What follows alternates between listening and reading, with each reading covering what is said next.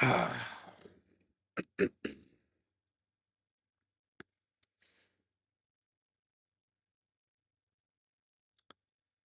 Do do do do do do do do do do.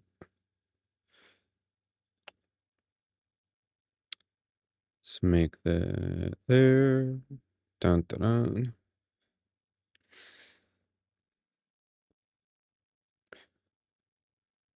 All right.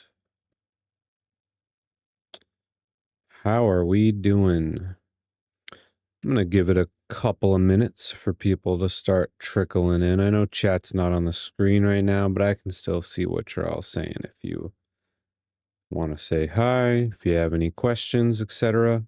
We got a whole bunch of stuff we're gonna be going through tonight. All kinds of good stuff.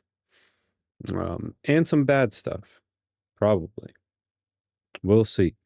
One of the videos we're gonna react to, I already know it's gonna be it's gonna make me angry. For sure. Really no question there. It's not gonna be any good at all.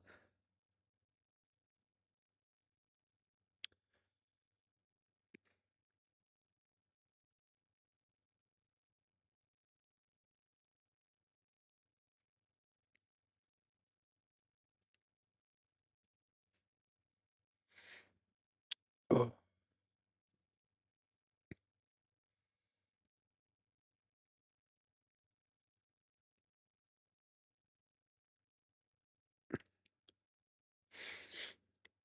Okay.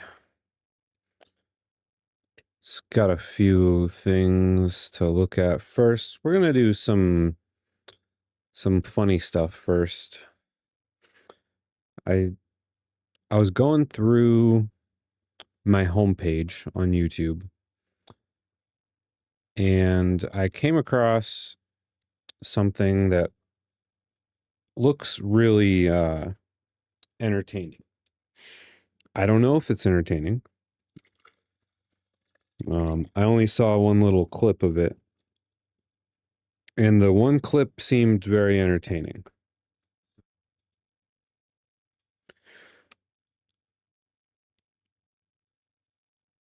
We're gonna get into that in just a minute. And we'll save the serious topics for later when everyone else starts to trickle in. Someone's got to teach me how to, well, I'll teach myself later, but I'm just being lazy. But I need to figure out how to like preset a live so that you guys know when I'm going live before I just randomly turn it on.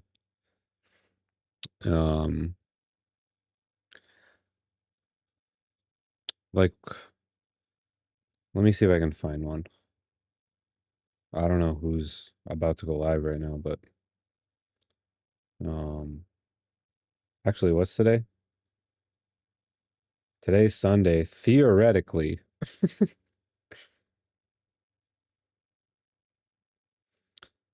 theoretically, isn't whatever on Sundays?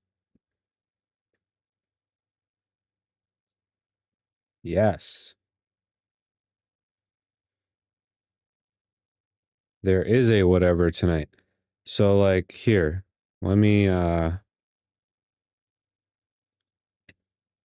let's get over here.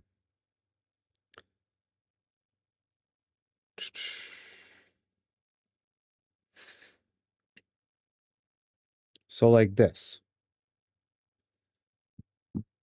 86 waiting. Why would you sit and wait for something that's not starting until an hour and 15 minutes from now? But how do I get one of these? Scheduled, upcoming. I can't figure out how to do that.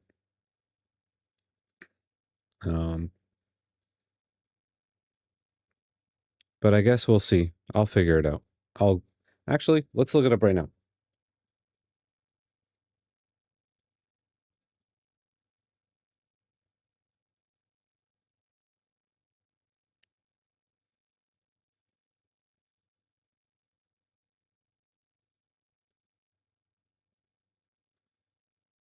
Oh, why do I still have caps locks on?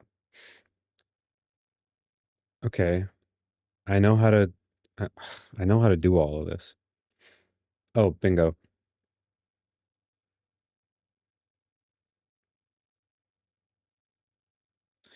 All right, we're gonna start with this silly video. So it's very, very easy to connect your channel to it. You're just going to go back to the studio that you were in, That's a and little now loud. we can go ahead and start planning that live stream. The first thing that you're going to do is press this option here, which is plan, and we're going to schedule a session. So the session name is going to be like the name of the actual live stream, live on YouTube, and then we're going to schedule it some day in the future.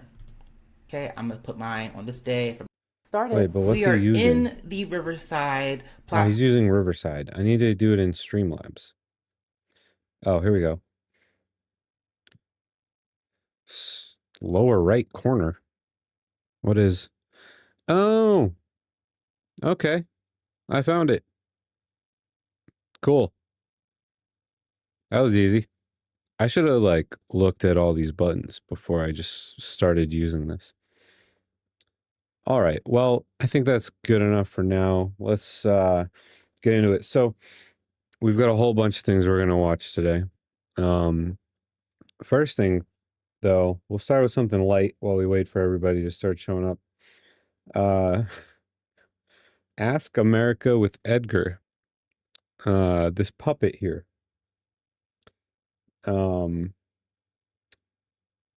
Based on the satire of his outfit, I'm assuming this puppet leans a little conservative, but we'll see.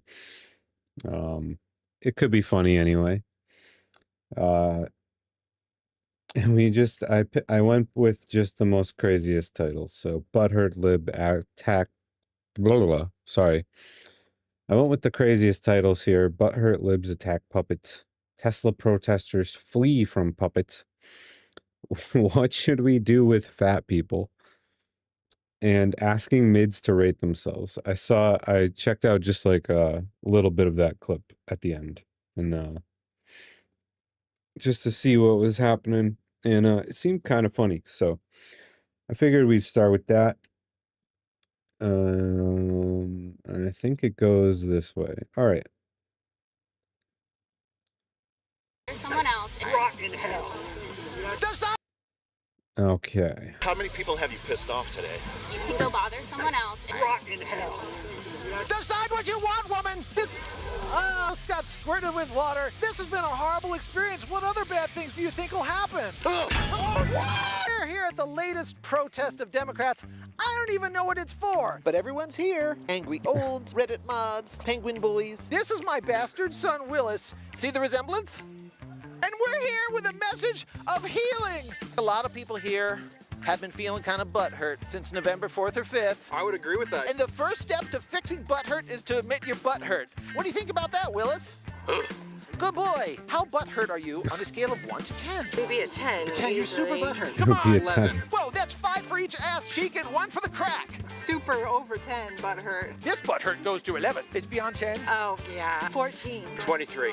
Dude, it's 1 to 10. I'm a scientist, so I feel like As I've said before, I'm not a conservative, but I hate this performative outrage bullshit of this recreational protesting people who can't answer any questions when asked about any of the reasons they're there. It just, it makes me, boils my blood.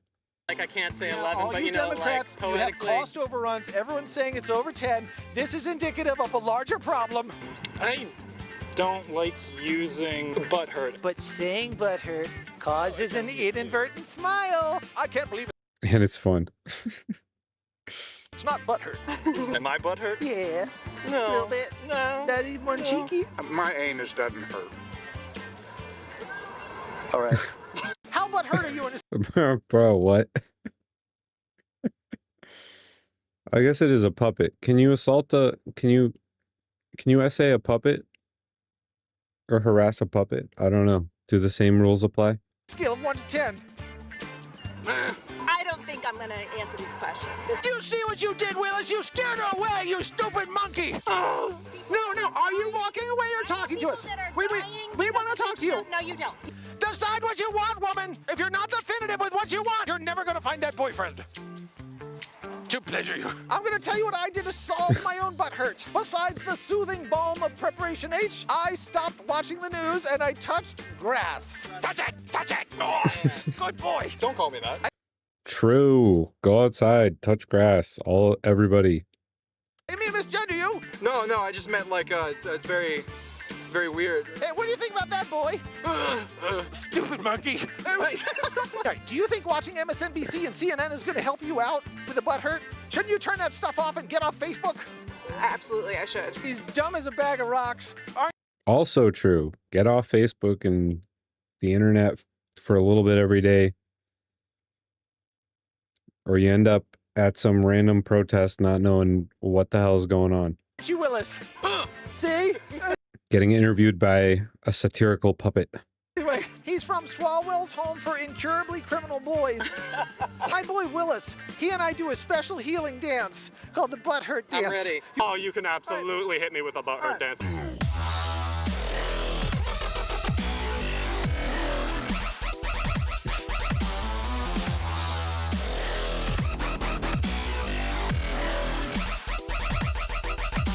I'm assuming there's not actually music happening while they're doing this, which just makes it way funnier. Can you feel America healing? Oh, I can feel it like a scab. I will be telling my children about this sign, I do believe. How many children do you have? None. I'll tell my dog about it. Stop! Stop now! Stop now! Hands off! All of us! No! I see a lot of signs for hands off. Hands off my government. Hands off Social Security. Where are the signs that say hands off kids? You won't find those here. Why? No, please stop touching me. I am a little boy. Oh, please don't touch me. Thank you. Why are Democrats always touching me? I have ice cream. Oh. A lot of people here look kind of handsy. Even if I disagree with the politics of Republicans, they're just as human as us, and it's still worth listening to them. Yeah, and you respect the fact that their women are hotter. I mean, well, yeah.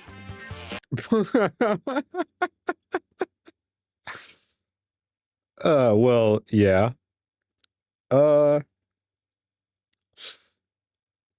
I'm gonna go ahead and say it's an even split on that one.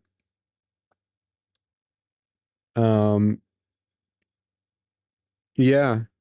I feel like the content creator Republican girls, obviously they're like super hot.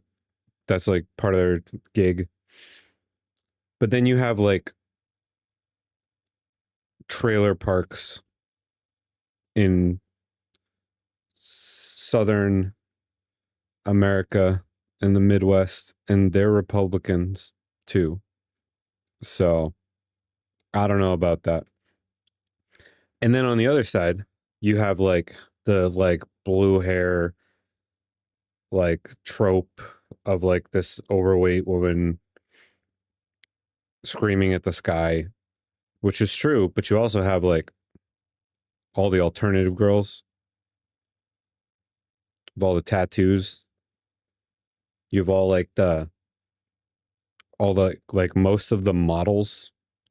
So I don't know. I'm going to give that one 50-50. I think you got it wrong. No, Willis, don't eat the fly. Are people who support Trump a bunch of Nazis and fascists? I think a lot of them are. I'm a fascist! I'm a fascist!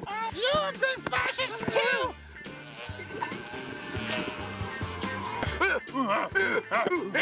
I work for the FDA. I actually do food safety work. Remember this woman, because in a little bit, she makes life hell for us. Oh, good. That's good. That'll be fun. It'll be fun to watch. I'm sure there's a lot of good-hearted people there. Have any of those people ever been fired before? I have. I didn't get back pay or promises of 8 months of payment. Aren't FDA guys were they told to not report to work and given a paycheck anyway? For now, yeah. When I got fired from Wendy's, no one said, oh, here, have 8 months pay. No, they just said, you sneezed in the salad bar. Get the hell out of here, Muppet. That makes me sad. I think I that deserved it. everyone in America deserves job security. I I love think that that we idea. should care about the people around us. I love that idea, but the era of big government is over. We have to make cuts. And yeah, they're going to suck and be painful. For the most of us, we actually give a crap. I feel that we should still do some healing. Will you do the butt hurt dance with me and Willis? No, thank you. But I appreciate the offer. I love you. I I'm hope sorry. that you all. Ma'am, those are MAGAs. Ma'am. Duh. Can we chat with you, or are you just here to work? Duh. You don't love America. Sure we do. We love America. We're tired of America being the cock monkey of China. You know, the human experience is full of contradictions. No, it's not. Oh, I'm sorry. Oh, please don't touch the puppet. Thank you. I'm a boy. Well, I'm interviewing you, sir. How do you expect this to happen? Is this safe space? Yes. How many people have you pissed off today? Just you. What is that microphone? It's just like a stick. That's such a weird microphone. You lying blue motherfucker. You're so. That's not very Christian of you. Ellen. Who's Ellen? Elon You mean Musk. Elon? Yes. Oh, like Ellen DeGeneres. No, No, you said Ellen. I think it's No, I said Ellen, do not harm this DeGeneres. poor I woman. love It was a her. slip I of the love tongue. her. Hey, the guy under the mask. Hey, did you vote for Trump? Vote for Trump? See? I found you, bitch.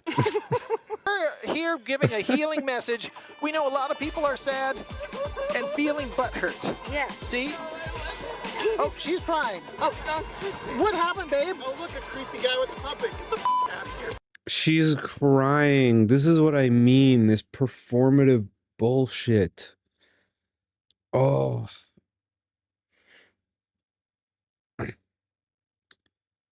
It's so obnoxious and so unhelpful. It just makes everyone to the left of center look awful. Like you're crying because a funny puppet was being funny and he's not even being that over the top. Like he's not being when I think of like making liberals cry, it's like maybe you could convince me that like Isabella Moody's tweets might rise to that level of insanity. Like that's true. This is not even close. Like this is some lighthearted trolling. That's it. It's not that big of a deal. Like chill out. I don't know. We were here first. You came to our area. And you were, what, being disrespectful? No, Oh, wait. I don't know. You pretty much told me that all my coworkers deserve to be fired. I did not say that. Why are you crying? Because I watch good people get fired. I understand. Assholes. You can go bother someone else. and We back don't want to people bother her. up. Don't I touch didn't me. touch you. We're It's okay. offensive what you guys. Okay, I think they're standing in the same spot. This is the like go bother someone else. You're all coming over to them. I don't it makes no sense. It's offensive what I can't do. believe you have 50,000 followers and that your tagline is literally ask feminists offensive questions. So, Watch the video. He probably has way The more feminists followers. are laughing their ass off. oh, I'm sure. I'm sorry I made her cry and that her coworkers are being fired. It's not my fault. I did not do it, lady. Yeah, and you're Yeah, like, so you're just gonna making go it around better. and just really Look, drive we're the nail gonna home. peel away from her crying. We don't like to see that either. I wish you luck. All right, I did not do it. I'm just Did you guys see that other lady in the background? It's just where is she? Right here. She was just you laughing. don't like to see that either. I wish you luck. All right, I did not do it. I'm just a puppet. didn't do it, though. I did not do it. Stop it. You told me to go away, and I'm honoring your wish. We have a very upset woman here. I don't know what SSRI she's on, but we've obviously radicalized her. We have to be very careful. You have a simian look of suspicion about you that I don't quite trust. What's a simian mean? It's like you might bite my face off. I made it by You myself. made it all by yourself. What grade are you in? Simeon. Penguin killed my dad. I think the sign is offensive. I'm very sorry. A lot of stuff killed my dad. It was a tractor. Hands off the penguins. What is he referring to? Did I miss something? Was there something about penguins? All right, let's see. Let's see.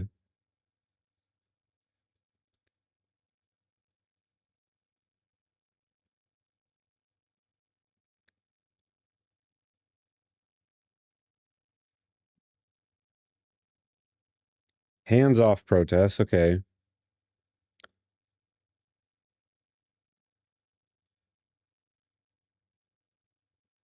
All right, I guess something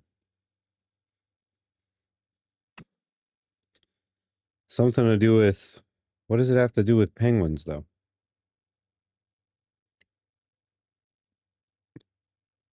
Oh, it's a metaphor. Oh, that's silly. That's silly. Leave the penguins out of your protests. Trailer driven by a penguin, helped out by the Amish. It was terrible. Never seen a blue muffet that did anything other than eat. I don't have an esophagus. You probably don't have a butthole either, but I don't know. have a gaping butthole. It's the butthole of power. You're tricking us into being confused. You need help being confused? He told me that my FDA colleagues are confused. Nope. Why don't you report that to the Department of Things that didn't happen? We did not say that. You guys are wrapped around the axle. Who are these people? I said, what is Bud Hurt? Listen, we moved away from you. We moved away from you. Bro, stay away from me, but I'm gonna follow you all around the protests so I can re-upset myself and cry more. What is going on? This is absurd. Per your request, and you keep following us. Yeah. But like, you should go into it knowing what they are. We're Muppets. She cried because she was sad about her coworkers leaving. I thought you should know.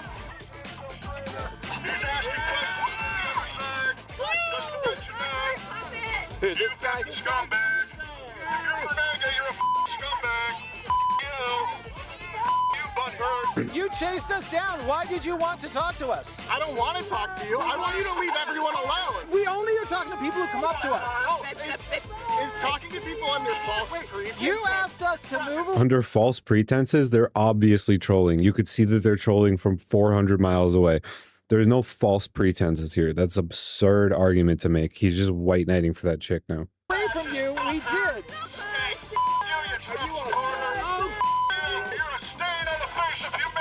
You call half the country Nazis and you wonder why you lost. Maybe we should... Listen, are you going to cry some more? Can we talk? Oh my god, and then you have the old lady in the background just chanting the same stupid phrase over and over again. Why do they always find some stupid phrase to chant over and over again? It's so cringe. Why? I don't get it. Anyway, yeah, listen to the Red Pippi Longstocking. I'm trying to teach everybody here how not to be so butthurt. Do you know what I did? I talked to people on the opposite side. I made friends. I reached out to people, and we had laughs together. Rot in hell. Sir, can we... And we had laughs together. Rot in hell. No, but you should join our side. Sure. chat with you? This got squirted with water. This has been a horrible experience. What other bad things do you think will happen? What? Relish. Live, damn it! Live! Damn it! Please save my boy! No! My boy! Willis!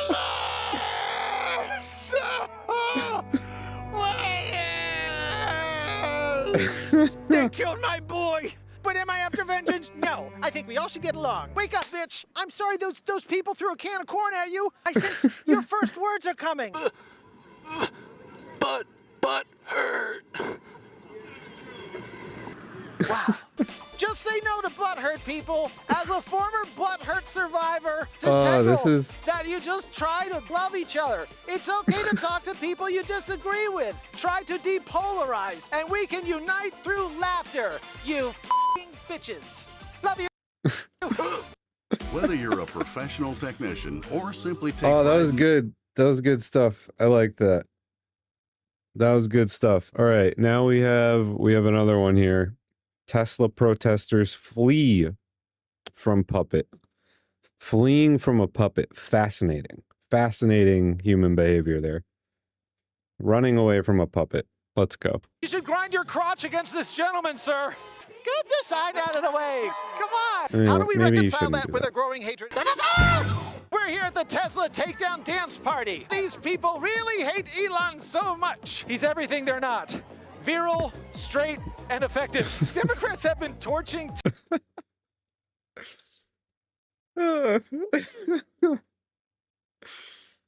I mean, it's hyperbolic.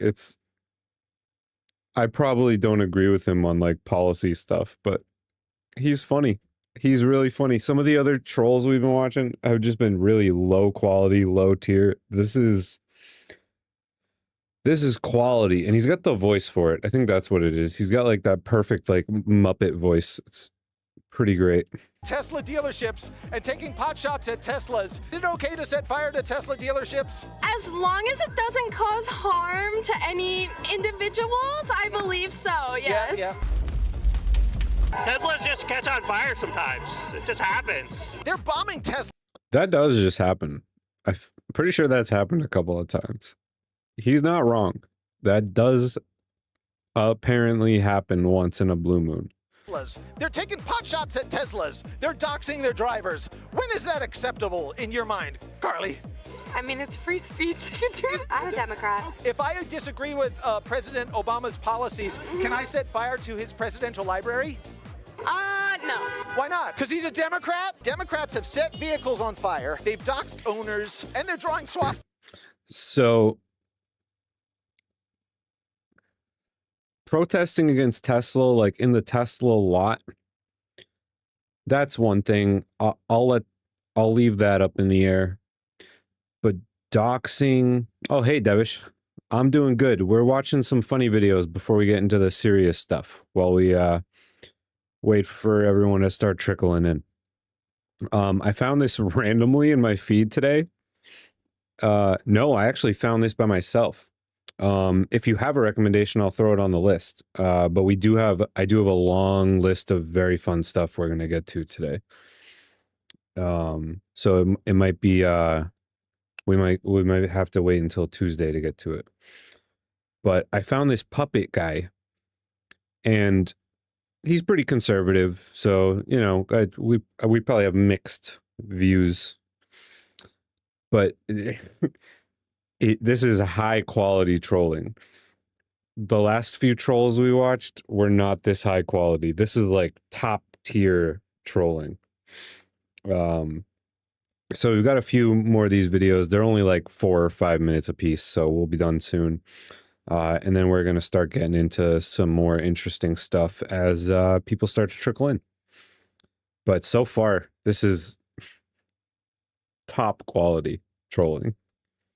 Everywhere. Are they the baddies? Are they the bad guys? Time to trade in your Tesla for a Volkswagen Jetta. Volkswagen was Hitler's favorite car. The Democrats hate Nazis. How do we reconcile that with a growing hatred of Jews? Oh my God, that's a loaded question. Loaded with terrorists. If you had to have dinner with Elon Musk or Osama bin Laden, who would it be? I would pick Osama. Who is your favorite terrorist? What is this salute that Elon did that everyone's talking about? Pointing your hand straight out. But the same thing was done by Hillary Clinton and Obama. Why did they get a Nazi hall pass? I gotta go, thank you. Is the I gotta go, thank you. Statue of Liberty giving a Hitler salute? Is that why France wants it? But Devish, if you do have a recommendation, you know I keep my recommendation list over here in my iPad, so just let me know and I'll add it to the list. How many swastikas have you drawn in your life? 69. Elon rescued the astronauts, probably banged a supermodel, and he sent Starlink to refugees. What did you do last week? Can you top that? Well, I can. I went to work. I'm a psychotherapist. What did you do last week besides... Oh, she did not top it. There were so many regular things she could have said that would have topped it. Psychotherapist is not one of them. Select this outfit. I was helpful to my neighbors. Bullshit, you smoke crack. No, I didn't. What did you do with your week besides play video games and masturbate? Who's a better father? Osama bin Laden, Elon Musk, or you? I don't have any kids, so... Why? Democrats hounded me Why? for years to buy a Tesla. I bought one, and now you guys are throwing poo-poo on it. Come on, how are you going to keep friends this way? I don't think poop being sent anywhere is a good idea. You've never mailed a poopy? I've never mailed a poopy. I'm back home in California where everyone drives Teslas and... Should we harm those people and dox them like Democrats are doing? You can't say definitively no, can you? Did Elon take your money? He took it all. I don't know. That's rough. Like, that's not a hard question to answer. That's super easy. Hey, Godspeed, how you doing tonight? We're watching some funny videos before we get into some more serious stuff in a little bit. I found this puppet guy, and he's absolutely hysterical. It's like Ask him. Oh yeah, it's right there. Ask America with Edgar. Absolutely hilarious. Definitely not the same political views as me, like as far as policy goes, but it's so good. It's so funny. I love trolling the leftists at protests just as much as the next guy. So. And this is way higher quality than like Professional Douche or some of the other ones we watched. Well, he doesn't actually have any power. He's sort of inserted himself into the federal government without any approval from the Senate. And is this like Anthony Fauci? Fauci didn't have a Senate approval either. I'm done talking to you, and I hope your listeners realize you are manipulating them.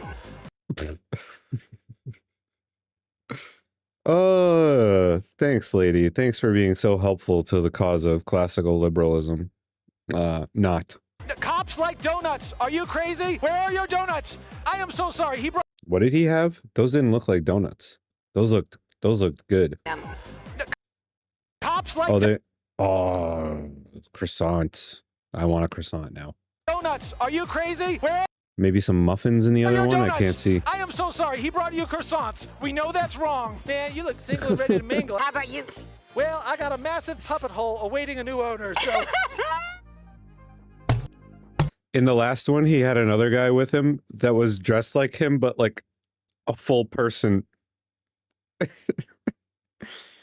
What does she got? Oh, she's got like those fancy cupcakes. Oh God, those look so good. Those look so good. Tesla is the most made in America car, and for people that hate America, it's no wonder they hate Tesla. This sexual harasser keeps chasing me around. Notice the right hand, it's quite bulbous from yanking it all day long. I don't think you should grind your crotch against this gentleman, sir. Good decide. Dawkins v. Peterson. Yeah, we'll throw it on sometime. Dawkins v. Peterson. I like Alex O'Connor a lot. We just reacted maybe a week ago to his Jubilee thing where none of the Christians could agree with each other, so they just kept voting each other off in like 5 seconds. It was good old times there. Out of the way! Come on! Let us out! Let us out! I'm a little boy! Do you want to chat with me? Listen, if you want my phone number, you can have it, old lady. What is the address of your nursing home? Hey, Jordan. Now look. What is the... Oh, I love this guy. He's so funny. I've actually seen... what was he trying to... I don't remember which one I saw, but that was very interesting, yeah.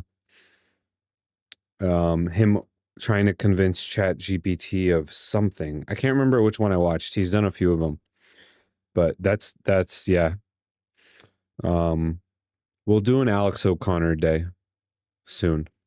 I have to come up with some kind of like schedule. I have a few like personal life things I got to work out, so there's going to be like random days when I can't stream. But after I do, I'm gonna come up with like a schedule, and we'll do like certain things on certain days. Like we'll have debate days.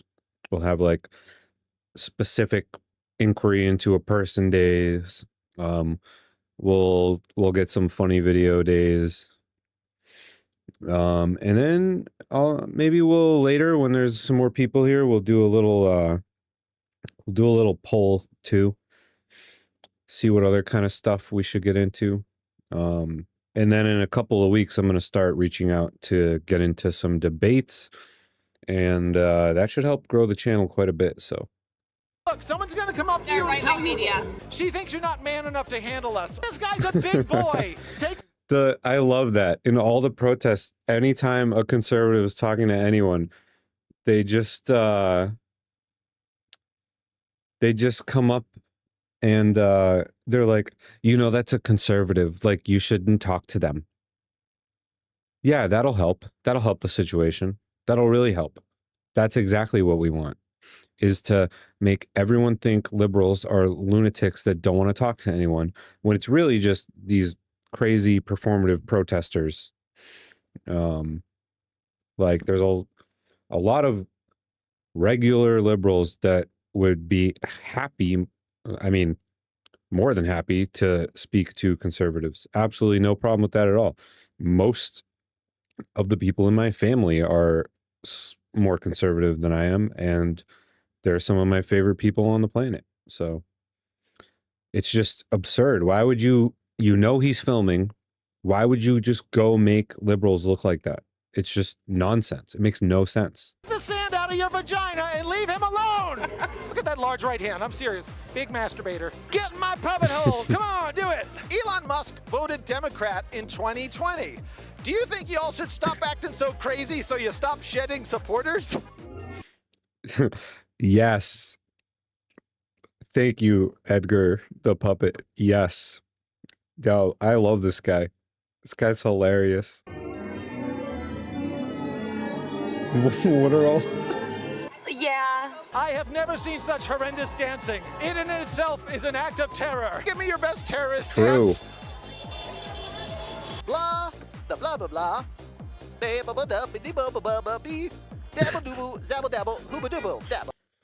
All right, we've got 2 more short Edgar videos. Oh, this is good. I like this. This is funny.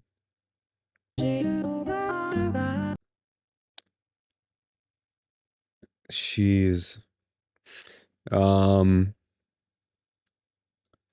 yeah, for sure, Godspeed. It's the behavior control is the biggest thing with leftists and progressives. They are so obsessed with controlling everyone's behavior. And conservatives have like a behavior control thing too, but it's less of control and more of like, we want to propagandize people to behave a certain way. This is such like a direct interpersonal control. It's very strange because it goes against all of our actual principles. I don't get it. It's not helpful. It's just absurd. I don't understand it. And then unsolicited advice. I've heard of him, but I don't think I've actually clicked on the video. I'm pretty sure I've seen that pop up in my feed before. So we'll look at that too. It is on the list. All right, this one I picked obviously because of the title, because it's amazing. What should we do with fat people? Like, what a question. This is gonna be so interesting. What is the answer? Do you guys know? What do we do with fat people? I mean, nothing, I guess. I don't know. They're there. I don't know. We'll see. Make it illegal for women to be fat. Yeah. It's a shameful thing. It's like being a fat woman is like being a broke man, right? Yeah, There's to really no make it point. illegal. Yeah, we're going through CPAC. We're meeting all the... Oh, okay. So he's all right. I like this guy. He's trolling the conservatives too. I like it when you troll everyone. Everyone deserves to be trolled all the time. Even me. Troll me in chat, guys. All right. Don't let me get too comfortable back here. Conservatives, some are attractive, some are large. As a hottie, would you be willing to ensure a Trump third term by putting on 100 pounds? And propaganda actually works better. Like, they've done studies on this, and propaganda works way better. Like, convincing people works way better than making them do stuff. And of course, there's going to be a couple people like you who are like, I'm smoking the cigarette anyway. Well, you know what? That's fine. Absolutely not. No, I would not. Why do you hate America?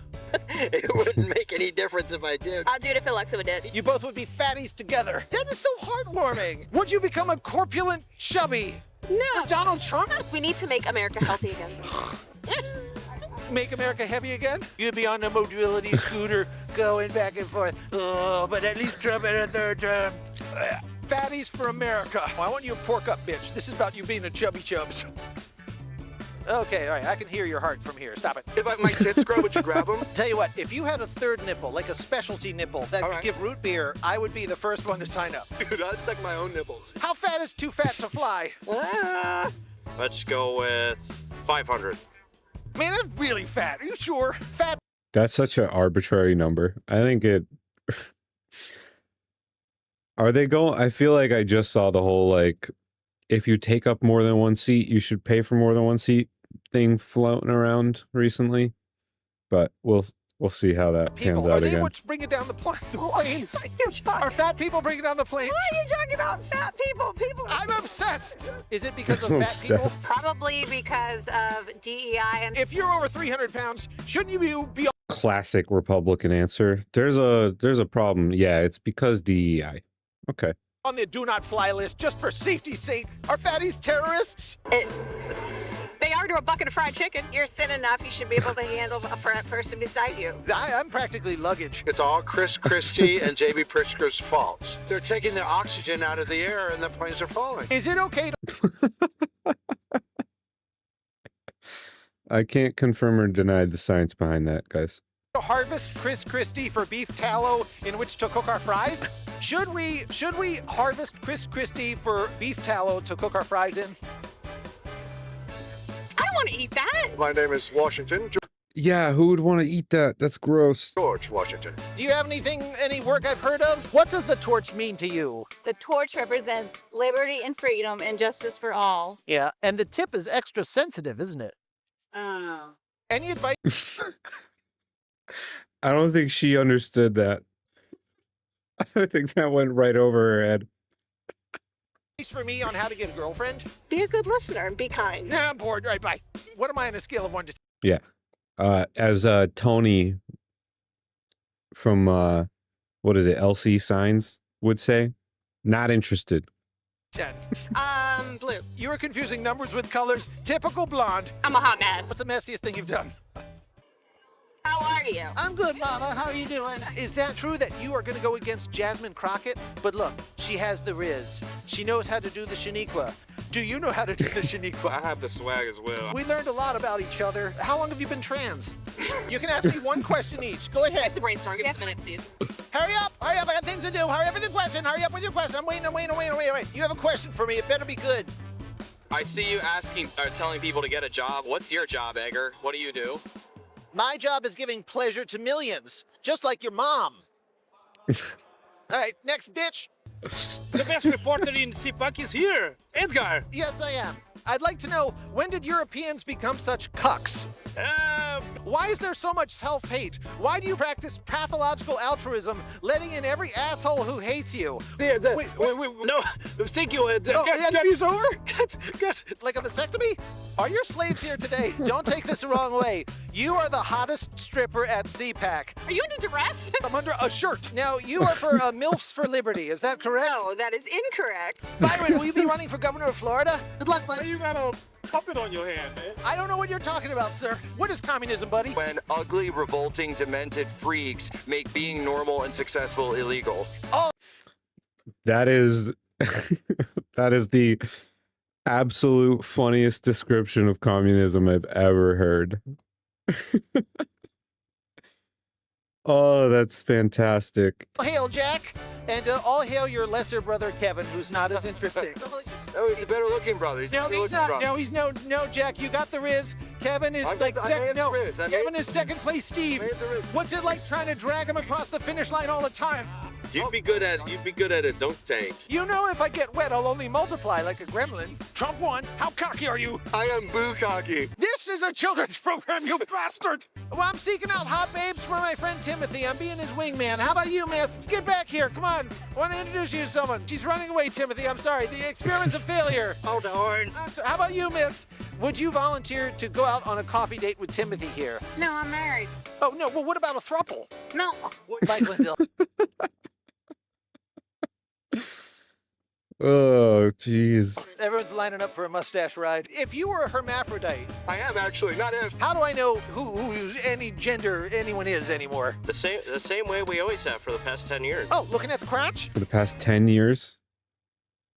I don't think that's the line. Are you gonna smash that like button? Yeah. With what appendage? Will you hit like and subscribe? No, I'm gonna hit dislike and block. I'm gonna egg your house if you're not careful. Will you touch the notification?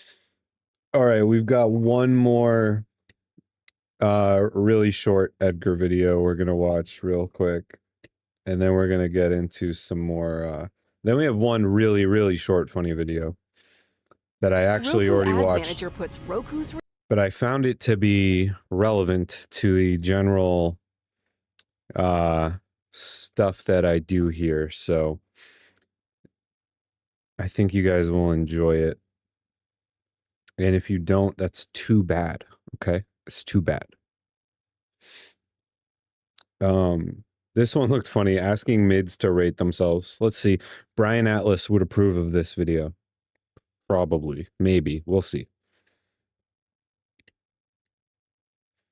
10. Now I'm going to introduce you to why American women lie so much to spare each other's feelings. How do you rate yourself on a hotness scale 1 to 10? 7.5 A. Accurate. I'm going to say that's accurate. DC has high standards. What do you score yourself on a scale of 1 to 10? 4, probably. A 4. Yep. You scored yourself a 4, but you know what? I'm going to give you a 10 out of 10 in terms of honesty. How would you rate your hotness on a scale of 1 to 10? We start. 11. Oh, yeah! Yeah, Brian Atlas would approve of this video. How did you get so hot and fluffy? I love you. What? Except he would go into like a 20-minute diatribe about how delusional this woman is for saying that she's an 11. Be like, 11 isn't even part of 1 through 10. Okay, ma'am? You must be delusional about your place in the dating marketplace of ideas. Why won't you return my calls? I'm pregnant! You have made one bold freaking choice after another. You are a 10 out of 10. Very confident. I co-sign that. What am I? 2, I would You man! Tell us an interesting fact about yourself, because this Rude. is going to affect how we rate you and how you rate yourself. I'm an Elvis impersonator.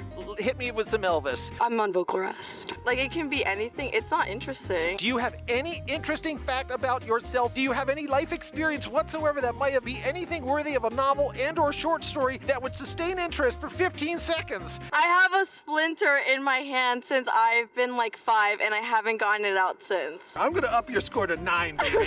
Fire. How would you rate yourself on a hotness scale from 1 to 10? Probably like 7.5. Do you have anything interesting about you that would affect the score? I speak French. J'aime pas le français, les gens de France, de la France. Okay. I don't like French people. The fact that you don't like All right, so he kind of speaks French. That was a little rough. French people raises your attractiveness score to 8.5, but the fact that you said it in French lowers it to 4.5. In case there's World War III, Fair. Can I take shelter Brian Atlas would no longer approve this message. in your beard from the bombs? There might be like a wait list, but you can be on the top of the list. On a scale of 1 to 10, how hot do you think you are? Probably like a 7.58. How about you? I'm going to tell myself about a 3 or a 2. I'm kind of hideous. Come on, come to Easily the accurate. counseling center. We'll work on that self-esteem. I rate myself a 5.5. A 5.5? Yeah. Really? Yeah. I'm going to up the ante, baby. I'm going to call you a solid 7. Heck yeah! And a DC 8, actually. A DC 8? You are a DC 8. Oh my god, I love you. I'll give myself a solid 7.5. Underrated. Now tell us an interesting fact about yourself. I have a fear of mascots. Your hatred of Fair. That's fair. That's fair and valid. Fear of mascots. That's weird. Mascots are weird. mascots, your fear, your mascophobia. I'm going to say that points you in the right direction. I'm going to up you to an 8.5, baby. Yeah, I concur. That's good. Now, do you have any other closing thoughts before we move on to someone ugly? No. What's an interesting fact about you, Ross? Actually, I'm from a place in China where they say people from my hometown are the funniest Chinese people. Can you tell us a really raunchy, dirty joke in Mandarin? Honestly, you speak Cantonese? I do speak Mandarin, but I don't really have a joke ready in my head. Okay, so you put the cant in Cantonese. So on a scale of 1 to 10 in terms of hotness, how do you self-describe? I would say something like 6 or 7.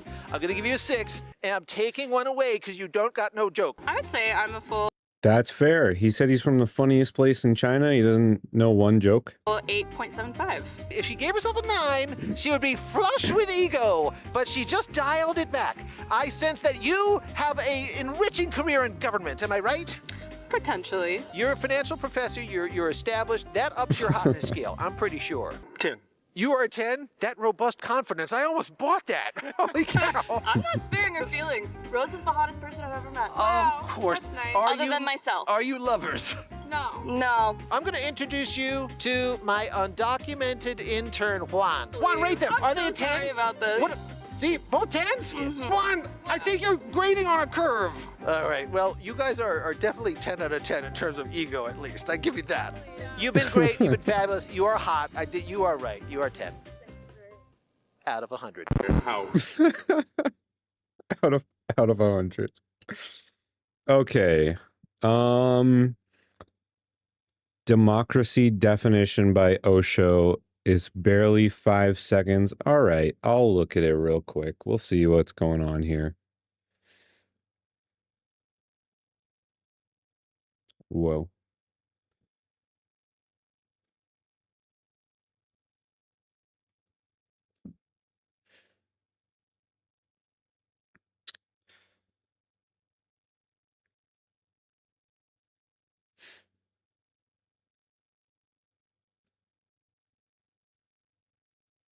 Who the fuck is this guy?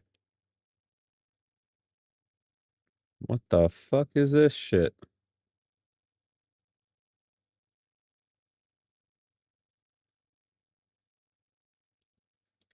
It's 17 seconds. The biggest stage in the world.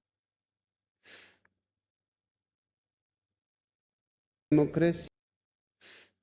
Because democracy basically means government by the people, of the people, for the people. But the people are retarded. All right. It was worth it. It's true. True. They certainly can be that. Yeah. All right. Right before we start to get into some real stuff. I have one more funny clip that I found. And then I found an interesting video, and then we're going to get into our usual stuff, some cultural political commentary. So first is all right, and welcome this guy. He does some funny little skits, but this one I thought was topical. It's If the Woman Are Dumb podcast didn't only use dumb woman. So let's see if he gets this all correct. right, and welcome to the Whichever podcast. My name is John, and with us today we have Emily Smith, who is the Whichever podcast. All right. 2 times New York Times bestselling author and a PhD candidate at Stanford University. Pleasure to be here. How many dudes have you been with? That's private. Oh, not dating, just sex. How many dudes have been inside you, and was that to completion? And if so, was that Oh, this is literally Brian. Literally Brian. inside you or on you somewhere?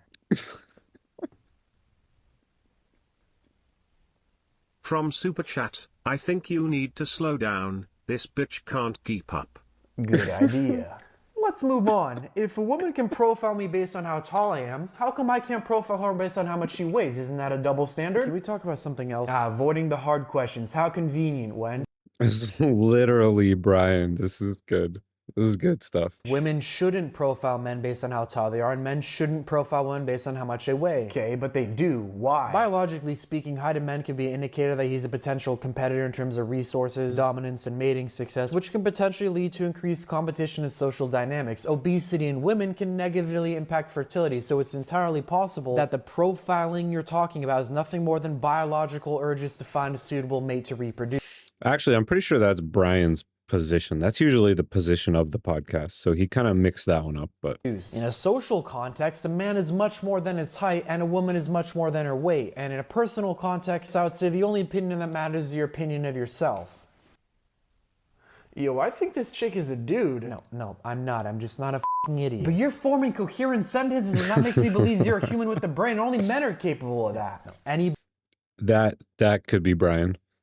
That could be Brian again. Anybody is capable of that, just not the surface dwellers you have on your show. Your whole thing is packaged as a status quo between men and women with the goal of riling up young men to be on your side and the goal of getting young women to get pissed off at you, which leads to 1, more comments and interactions on your video, which is good, and 2, ultimately for them to come on your show as a guest. You know, because they're so aggravated that they just want to get you. But the reality is, unless you make it very clear that what you're doing is strictly entertainment, then you're actually pushing out negative messages, because as a man, as a man, you probably watch shit like this and think, oh, this generation is cooked. And I have to go to Eastern Europe to find a genuine woman who's not a complete moron. That's not the case. They exist. Well, if they exist, then why am I throwing a pink shirt on my head and playing the role of one? Why didn't we have one on the show? I said they exist. I didn't say we could ever get one.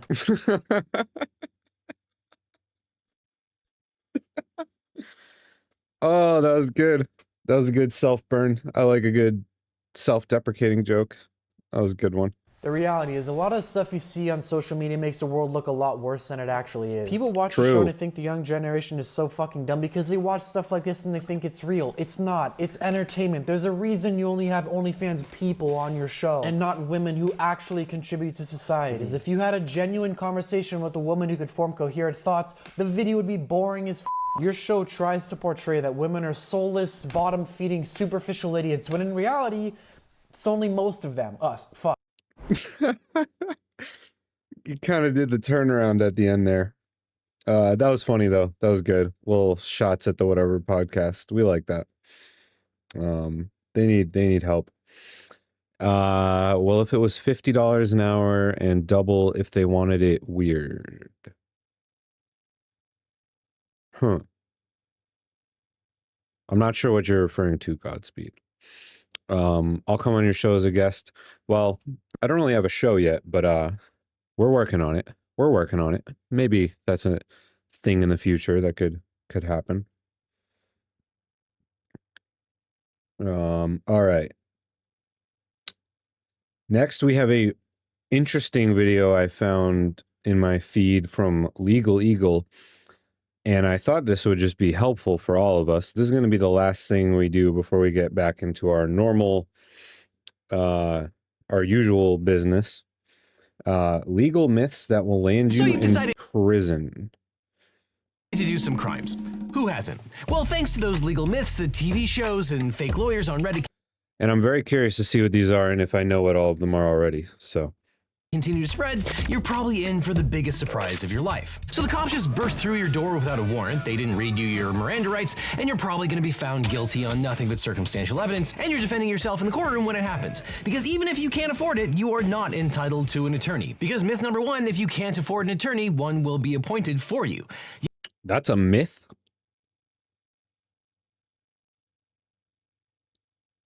That's part of the Miranda, right? No?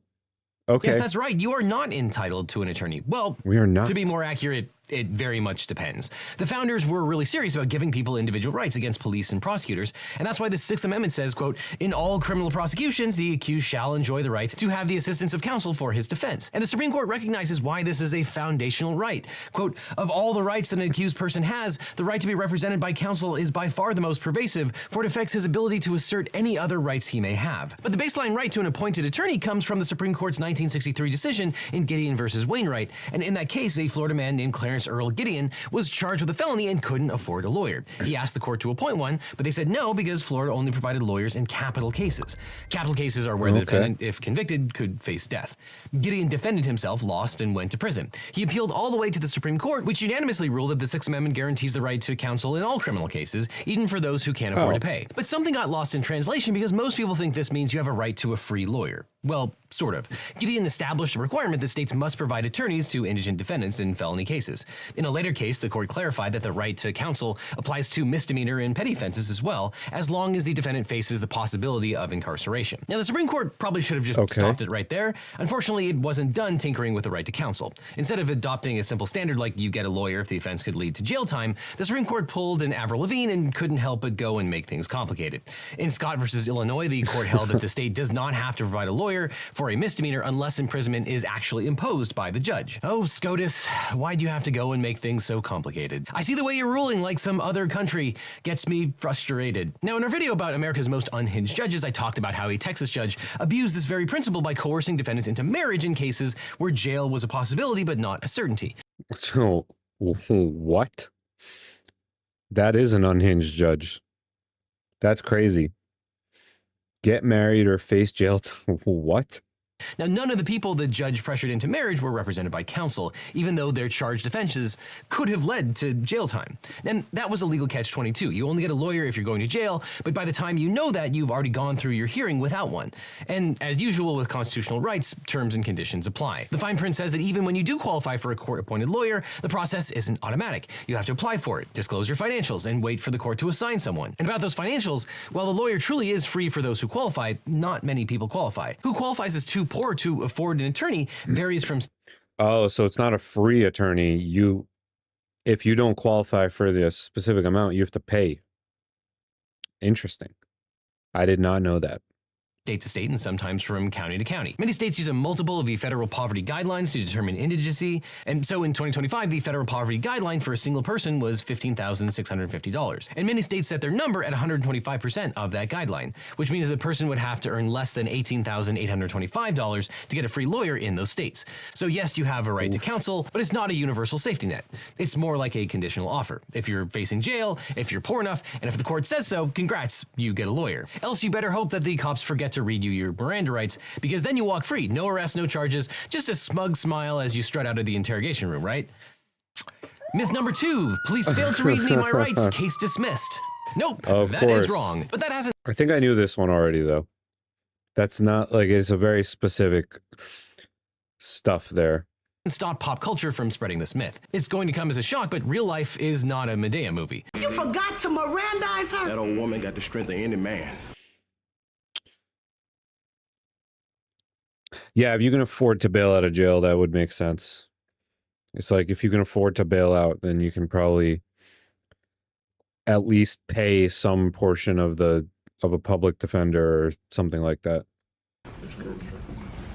I've got to let you go. Now, the Miranda warning, which starts with you have the right to remain silent, comes from the 1966 Supreme Court case of Miranda versus Arizona. Before the police can interrogate someone who is in custody, they must inform them of their 5th and 6th Amendment rights, the right to remain silent and the right to an attorney. If they don't, any statements made during the interrogation can be thrown out under the exclusionary rule, which is the legal doctrine that bars illegally obtained evidence from trial. But Miranda only protects your words, not your actions. So if the cops find a kilo of meth in your trunk, no amount of unread rights is going to make that disappear. On top of that, according to the Supreme Court, Miranda only kicks in when there is a custodial interrogation. If a suspect voluntarily comes to the police station and talks, that doesn't... Yeah, I think I knew this one already, because it only like applies to things that are in the interview before you get Mirandized. So like you wouldn't just be free to go. They just may not be able to use specific evidence against you during your court proceedings. Doesn't mean he or she is in custody. The takeaway? Miranda applies when a reasonable person would feel they are not free to leave. If the police arrest you for that kilo of meth in your trunk, but don't ask any questions, no warning needed. If they ask you questions before you're arrested and you answer voluntarily, still no Miranda required. That's why failure to read Miranda rights isn't a get out of jail free card. So the next time a TV lawyer says they didn't read you your rights so the case gets thrown in the bin, know this: the only thing that's going in the bin is that script's grade for legal accuracy. Now, if your plan to avoid all this legal trouble is to just lay low at home where police can't get to you without a warrant, well, I've got some more bad news for you. Myth number 3, police can't enter your home without a warrant. Now, it's a staple of legal dramas and... Oh, yeah, they don't need a warrant. They just need, like, a reasonable... I'm going to guess. They need RAS, basically. Reasonable articulable suspicion? Or is it just reasonable suspicion? Or exigent circumstances also? TikTok and Know Your Rights videos, police need a warrant to enter your house. This is my own private domicile and I will not be harassed. We know that finding high-quality foods you can trust can be challenging. That's why Go Macro is making natural... Bitch! Now, to be fair to Jesse Pinkman, this myth is based on a real rule. The Fourth Amendment does protect your home from unreasonable searches and seizures. Generally, the police need a warrant to enter your residence, but there are so many exceptions to the warrant rule that they almost swallow the whole Probable Fourth Amendment. cause, yeah, probable cause. Oklahoma might, I'm not sure. You are obligated to have a lawyer in criminal cases. Yeah, that makes sense. If you're going to go to jail, you really should have, if you could go to jail, you should really have a lawyer. Amendment. If you've ever lived Or prison, more specifically. in LA and participated in our city's national pastime, watching car chases on live TV, you know just how common it is for suspects on the run to drive home like they're sliding into home base yelling safe. Oh no, oh no. But that's not how any of this works. Here's how it really works. A warrantless entry is usually considered unconstitutional unless it falls into a recognized exception like consent, hot pursuit, plain view, search incident to arrest, stop and frisk, special needs/administrative searches, and the automobile exception. But the biggest exception to the warrant requirement is exigent circumstances. Under that doctrine, police can enter a dwelling without a warrant if there's an emergency, like someone is in danger, a suspect is about to flee, or evidence is about to be destroyed. Now that seems straightforward enough, but it's not. Imagine this, the police are chasing a suspect through an apartment complex. They lose track of him but smell marijuana coming from one of the units. They knock, loudly announce themselves as police, and then hear movement inside. The police officers think they hear people scrambling and a toilet flushing. Convinced evidence is being destroyed, the officers kick in the door and find drugs. But here's the twist. The suspect they were chasing wasn't even inside because the cops entered the wrong apartment. Now that happened in a real case called Kentucky versus King. The defendant in that apartment argued the police shouldn't have been allowed to enter without a warrant because the police themselves created the emergency by knocking and announcing their presence. The Supreme Court sided with the police. As long as officers act lawfully by knocking and announcing, they're not barred from entering if they hear sounds suggesting evidence is being destroyed, even if the suspect isn't inside. And if the people inside react in a way that makes officers reasonably believe evidence is being destroyed, the cops can enter without a warrant. All of that is so vague and up for interpretation. That's kind of scary. That's very vague. Very, like this police officer, not known for being like rocket scientists, get to decide what's reasonable. That's a little scary. And there's an iconic scene at the end of Goodfellas where Karen Hill, panicked and desperate, races to the bathroom and flushes a stash of cocaine down the toilet just as the FBI closes in. And this is a textbook example of why the exigent circumstances exception exists. If the police had waited outside to get a warrant, the evidence would be long gone. And the law allows for that kind of split-second judgment. So while the Fourth Amendment does offer strong protections for your home, the phrase "you need a warrant" isn't a magic shield. If the police smell drugs, hear flushing toilets, or think someone's in danger, they might not need one. Now, if you believe any of these legal myths, you'll probably want a good lawyer. But if you want a great lawyer, let my law firm, the Eagle Team, help. If you've got in a car crash, suffered a data breach, especially if you got a data breach letter saying your information might have been leaked, or dealing with a workers' comp or social security issue, we can represent you or help find you the right attorney. And by the way, we don't get paid unless you do, so there's nothing up front. So just click on the link in the description or call the phone number on screen for a free consultation with my team. All it is a If you little don't ad need a play legal for a team, second. you need the Eagle Team. So okay, It's you're not very busted. long. At least this is America, where our Constitution explicitly states that everyone is entitled to their day in court. Ah, such a comforting thought. I think you What? No way.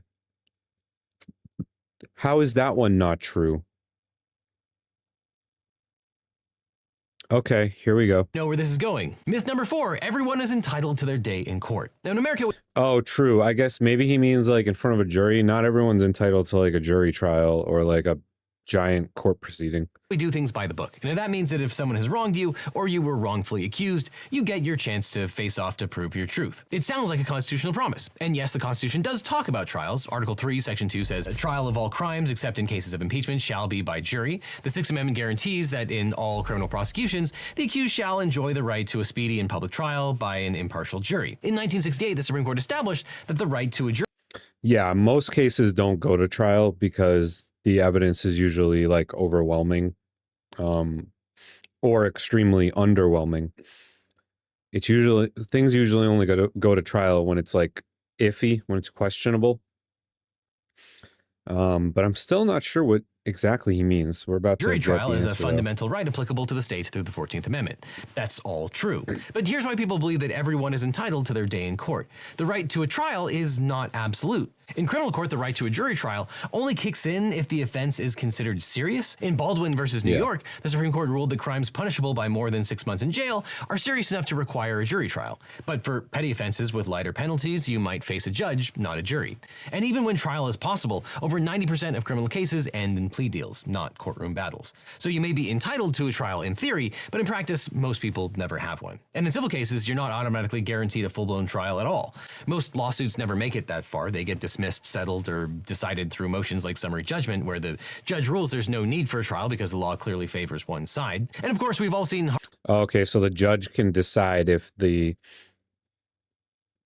crime in question rises to the requirements of like a trial or not. I feel like going in front of a judge still kind of counts as a trial, even if like, but if you're thinking trial like jury trial, then yeah, not everyone has a right to a trial for any crime. That would be crazy. We'd need so many juries and judges. Everyone would be on jury duty all day, all the time. That'd be insane. Harvey Specter settle a $1 billion lawsuit over bourbon and banter in the span of a single afternoon. But in real life, civil cases often drag on for years, and that's because in civil cases, there's no such thing as a right to a speedy trial. Although that also depends state by state. But there are also legal doctrines that make it hard for litigants to ever get their day in court. A major example is qualified immunity, a doctrine often invoked by police and government officials in civil rights cases. It shields them from liability unless the plaintiff can show that the official violated clearly established law. Defendants can appeal a denial of qualified immunity before trial, triggering years of appellate delay, while various courts try to determine whether a person has the right to sue the officers.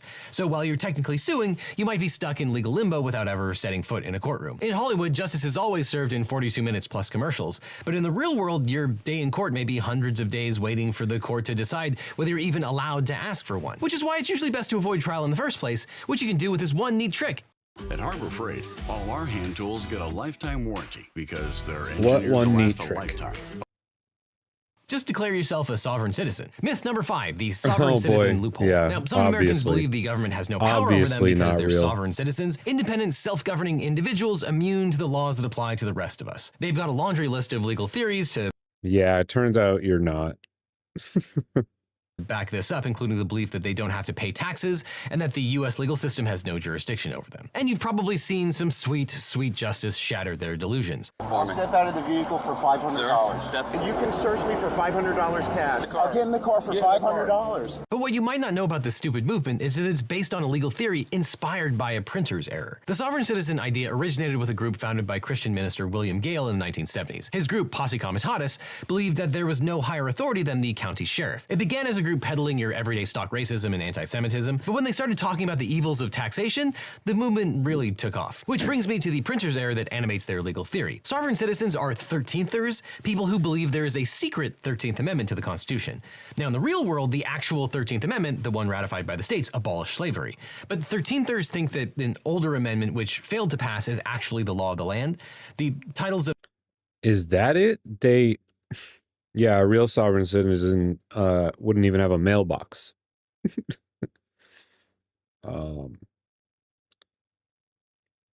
Is this a failed amendment is why they think they're sovereign citizens? That's wild. I thought it was something to do with like old Articles of Confederation or some nonsense like that. of Nobility Amendment was a proposed amendment to the Constitution that would have stripped United States citizenship from any citizen who accepted a title of nobility from an emperor, king, prince, or foreign power. Congress passed it in 1812 during the panic about Napoleon's brother marrying an American citizen. You know, what happened if their son tried to become king of America? And freaking out about Napoleon's American nephew is like worrying about Prince Harry and Meghan Markle's daughter one day becoming queen of America. And Americans eventually figured that out, but a majority of the states never ratified the Nobility Amendment, and it's not part of the Constitution. Do you hear me, 13thers? It's not a real amendment. However, in 1815, a Philadelphia printing house made the mistake of including the unratified amendment in its volumes. The error was not fixed until 1845. So for a clerical error is why we have sovereign citizens? Really? Come on. I mean, I believe him, but that's just, come on. My sovereigns out there, what are you doing? Learn to read.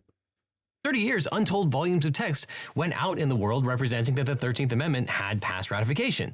But when the real 13th Amendment passed ratification and abolished slavery, the consequences were seismic enough to clear up any confusion about the typo. But that didn't stop conspiracy theorist David Dodge in the early 1980s from finding himself a copy of the Constitution with this error and having a big eureka but stupid moment. He concocted an elaborate conspiracy that the secret 13th Amendment actually invalidates the entire US justice system. Why? Because lawyers and judges have titles. Lawyers use the title Esquire, and judges are known as the Honorable, or, Your Honor. So sovereign citizens think that lawyers and judges, through licensure, accept titles and therefore are no longer American citizens. Now, all of this, of course, has been thoroughly rejected by the courts. So sadly, I can't force anyone to call me Sir Devon Stone, defender of the sovereign laws, or legal eagle, baron of the bench, and titles of nobility are already banned by the That'll be cool, though. Constitution. See Article 1, Section 9, Clause 8. So America doesn't have an official aristocracy. When a lawyer dies, their children... Oh, yeah, I remember dealing with that a lot when I was a libertarian ANCAP fella. Very confused people, but they provide us with high quality entertainment in the form of police body cam videos. Very much so. Children don't inherit the law license, and lawyers are still U.S. citizens, at least for now. But it doesn't matter how many times the courts slap this theory down, people just won't give up on it. And sovereign citizen lore is beloved by jailhouse lawyers, inmates who know just enough law to file long-winded legal briefs arguing that the courts do not have any jurisdiction over their cases. And you can probably excuse people with no legal training who barely have access to a law library from falling into the sovereign citizen trap. But this bogus legal theory has also been championed by people who should know better, like the Iowa Republican Party. Iowa Republicans put the missing 13th Amendment into their 2010 party platform, and they tried to argue that President Obama forfeited his citizenship by accepting... In 2010? Did they really? Wow. Why? Why would you do that? An award from the Nobel Prize Committee, which was apparently a foreign state. And although this is funny in the abstract, conspiracy theories can have some serious consequences. Over the years, the movement has fanned out from its anti-Semitic and racist origins. The sovereign citizen movement now attracts people of every race, religion, and political persuasion. Unfortunately, I mean, we're all for diversity and equality, but maybe not about something that's incredibly stupid. But sovereign citizens have been known to file notices of liens against property for the purpose of harassing the true owner. And this tactic, which has been called paper terrorism, clouds title to real estate and other property. People espousing sovereign citizen theory produce fake arrest warrants, forge banknotes, and even issue their own currency, which, I shouldn't have to tell you this, are very much crimes. But let's say that doesn't stop you from picking up some criminal charges. You finally get your day in court, and you're feeling optimistic that the jury's going to find you not guilty for all the wacky sovereign citizen crime you definitely did not do, you rascal, because all the state's evidence is circumstantial. Myth number 6, all the evidence is circumstantial, they'll never convict me. Oh, I know that one's not true. That's not true at all. There are so many things, so many big cases that were only circumstantial evidence, because sometimes you don't have like CCTV footage of the crime taking place. Like it doesn't exist. I hope people out there don't think that this is true. You've heard it in courtroom dramas shouted by defendants who think they've found a loophole. You can't convict me. All the evidence is just merely circumstantial. Even Law and Order is guilty of this one. There's circumstantial evidence and a statement from his son. Now, this won't do at all. And the idea is that if there's no smoking gun, no eyewitnesses, and no confession, then the prosecution doesn't have a case. But here's the truth. Now, sometimes circumstantial evidence isn't enough, so that could have been the case in that situation. It depends on what the circumstantial evidence actually is. Circumstantial evidence is not only admissible, it's often just as strong and sometimes stronger than what we call direct evidence. But let's define some terms here. Direct evidence is evidence that directly proves a key fact at issue without needing any inferences. So an example is an eyewitness saw the crime, a video, or the weapon used in the crime. And circumstantial evidence is evidence that requires an inference to connect it to a conclusion. Examples include forensic evidence such as fingerprints and bloodstains, or documentary evidence like business records or text messages. If a witness testifies that they saw you stab someone, that's direct evidence. But if they say they saw you leave the victim's house at midnight covered in blood and then watched you toss a knife into a storm drain, well, that's circumstantial. But that seems pretty strong, and a jury can convict you on that evidence alone. And that's why juries are routinely instructed that the law makes no distinction between the weight or value to be given to either direct or circumstantial evidence. Circumstantial evidence is not a lesser form of proof, it's just a different kind. As the Supreme Court has long recognized, circumstantial evidence is not only sufficient, but also maybe more certain, satisfying, and persuasive than direct evidence. And in fact, most juries believe that DNA evidence is the gold standard for determining whether someone is guilty. But DNA evidence is generally considered circumstantial. It does not directly prove a crime was committed, but it can be used to infer a connection between a person and the crime scene or an object. So Yeah, there usually is, like, when they say circumstantial evidence, there's usually either other circumstantial evidence or other direct evidence that, like, corroborates the circumstances in that situation. It's not, circumstantial evidence is not like just like conjecture, which is what I think a lot of people think it's just like conjecture. It's not just conjecture. That'd be crazy. circumstantial evidence isn't lesser evidence. Pop culture gets that wrong a lot. But lawyers can definitely attack the inferences drawn from the circumstantial evidence. And when it comes to destroying circumstantial evidence, no movie has ever been more accurate than My Cousin Vinny. Only Brawny has 3 plies, and it's stronger than Bounty. What is this rusty, dusty, dirty-looking thing over your window? It's a screen. A screen! It's a screen! He is walking the witness down a logical path that he's not going to be able to get out of, which is that there's a lot of stuff between his vantage point and the events that he is an eyewitness to. And the eponymous Vinny doesn't argue that the evidence is invalid because it's circumstantial, he just shows that it leads to the wrong conclusion. Fantastic movie, by the way. I'm sure you've all seen it, but phenomenal movie. Absolutely, absolute classic right there. Now, My Cousin Vinny's mastery of circumstantial evidence is a big reason why I called it the perfect legal movie, and that's because of its screenwriter, Dale Launer. And if you love the movie like I do, you can check out the extended cut of my interview with the screenwriter on today's sponsor, Nebula, where we really get into the legal nuances of this masterpiece of courtroom drama. And for limited time, you can get a lifetime membership for Nebula. You can buy once and then never again. It's the greatest steal of all. Now, we've really been active on Nebula this year with tons of Nebula exclusive videos like our $. And that's a gift that you can give to yourself, by the way. Friend, 40% off the incredible lifetime deal. Okay, that's the end. That's it. That's the end. That was interesting. A couple of those I didn't know. Most of them are pretty obvious, like no sovereign citizens. You don't always get a jury trial for every crime.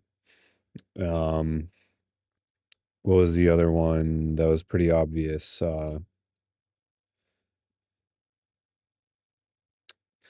Everyone's entitled. Oh yeah, police can enter without a warrant. But people do all believe all of these things. That's true. The one that surprised me was the you're not entitled to an attorney. I did not know that. Glad I do now, though.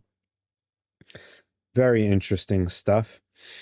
All right, now we're going to watch the Political Compass Explained, and then I'm going to take a Political Compass quiz. And then we're going to watch some videos that are going to make me angry. This video is sponsored by Saley. Although there are almost 350 million Americans, there are really only 2 political parties, and despite what the name would imply, neither one's very fun at all. This political division means you don't get any nuance in policy, and instead you either vote on which person you hate the least, or just pick 1 or 2 things you absolutely don't want someone to mess up, and then you compromise anyway. While most people True. Most people don't know anything that's going on. It's really bad. It should stop.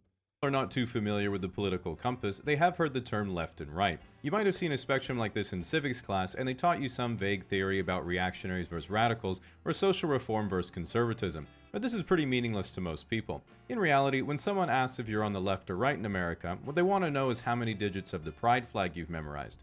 Even the most far left and far right extremes have more in common than you might think. For example, they both share the same common weakness: follow-up questions. Take people on the far left, they all make the same mistake, which is waking up one day, doing absolutely no research, and then thinking there's no way that Ben Shapiro will have heard this one before. Similarly, if you take someone on the far right who says, "I believe that white people are superior to the other races," the obvious follow-up is asking if this is their sample group. The reality is that True. That is the biggest weakness. And we just saw it during that trolling protest videos that Edgar was doing, that friendly little puppet.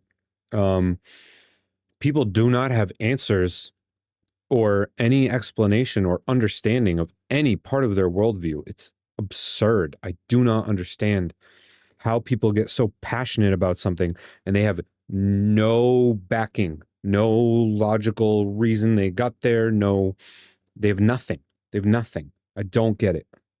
That just left or right doesn't capture the full nuance of someone's political beliefs. If you're a fiscal conservative who believes that government debt represents an inability to provide future public programs, the left lumps you in with the people who stormed the Capitol.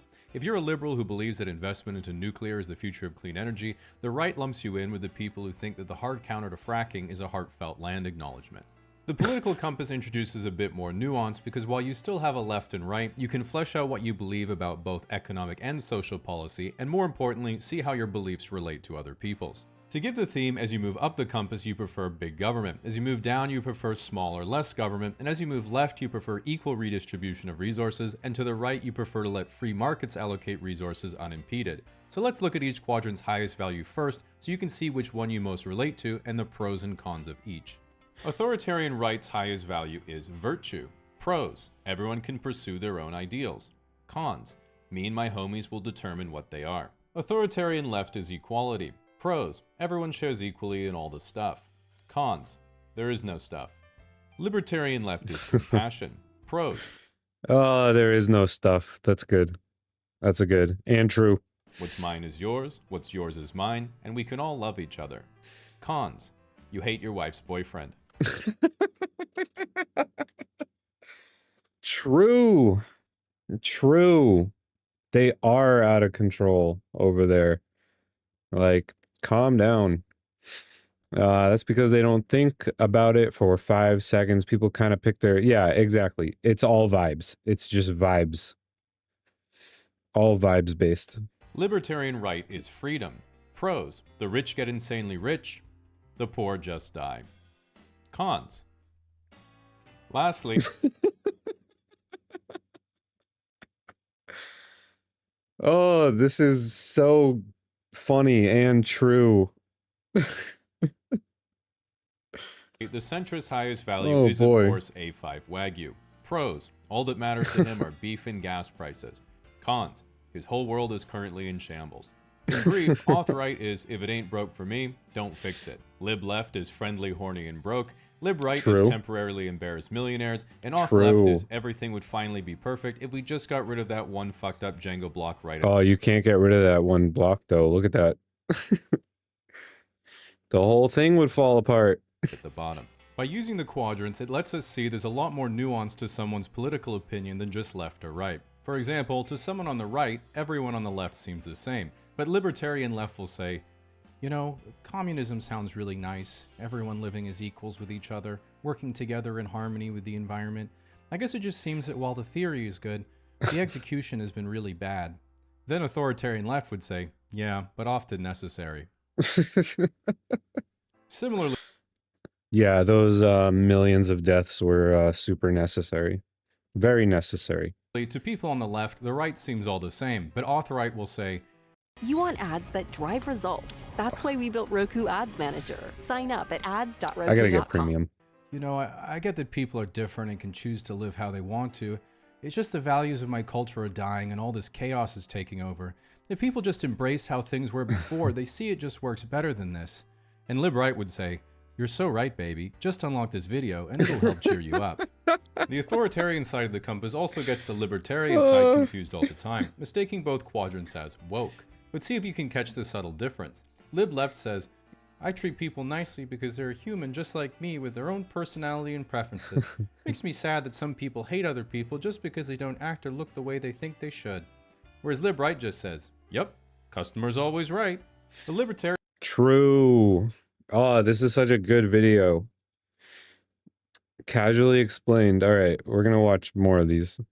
Not tonight, but eventually. Side also confuses the authoritarian side. Both want to have top-down control of how things are run and how people behave, but auth-right is much more straightforward. If they don't like what you're doing, they're going to hit you with a stick. If auth-left doesn't like what you're doing, they're going to convince everyone else that you have a stick. In contrast, if lib left's life isn't going so well, they just adapt, complain, download Hinge, and wait for an inheritance. Whereas if lib right's life isn't going so well, they say, no, there is a way to fight the system.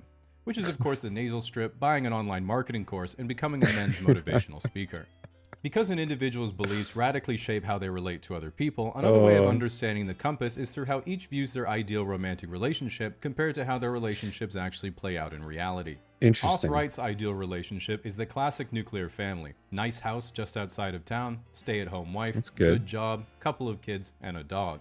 The relationship Off-right actually gets is their third failing marriage and fourth pair of tack glasses. Or they're a virgin in their early 20s with an anime girl as their ex-profile, and their main hobby is using AI to generate anthropomorphic female fighter jets.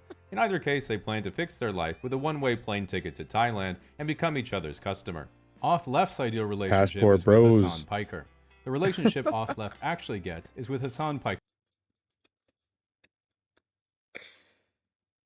Oh god.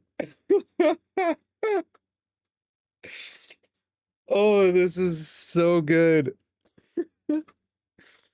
That is so true.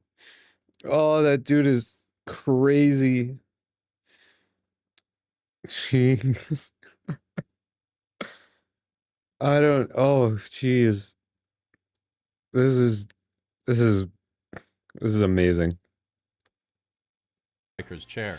Lib left's ideal relationship is an open marriage in a humble off-grid cottage near a scenic mountainside where they grow their own food and make their own clothes for a small like-minded community. Gross. This doesn't happen because lib left doesn't have the millions of dollars it requires for a Hollywood aesthetic hobby farm. That's true. It is not cheap to go make that off the grid. Not even kind of cheap. Extremely expensive. But it's okay because they're economic left, so someone else will pay for it, right? That's how that goes. Everyone will pay for everyone to have this somehow. Lib right's ideal relationship is being an 85-year-old billionaire with an harem of Instagram baddies on his mega yacht in Dubai. Haters will Yikes. criticize such a transactional relationship, but while Lib right knows that girls only like him for his money, he knows they love him for his terminal heart condition.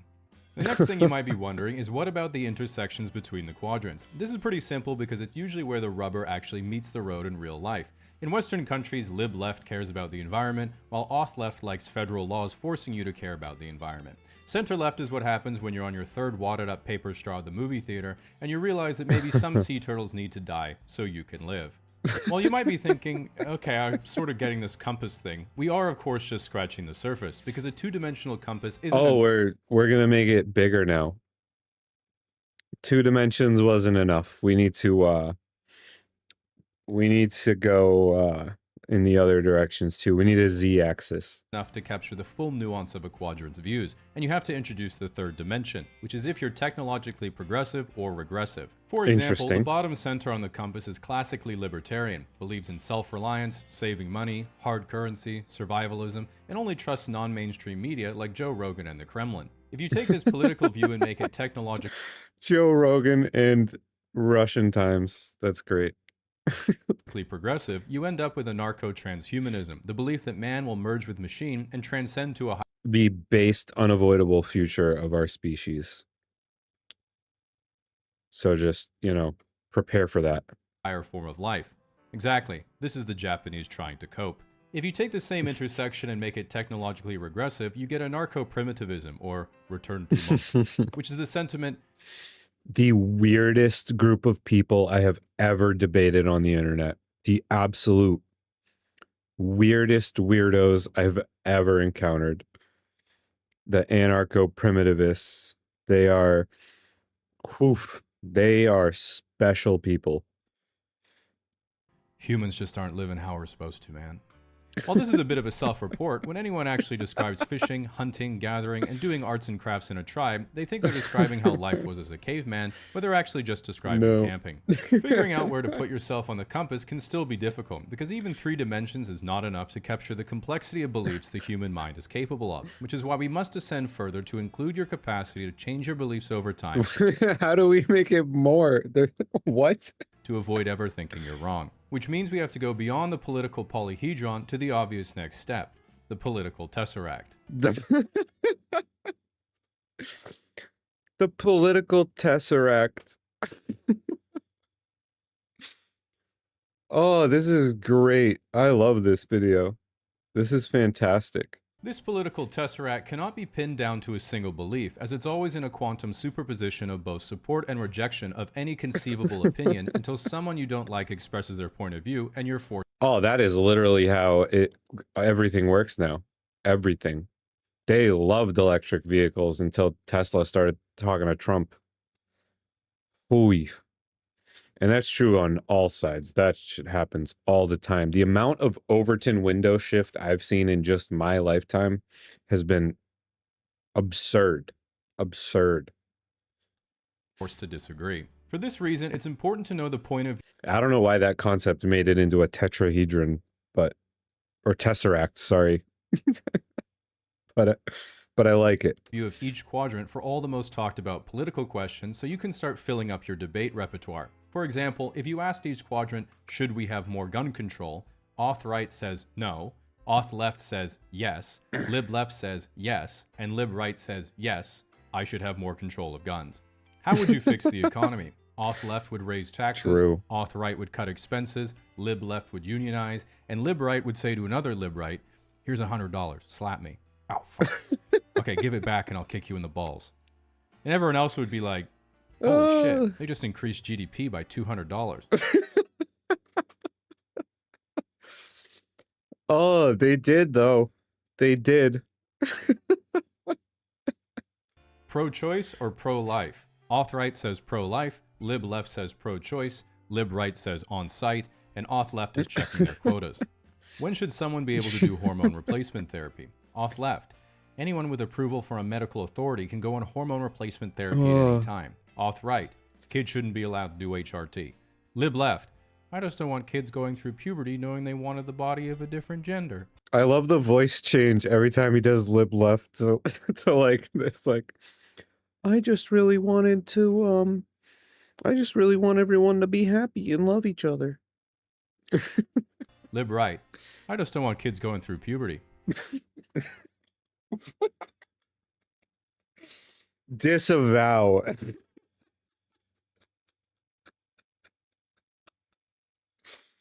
Oh, that's so bad. That's horrible. Oh, God. Oh, that's not okay.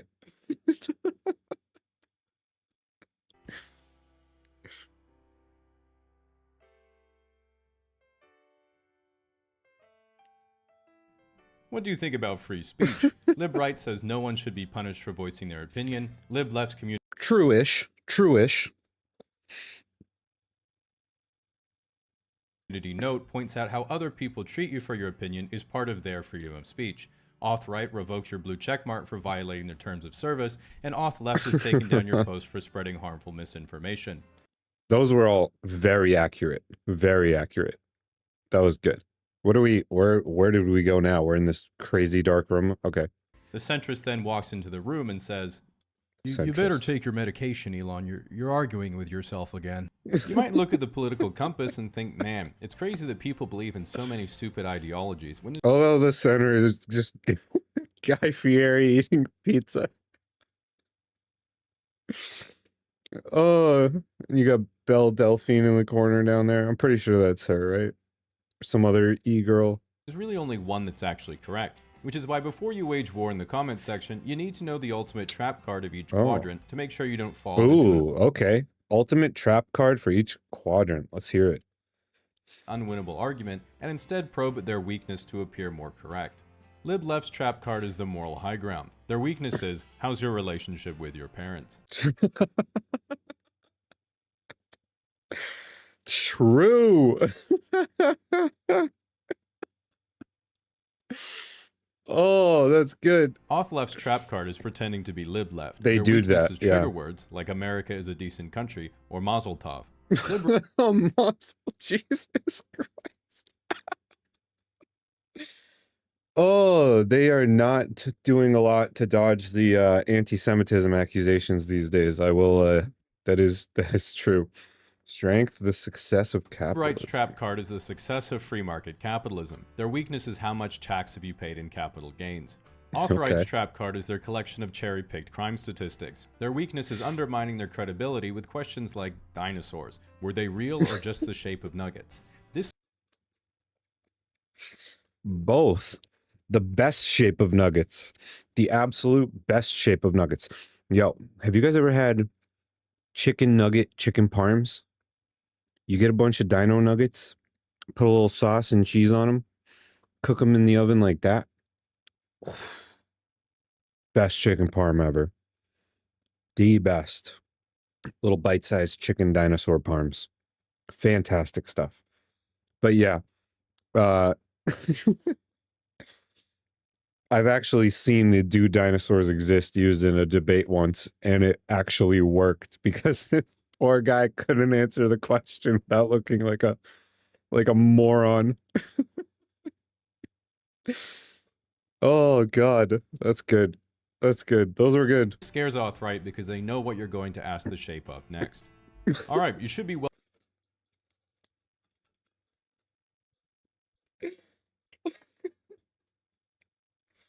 Yeah, this one.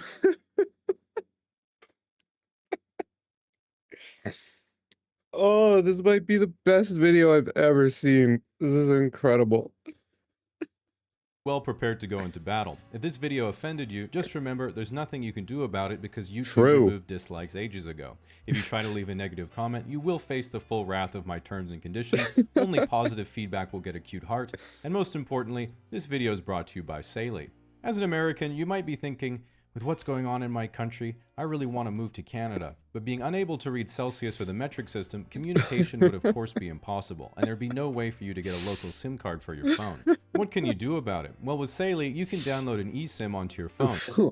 That part was an ad. I don't even. I'm gonna watch the ad. I think he's gonna make the ad funny. I'm gonna watch the ad. I don't even care. Like, normally I would skip the little sponsorship, but like, I'm gonna let it play. Giving you data coverage in over 180 different countries, meaning you can significantly reduce or entirely eliminate roaming fees, and you can get a global or regional plan if you plan on visiting multiple countries. This is especially helpful because not only can you avoid getting scammed or having to talk to people in general, you don't run the risk of losing your original SIM card from back home. My last one is currently in Peru. My friend Jimmy is going on a work trip next week, and the only reason I didn't recommend Saley to him is because he's going to Spain, so he's going to get his phone stolen anyway. Oh, jeez. If you'd like to give Saley a try, you can scan the QR code on your phone, download the Saley app. Yes, technical correctness is the best kind of correct to be. Also, try Parmesan chicken parm, chicken nugget, dino nugget, blah, blah, blah. Chicken parm dino nuggets. They're the best. #1 chicken nuggets. And use the code CASUALLY at checkout for a 15% discount. Okay. I loved that video. That was beautiful. No holds barred. No one was safe. No one was safe. That was amazing. The accuracy, the laughter. I mean, phenomenal. I'm dropping this dude a sub and a like. That was high quality content right there. I mean, just incredible stuff. I'm at a loss for words. All right. I thought that would be a good segue into our next little section. I am going to, because I haven't done this in years, I'm going to take a political compass quiz. And then we're going to get into back into some more serious reactions. And I know the first video is going to make me angry, so we're all in for it. Political compass quiz. The political compass. Okay. No, I'm good.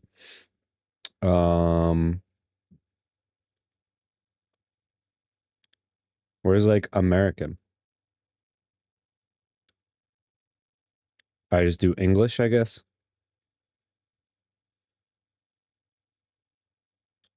Oh, maybe this isn't the real one. Oh no, here we go. We're there. Okay. All right, here we go, gang. If economic globalization is inevitable, it should primarily serve humanity rather than the interests of corporations. Yeah, obviously, strongly agree. I'd always support my country whether it was right or wrong. Strongly disagree. Nice advertisement. Just a gray box. Good job. No one chooses their country of birth, so it's foolish to be proud of it. I generally agree, not strongly. You can be proud of your country. Our race has many superior qualities compared with other races. I'm going to go with strongly disagree. Individuals have qualities. Races, not so much. Cultures have qualities. Races, not so much. The enemy of my enemy is my friend. Not necessarily. Military action that defies international law is sometimes justified. I'm gonna go with a soft disagree.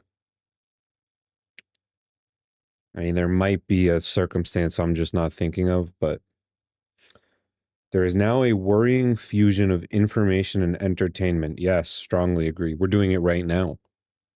We're doing it right now. Next page.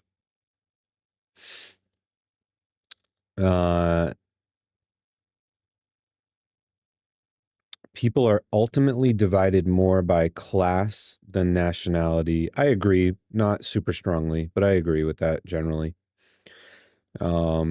Controlling inflation is more important than controlling unemployment. That's kind of a nonsense. That's kind of a nonsense sentence. They're deeply correlated. So we're definitely going to pick one of these two. Controlling inflation is more important than controlling unemployment. I'm going to say disagree, but this is a very soft disagree. If I could, I would pick right in the middle because they're very intertwined. Because corporations cannot be trusted to voluntarily protect. Yeah, exactly. They're equally important. So I'm not really sure. I guess I would focus more on, like, if we had a huge unemployment crisis, I think that would be more important to fix, but I think that would help fix the other problem. I'm not sure. I'm not sure what they're getting at there. Because corporations cannot be trusted to voluntarily protect the environment, they require regulation. I agree. I believe in stakeholder capitalism, wherein the people and environments that you affect but do not directly have it ownership in the company still need some sort of consideration when you're operating your business. From each according to his is a fundamentally good idea. I disagree. The freer the market, the freer the people. I soft agree, but I know what they mean, and it's kind of, they're being fast and loose with some of these sentences there. It's a sad reflection on our society that something as basic as drinking water is now bottled, branded consumer product. I mean, I have a water bottle, but I filled it like 600 times since I bought it. So very soft agree. It is kind of sad that we turn everything possible into like a product. I'm going to go with regular agree. Land shouldn't be a commodity to be bought and sold. I lightly agree. That's like my one of my last libertarian principles. I think once you mix labor with the land, that changes things, though. I'm going to go with soft disagree, actually, because I am kind of in the middle on that one. It is regrettable that many personal fortunes are made by people who simply manipulate money and contribute nothing to their society. I swear. I slightly agree. Only slightly. I feel like there need to be more options. Like I don't think this is going to be like an accurate. I already feel like this is not a super accurate way. Protectionism is sometimes necessary in trade. Agree. It's sometimes necessary. The only social responsibility of a company should be to deliver a profit to its shareholders. I disagree. I believe you have a responsibility to stakeholders as well as your shareholders. Those are two separate things. And when you talk about social responsibility, unless they mean like a bunch of like woke practices and stuff, then I disagree. The rich are too highly taxed. I feel like most of the rich like dodge their way out of all taxes. So I'm going to go soft disagree. Again, I wish there were more options. I'm not confident in like half the answers I'm putting. Like all of these come with caveats. Those with the ability to pay should have access to higher standards of medical care. I disagree with that. Government should penalize businesses that mislead the public. I strongly agree with that. If you're lying, that's fraud. A genuine free market requires restrictions on the ability of predator multinationals to create monopolies. I regularly agree with that, yeah. As long as they're not getting too crazy with it. Abortion, when the woman's life is not threatened, should always be illegal. I'm doing a very, very soft disagree, and maybe if we do abortion one day, I will explain that, but I'm not going to get into it today. All authority should be questioned. Always question those sons of bitches. An eye for an eye and a tooth for a tooth. What do they mean?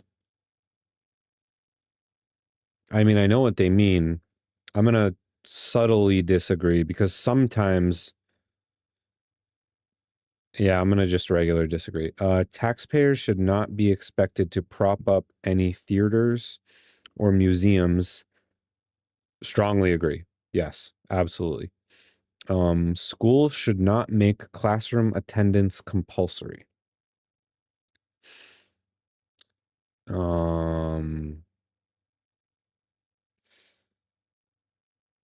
Slightly agree just because I know they mean public schools and there's just way better way. I hate our education system entirely, so I'm going to go with agree. All people have their rights, but it is better for all of us that different sorts of people should be kept to their own, should keep to their own kind. They're talking about the race thing, so I'm going to strongly disagree. And also, no one has rights. Rights don't exist. They're not real. We've been over this before, though. So this whole question is suspect. Good parents sometimes have to spank their children. I might get a little hate for this, but I mean, I don't think spanking works, but there are generally some sorts of physical discipline that are not a bad thing. Or physical consequences in a child's life that are not a bad thing. So I'm going to go with agree because I think they're using spank in like more of a general sense of like some sort of physical ramification for actions as a child, which there are certainly circumstances. Like if I like hold my sister's hair and like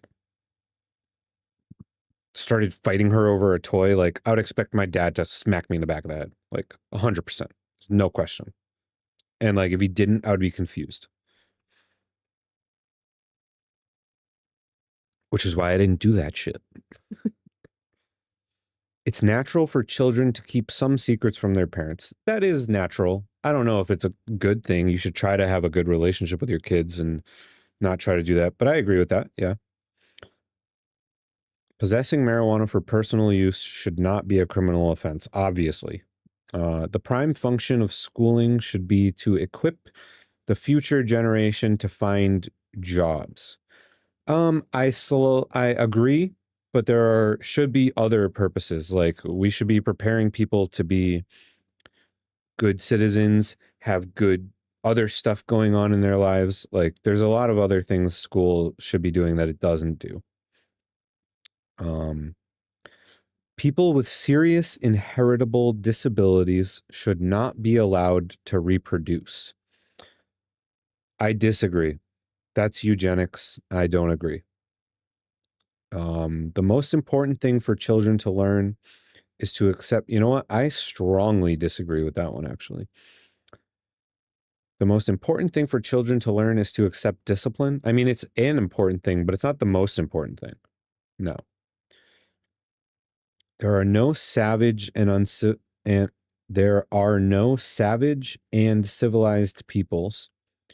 There are only different cultures. I disagree. Those who are able to work and refuse the opportunity should not expect society's support. I slightly agree. Yeah. If you can work and you're just not doing it, then yeah, that's dumb. When you are troubled, it's better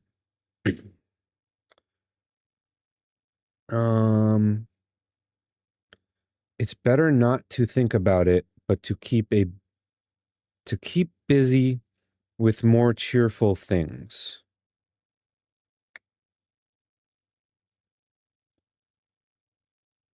I agree.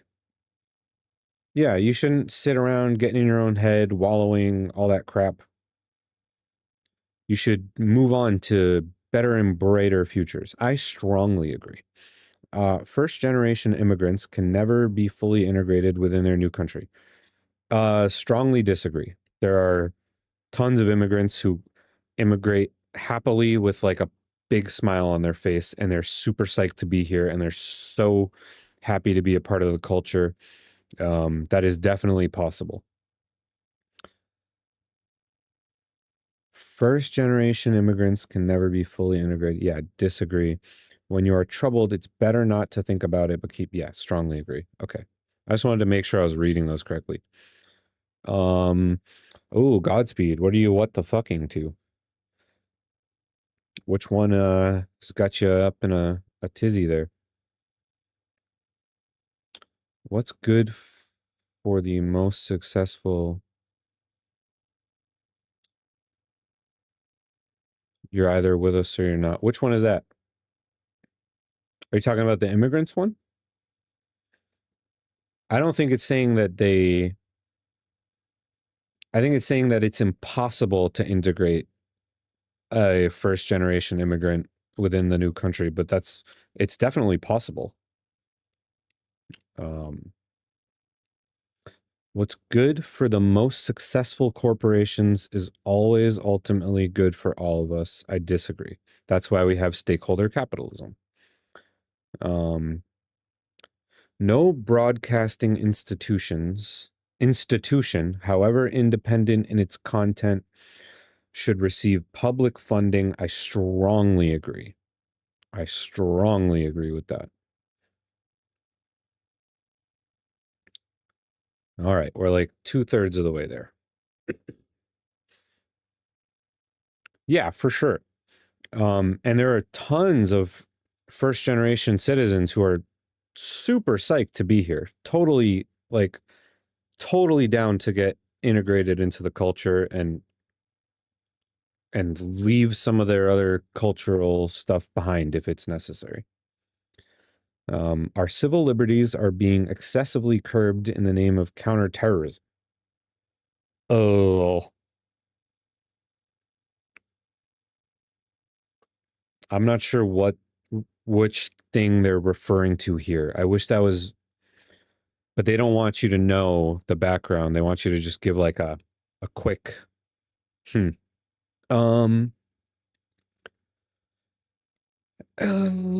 slight agree, maybe. Oh yeah, there are some countries people can come. Oh hey, Wi-Fi, how you doing, buddy? Some people come here and they excel better than some Americans at integrating into the culture. A significant advantage of a one-party state is that it avoids all the arguments that delay progress in a democratic political system. A significant advantage of a one-party disagree. Strongly disagree. I think we need more parties. I think we need like 3 or 4, maybe 5, maybe 6. Although the electronic age, okay, the technological age, makes official surveillance easier, only wrongdoers need to be worried. Slight disagree. The death penalty should be an option for the most serious crimes. Strongly agree. Yeah, strongly agree. In a civilized society, one must always have people above to be obeyed and people below to be commanded. Yeah, we've been just doing like some fun stuff, some funny stuff. But we're going to get into the next video. I know just by the title is going to make me enraged, okay? I'm going to be like swearing and cussing at the screen and losing my mind for the first time for all of you. Anyway, in a civilized society, one must always have people above to be obeyed and people below to be commanded. If we're just, I hate the way they're wording these. If we're just talking about the natural forming of hierarchical structures in a society, then I agree. Yeah, I agree that that is how it naturally occurs. That's how that works. Communism is nonsense. Abstract art that doesn't represent anything shouldn't be considered art at all. I slight disagree, I guess. I mean, you can call whatever art that you want. In criminal justice, punishment should be more important than rehabilitation. I agree. Rehabilitation is kind of not good. It is a waste of time to try to rehabilitate some criminals. I agree. Yeah, some of them are like, the recidivism rate is really high, especially among violent and like SA offenders. So I don't know. We let people out of prison and they do horrible things and it happens a lot. So I don't know. Yeah. The business person and the manufacturer are more important than the writer and the artist.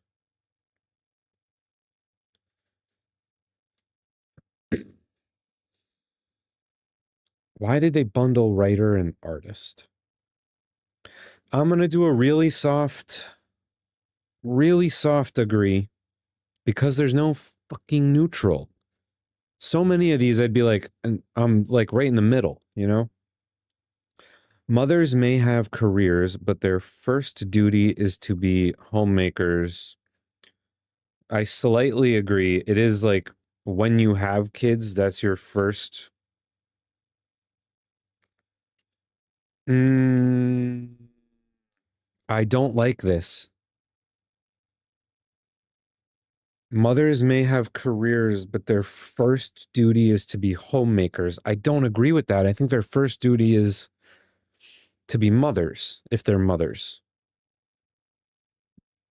Okay, I subtly disagree, but it's with so many fucking caveats.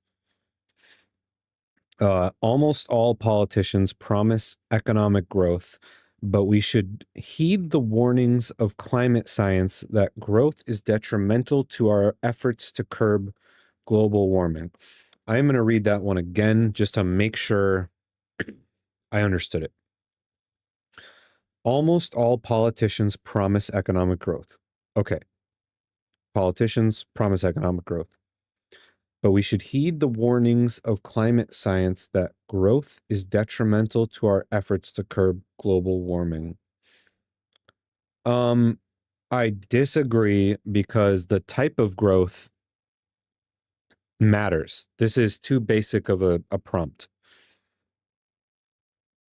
Yeah, this one is, man, they really word some of these in conniving ways. I don't know how. I have a feeling this is not going to be super accurate, guys. Making peace with the establishment is an important aspect of maturity.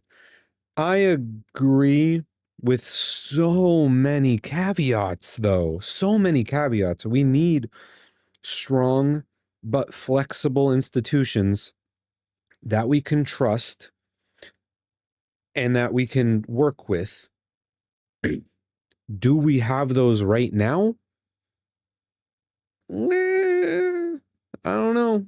I don't know about that. That would be, ooh, yeah, see, I need to write an essay for each one of these to like explain my answer. If you got through that okay, you'll find these propositions on religion a breeze. Oh, okay. Astrology accurately explains many things. Hell no. You cannot be moral without being religious. Disagree. But not strongly because morals aren't real. Charity is better than social security as a means of helping the genuinely disadvantaged. Slight disagree given the current economic landscape. Okay. Again, so many caveats. Some people are naturally unlucky. I strongly disagree. Luck is not real. Or it's not natural, it's just random. It's just random coincidence. It is important that my child's school instills religious values. Strongly disagree.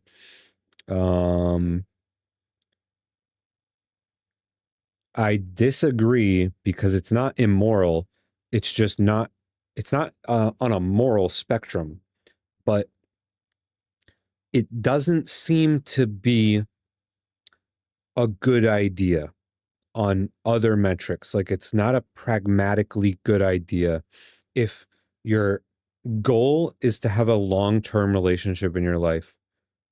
It doesn't seem to be a good idea to engage in a lot of that. So I'm going to disagree with so many caveats. A same-sex couple in a stable, loving relationship should not be excluded from the possibility of child adoptions. I agree. I strongly agree with that.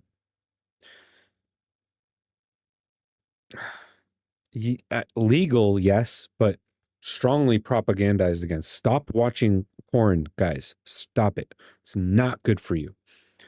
Yeah, exactly. If I want my child to learn religion, he's going to learn it from a church, not from school. That's silly.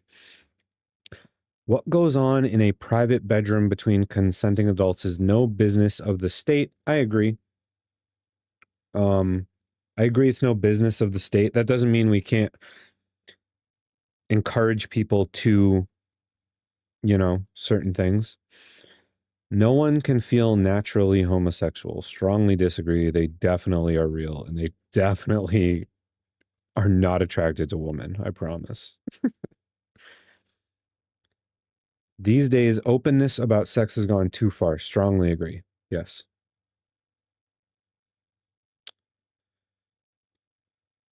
Okay. Where's my answer? China, China, China. A little bit left libertarian, slightly center left, slightly libertarian. That's actually shockingly like where I kind of put myself.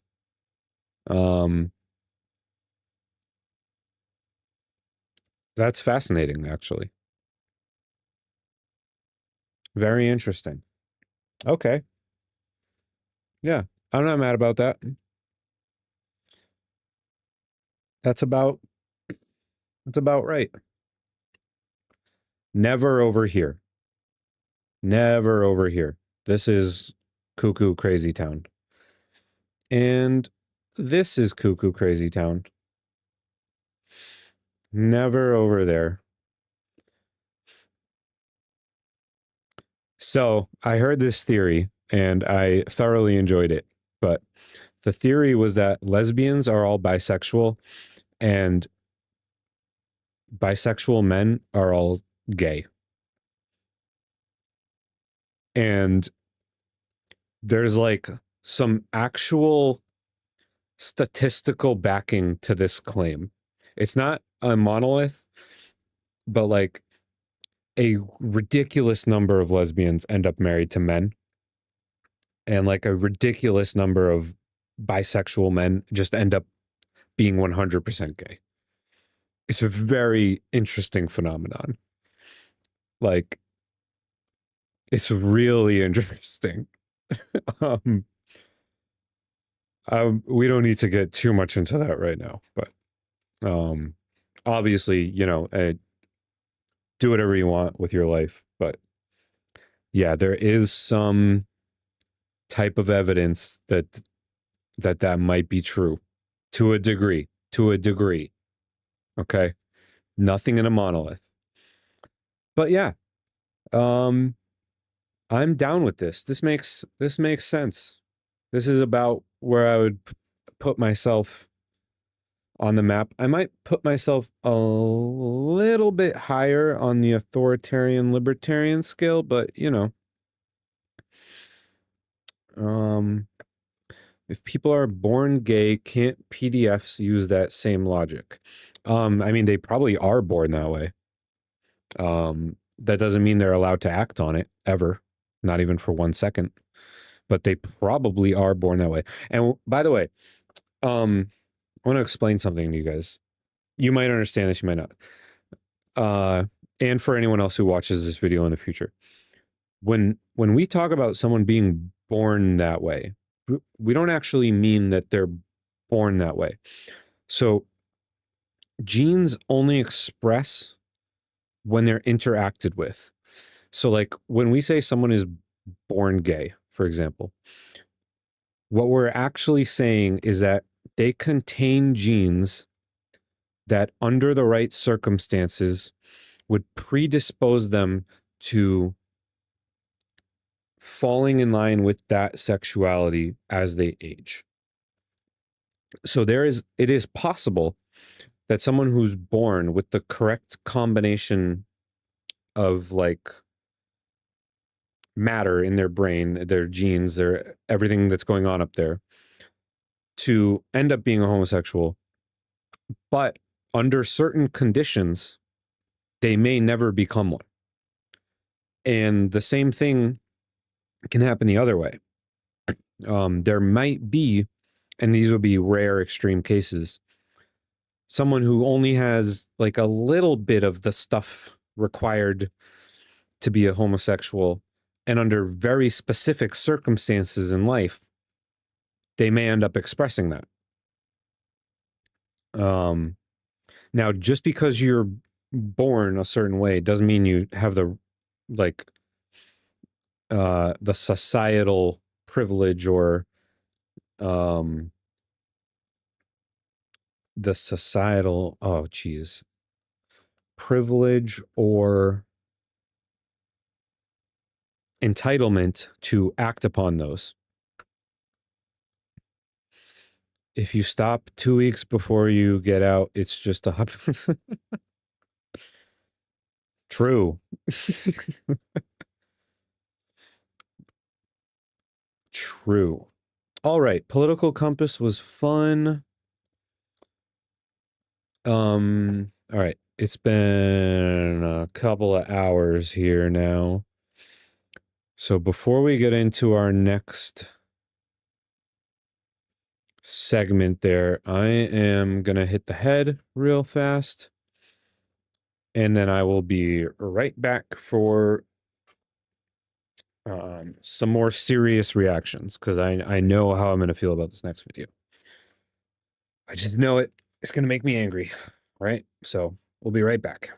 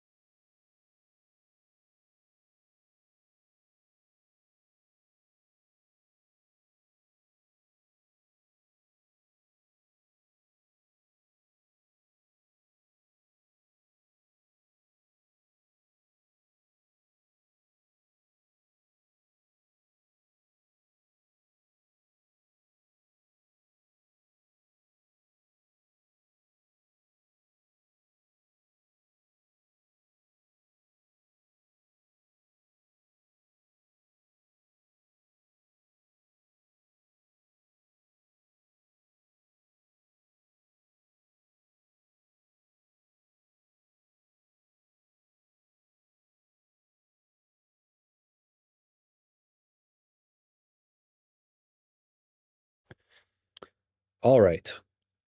Ugh.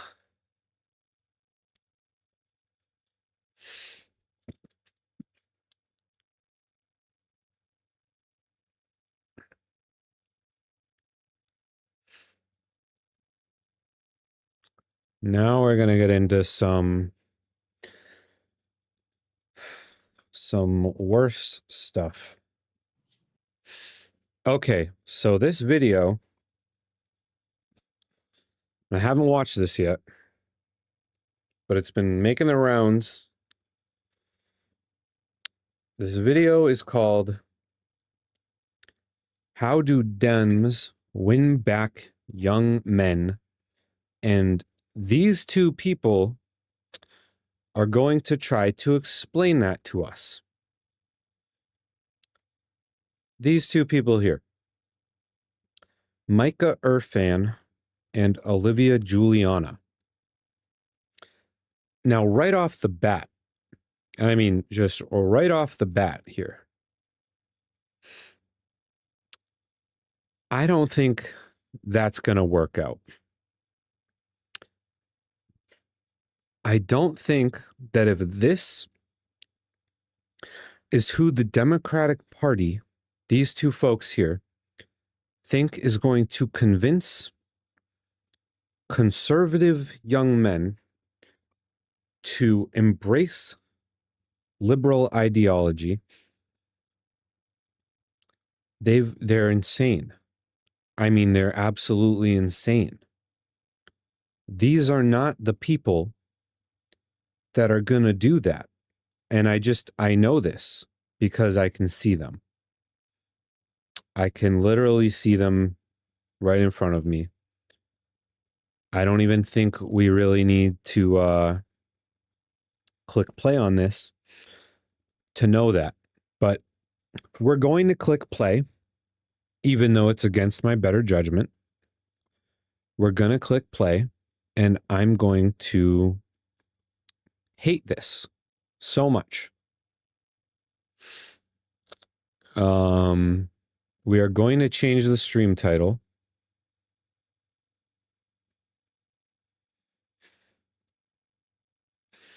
Real quick.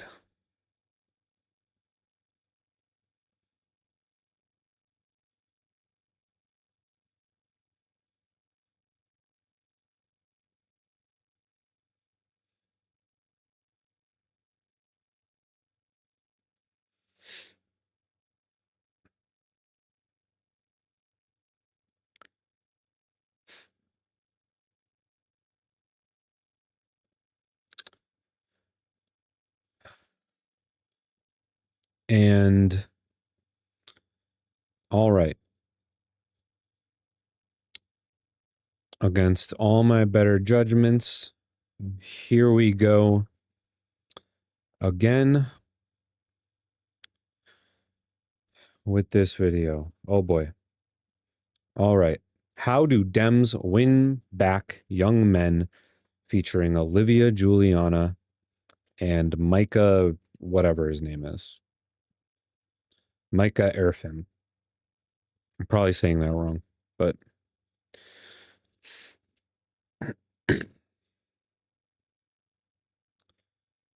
here we go. Here goes nothing. Olivia writes a Substack, which probably, statistically speaking, like 89% of y'all read already. Nope. No idea what that's supposed to mean. But oh, okay. She put it on the screen. A new perspective. I read about politics, power, and the fight for our future. Unfiltered and unapologetic. I assume she's unapologetic when she's wrong. I've seen the system up close. Now I'm bringing you the truth behind the headlines and the battles that matter. No fluff, no silence, just the real story. Is that her in the middle? They think she's gonna get young men to come back? I mean, she's sitting with Kamala and some other lady. There is no way. Okay. Let's hear what she has to say. Maybe I'm wrong. Maybe I'm wrong. The tweets I've seen would suggest to me that I'm not wrong, but maybe I am. I hope I'm wrong. Olivia, I want you to talk about that Substack, and I also want you to talk about one of the newer articles that you wrote about why men drifted right in the previous election. I consider myself a resident expert on this because I am a man, so I feel like we... That would not make you an expert on this, necessarily. Definitely not. You could have an interesting conversation on the conclusions you reach in that article. Yeah, so my Substack it's called A New Perspective, oliviajuliana.substack.com, and we're actually very close to hitting 100,000 subscribers on Substack. I'm very excited. But I write a lot about politics, and I hate that all these newsletters are the same. There's so many Substacks that you get on, and they're all telling you the same stuff. I don't want to do that. I want to give you a new perspective on the political issues that are going on. And so I keep that is what you titled it. People talk about young men in the 2020 cycle or in the 2024 cycle, and they keep saying like, well, it's because like they're not getting laid enough.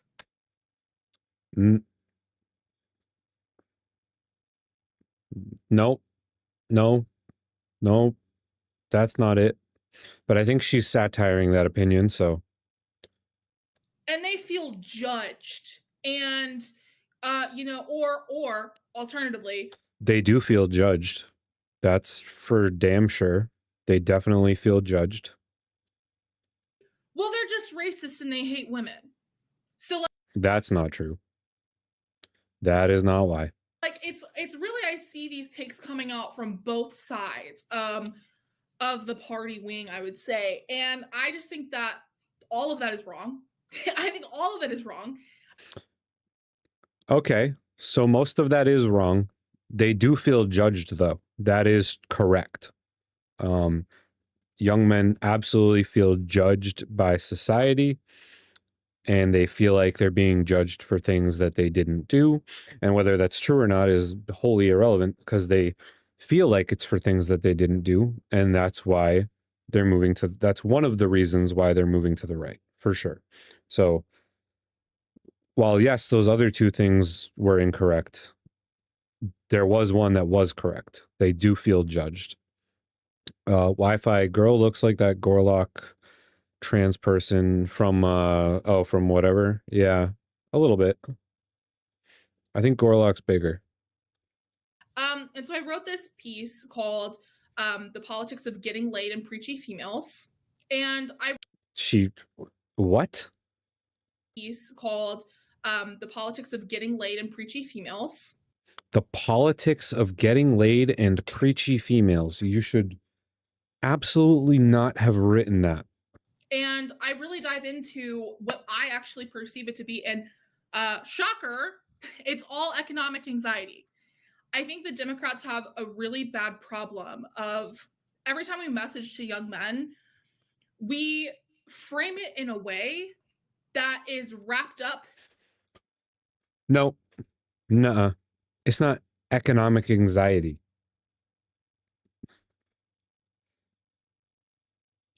That's why some younger millennials and Gen Xers and above, that's why some of them are moving to the right a little bit. That is not why Gen Z is moving to the right. She is completely off base there. In the same principles that we critique. We critique the patriarchy. We critique the way that men have higher hierarchy and power structures, and then we message to them as if not only is that the reality, but that they have to continue to be like that. So the example I use in the article is the issue of abortion. When we message to young men on abortion, or men in general, we do it from the position of, well, real men protect women. And if you that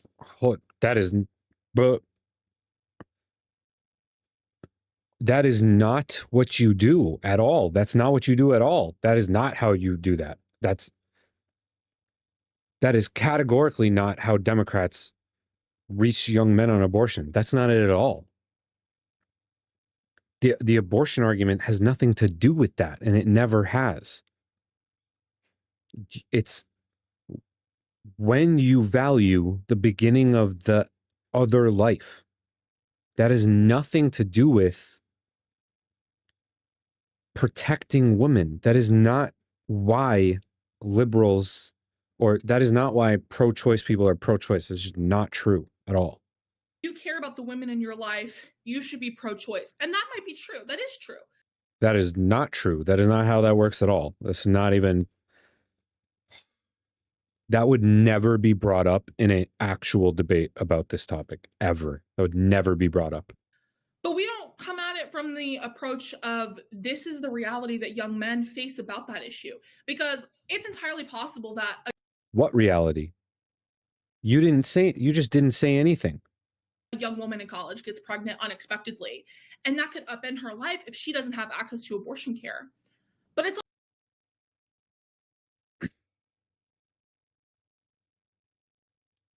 Oh my God. She's never going to get anywhere. She's never going to get anywhere, ever, anywhere. I mean, just right off the bat, the aesthetic of these two people, no conservative is going to listen to them at all, ever. But let's say they had the perfect aesthetic and vibe going on. Conservatives, or because pro-life, pro-choice is not a strictly divided conservative liberal issue at all. There are pro-choice conservatives, there are pro-life liberals, 100%. The pro-life conservative men do not even remotely consider that their lives would be upturned because of a woman's pregnancy. That is not how they view the issue at all. Like at all. Ugh, I said we weren't going to do abortion tonight, but apparently we are. It's also entirely true that the young guy who gets her pregnant, now he's on the hook to not only take care of this child that could be him, that could be coming into the world, but also to take care now of the mother of his child. Yeah, that's wow. That is, thank you for explaining the birds and the bees to us. Oh my God. This can't be this. They're doomed. They're doomed. They're doomed. They're doomed probably forever. They're just we're doomed at this point. And I think that it would be so much easier if we just understood that the problems we're having with young men shifting to the right, it's not because they don't agree with us on the policy. They do agree with us on the policy. It's because No, they don't agree with you on some policies. They don't agree with you, but most of it is like the cultural shift and the wacky vibes. Like that's what it mostly is. And you're doing the weird vibes now. You're doing them right now. Your complete misunderstanding of why people are interested in certain topics or issues. feel like we don't understand the struggles they're facing. You don't. You just highlighted that. You do not understand. Actual struggles, not the perceived struggles of the masculinity crisis or whatever it is. That's not a perceived struggle. That's not a perceived struggle at all. Everyone knows this. There is a masculinity and testosterone crisis among young men. They're not growing into men properly. Everyone knows this. How do you not know this? This isn't questioned. This isn't questioned at all. This is not perceived. What do you mean? Actual struggles. And instead, we just kind of want to blame them for all of our problems. Right. That is true. The last handful of years, the left has just kind of been blaming particularly conservative, straight white men for everything, but not just white men, actually. It's really been all men. There is a particular type of hatred for that specific grouping of men, but it's all men at this point. I mean, that is true. That's true. She isn't understanding the connection there at all, but I think there's a lot of that I just fully agree with. I mean, we just don't message to men, right? As like, there's a lot of that I fully agree with. And then he says a sentence that's technically correct. We don't message to men. It's true. They don't message to men at all. They don't have no idea how even the men in the Democratic Party somehow have absolutely no functional idea of how to message to young men. Based on his agreement with what she just said, though, neither of them have any idea how to message to young men. You can acknowledge the fact that we don't message to young men all day. If you don't know how, it's freaking pointless. Like we don't message in a way that resonates to men. Like something that you kind of True. responded to that I've seen a lot is, well, the reason why Republican messaging resonates with men is because men want bad things, right? So like men want to have sex and like. I think he's highlighting something they do wrong. So far, I agree. Own women, right? Like they want to dominate everybody, and Republicans say you get to do that, and then yeah, see, that's not what Republicans say. I hope he's about to say that. Democrats can't say that, so we just lost men. It's over, right? Like, what are you talking about? Like, okay, he is acknowledging the problem. When we get back to solutions, he's going to make me angry again, but he is acknowledging one of the problems, because that is crazy. That's not why men are moving to the right at all. It's not because they want to dominate women and control everything. That's absurd. A lot of times it will be men that are liberals who will like agree with that shit. I'm like, dude, what are you like? What is going on? Like, That's because liberal men have their own separate problems. Most of them. There are exceptions. There are certainly masculine liberal men. There's a lot of men that don't think that way, obviously, and it's just such a negative view to take on like half of the human race. Well, I True. That sentence, divorced from everything else they've said, is true. That's an absurd way to look at half of the human race. also think it's just so abundantly clear that the people who say these things don't actually spend time talking to young men.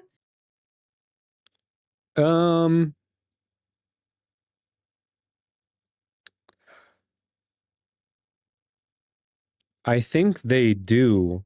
It's selection bias, though. I think they're definitely not talking to conservative men. That's for sure. You know this because we know each other in real life, but I spend a lot of time on college campuses. And Okay. Where's she going with this? I spend He a lot of time loves with young men.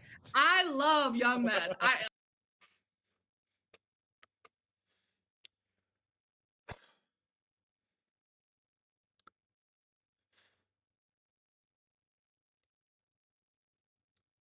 Can you imagine if an adult male in this space, in this world, anywhere, said, I love young women the way they just said that? Can you imagine this is crazy. I can't believe they just, like, I love frat guys. can you imagine me saying, huh, I love young women. I spend so much time on college campuses. I love sorority girls. Can you imagine the backlash? That is a crazy thing to say. And oh my God, the disconnect is insane. This is why they hear you guys talking like this, knowing how it would seem the opposite way. This is why men are moving right. This is one of the reasons. You found one of the reasons. You haven't acknowledged it yet, but you found one. And in that, I realized, like, even the ones that identify as conservative are almost always pro-choice. They're almost always pro-gay marriage. You'd be surprised at the number of them who supported Black Lives Matter. And so I feel like people just kind of lump them into this box when the truth is, again, a lot of them are with us on the issues. They're just on some issues, but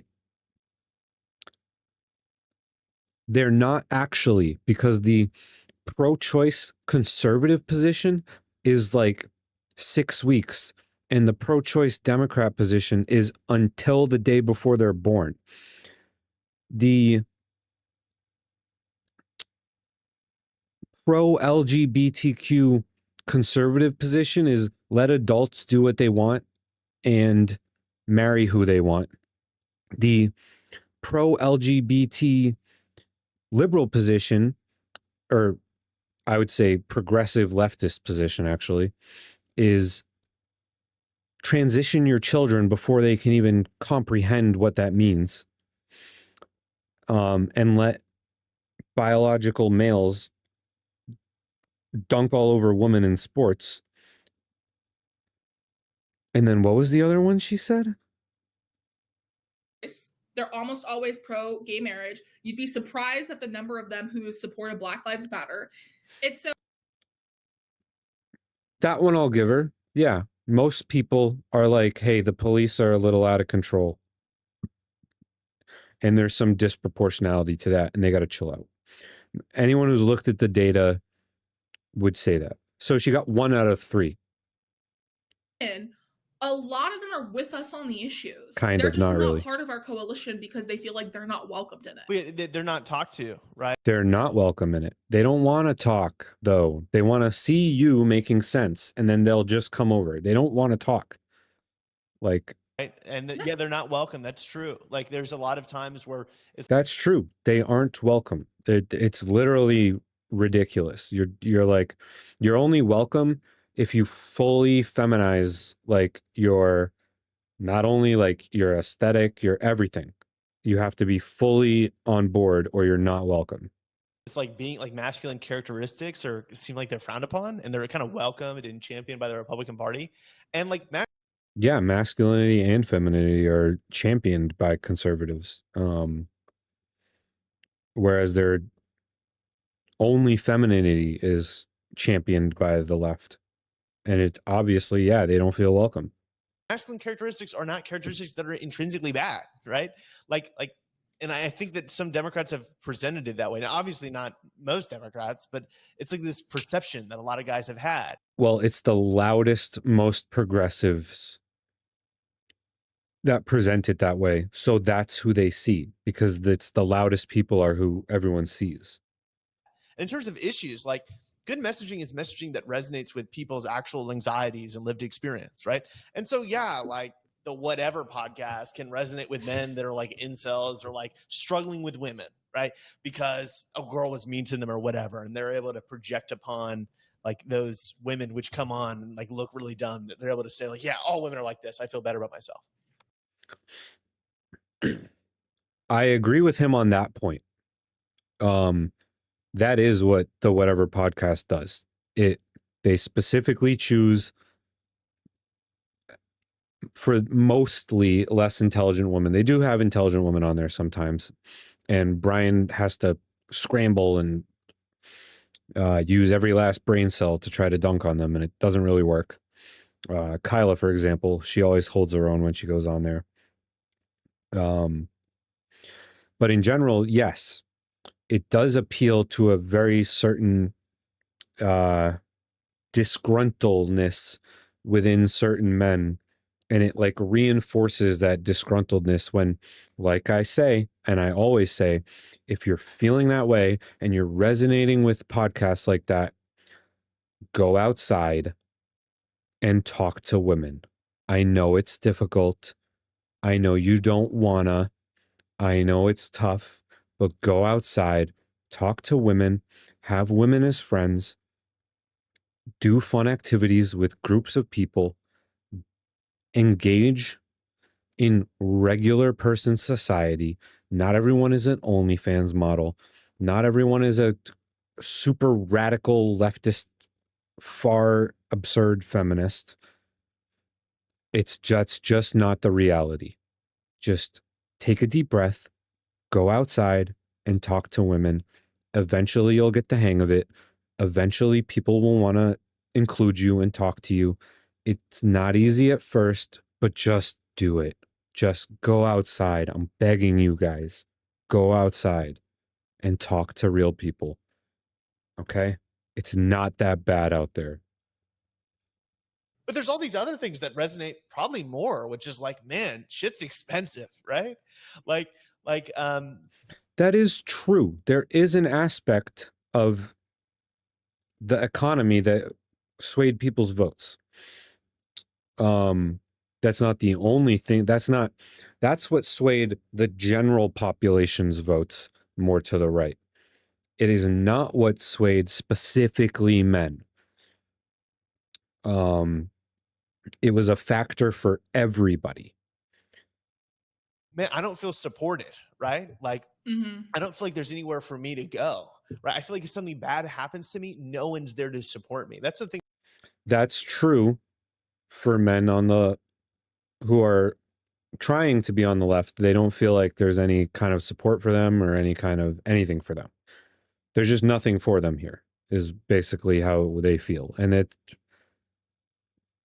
the way it looks, the way the loudest people are behaving, that's kind of a reasonable assumption. Thing that a lot of men deal with because men are a lot of times kind of put in the box of supporting other people so no one's there to support themselves. And it's like those are things that we can absolutely talk to. Actually, we could probably speak to better than the Republican Party. Yeah, I think speaking to that is also. Well, you aren't, and that's the problem. You aren't speaking to it better.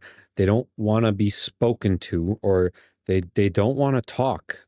They want to see you actually doing something better, and then they'll come over naturally if they resonate with that. Right now, they don't resonate with what they're seeing. And so you could talk to them all day until you're blue in the face. Unless they're looking at the mainstream liberal ideology,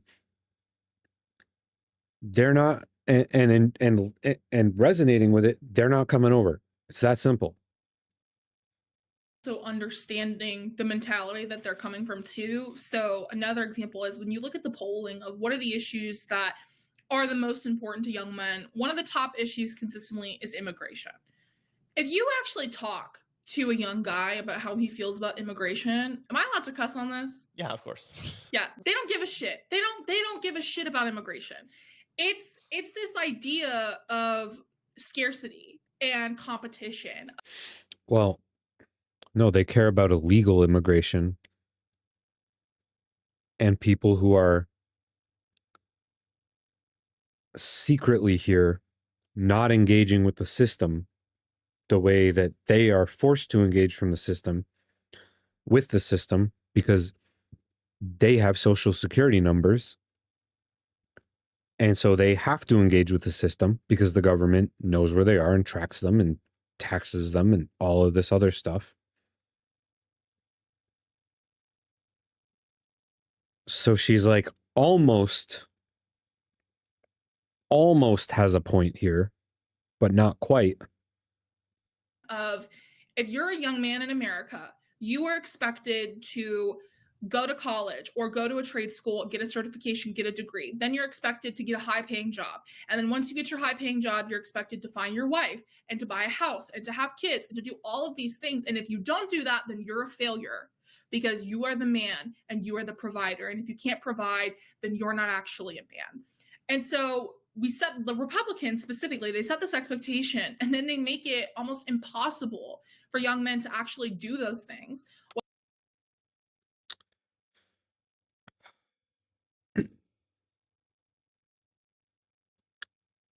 It's not conservatives that are setting the expectation. All of human history, until very recently, that's been the expectation. That's the expectation from most liberals. That's the expectation.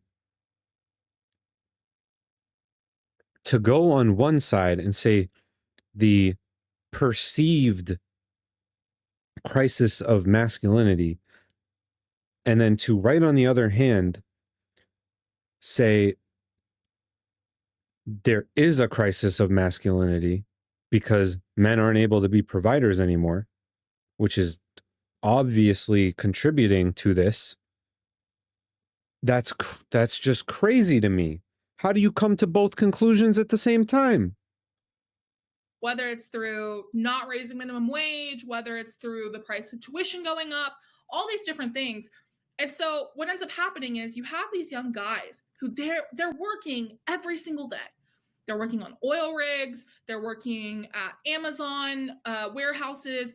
Maybe they work a 9-to-5 job. They're working every single day and they're still not getting ahead. So then we force young men to make this decision of either you can blame yourself or you can blame others. And if you're a young guy and you're working 8 to 12 hours a day, if you're paying all your bills, you're doing everything you can, and you're still not getting ahead, why do we expect them to think that they're the problem? They're doing everything that they've been told to do their entire life. And so that kind of little nagging, insecure voice in the back of the head, that's where Republicans really push through that ideology and get to young men, is because then... No.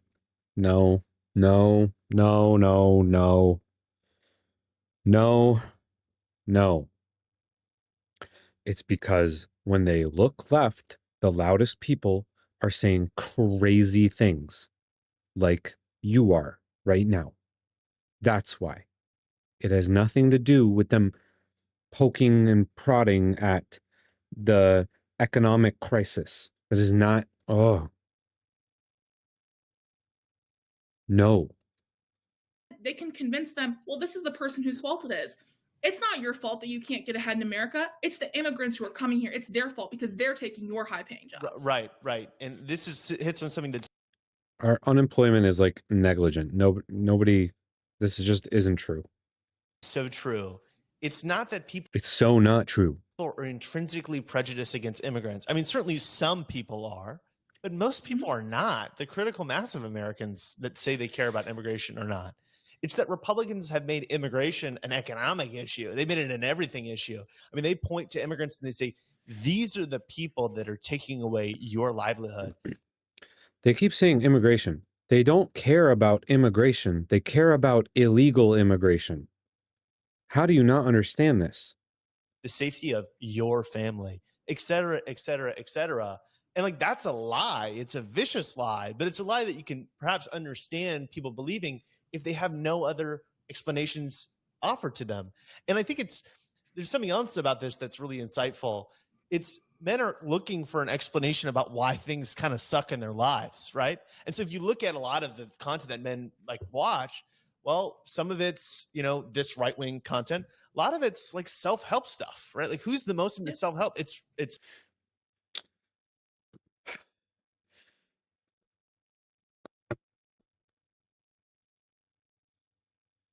Healthy Gamer, shout out.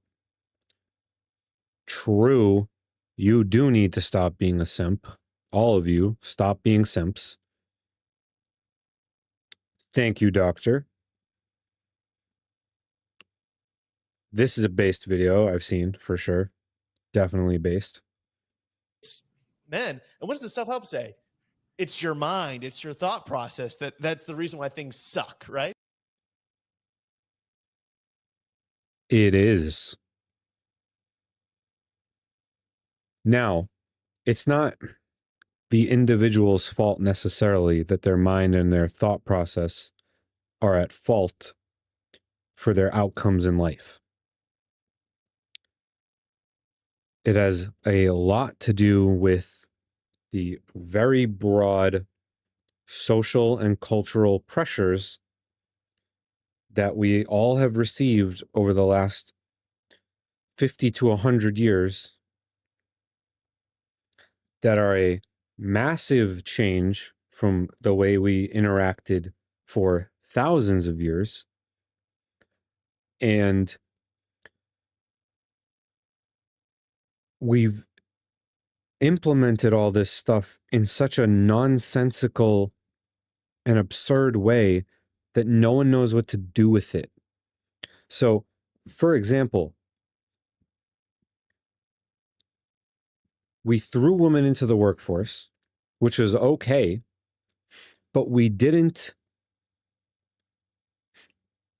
actually continue reinforcing the importance of families and procreation. We just liberated ourselves from everything, even the good stuff.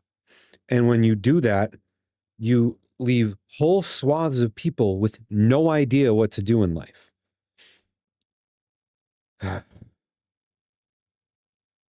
But I would, thank you for these two for making a whole bunch more conservatives, because whatever men who were on the fence watched this video, adios, they went right. And it's not that people are even always eager to blame someone else. They're just eager to have an explanation, a solution to the suffering they're facing in their lives. I've had a really You're not providing that. in-depth conversation a few weeks ago with some other content creators where I was talking about the messaging that the Democratic Party uses so often, and we talk about the diversity, equity, inclusion, DEI, and I think where we've kind of fallen into this trap is we have made the party exclusive by trying to make it inclusive. And what I mean by that is every room we walk into, the messaging that we're using is different. Every single one of them. And I think that that's the wrong way to go about it. I think we should have one specific... You aren't doing that. That's the problem. That's the problem. Your messaging to other liberals is the exact same stuff that these other guys are seeing. It's all exactly the same. How would you think? Oh my God, how could you literally, how could she think that that's true? That's not even in the ballpark of true. What is, did I slip into a different reality here? Have I lost my mind? Is she in a different what are they all telling each other when they have these meetings? What could they possibly be telling each other when they have these meetings? They just sit there and cope to each other about why it's all going so poorly? Because that's what it sounds like. Because that's not happening. That's just not happening. The furthest left, furthest, most progressive talking points are the ones that are turning these guys to the right. It's not the different way that you talk to them. It's because you don't talk to them in a different way. How did they come to this conclusion? I don't understand. Specific, this is the message we use on this issue, because people are going to interpret that message however they want to interpret it. Everyone has their own form of cultural competency. So, and I think what Trump in particular is, they kind of just say the same thing over and over again.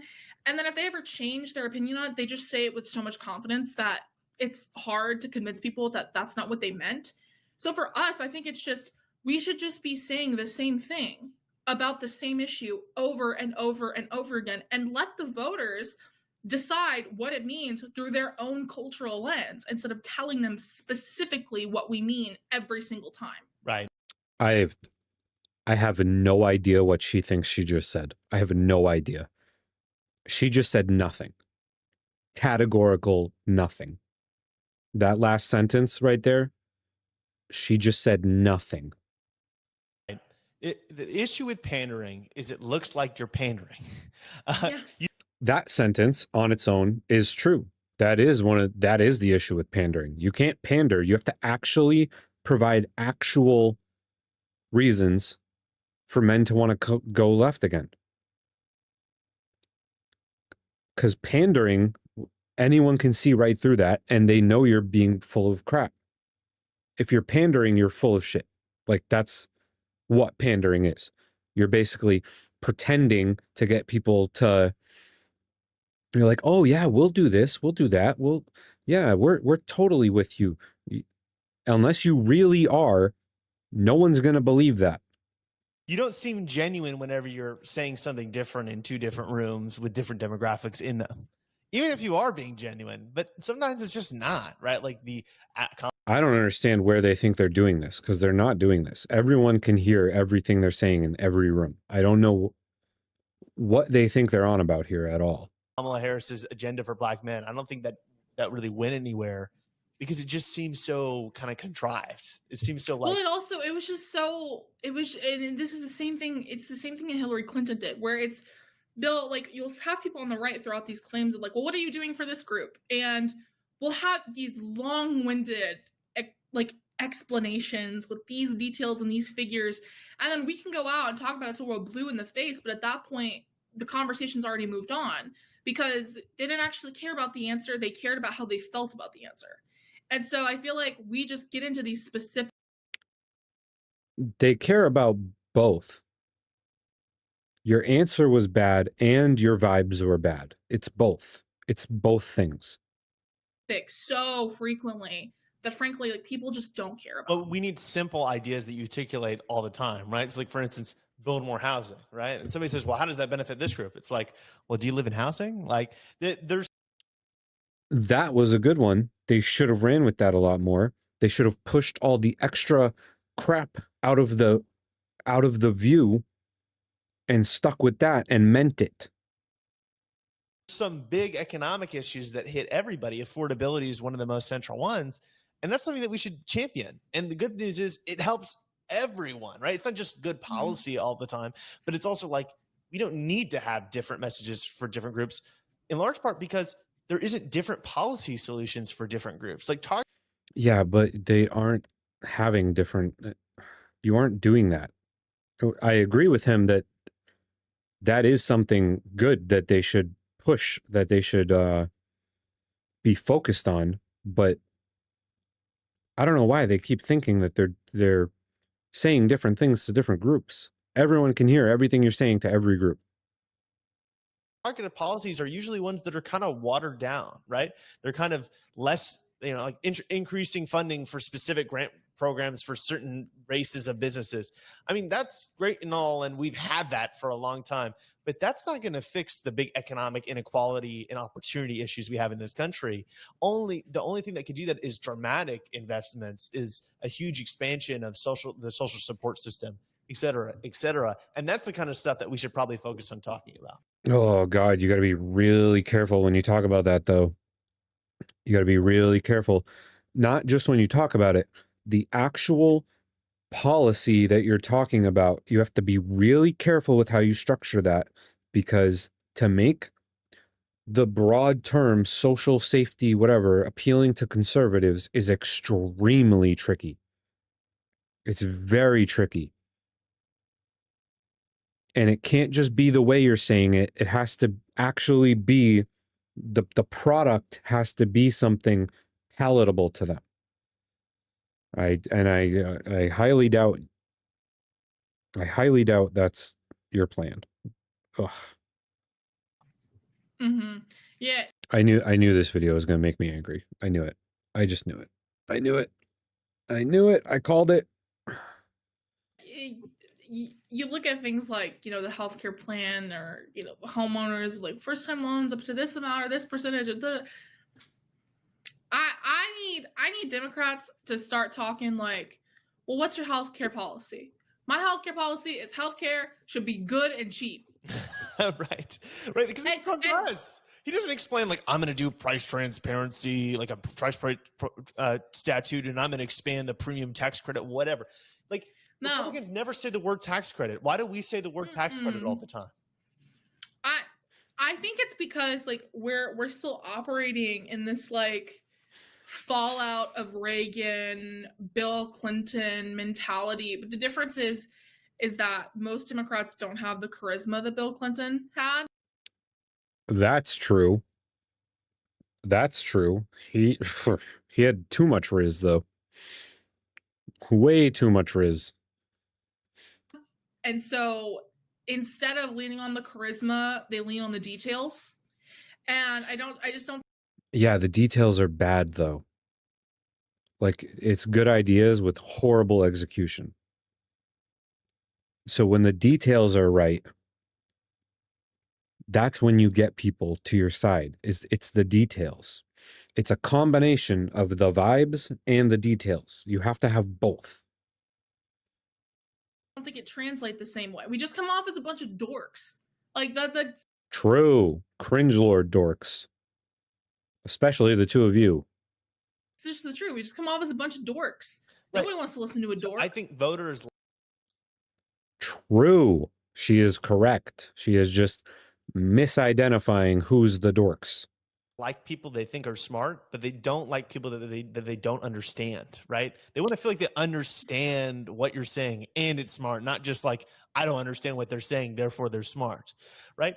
And they also like simple solutions, right? Like we don't need to talk about each detail of each healthcare policy. Yeah, the average voter prefers simple explanations of things with simple solutions to their problems. That sentence all by itself is correct. We can just say, like you said, what we're going to do, right? And you can tell people the basic details about how you're going to do it, but you don't need to really get in the weeds. And you also don't need to talk about 20 things at once. I think that's part of the issue with the Democratic coalition. The Republican coalition is like, we want border security, tax cuts, whatever. There's like 5 things that they actually care about. And then there's minor things. And for the Democrats, it's like, well, we're really diverse, actually. We want a lot of different things, but we need to learn to prioritize because not every issue deserves to be brought into the spotlight just for any reason. Whenever you go to a door as a Democrat and you knock on the door to talk to a voter about the things that your party supports, they should already know what those things are. If they don't, that means that you're not doing a good job messaging. If you go to somebody and you ask them, what does Trump support? they're going to be able to list at least 2 things, probably. They can't list anything for Kamala Harris. $30,000 home buyer tax credit, whatever. No, there's 0% chance they could list anything because there's just so many ideas and they're all so contrived. Well, and the other problem is her whole position was, aside from those couple of little things, was just like Biden part 2. And nobody wanted to hear that. Nobody wanted to hear Biden part 2 is coming to town. That's just not what anyone wanted to hear at all. No, that's not true. They'll say that she supports sex changes for transgender illegal aliens.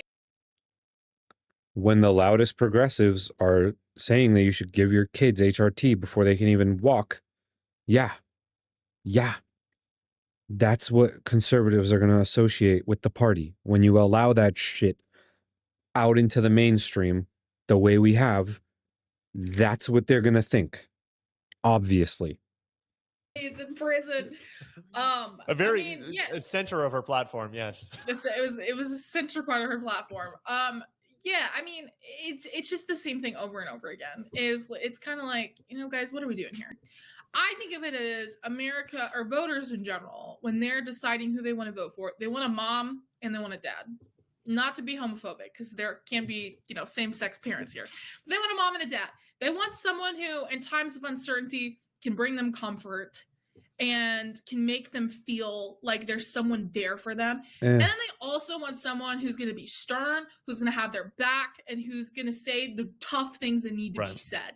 And I feel like we try to offer voters comfort, but instead of coming across as like mom or dad, we kind of come across as like the aunt who you kind of don't like her, but she gets you really good Christmas presents. So like every once in a while you'll go visit. Like I feel like that's kind of how we come across as like, well, I don't really trust the Democrats and I don't really like them that much, but the Affordable Care Act was cool.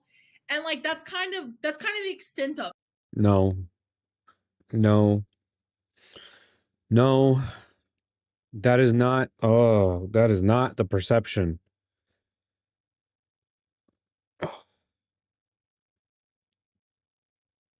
I don't even feel like I need to explain that one. That's obviously not the perception at all. Of it is how people feel about us most of the time. No. Well, yeah. Well, that's the family theory of partisan politics in the United States.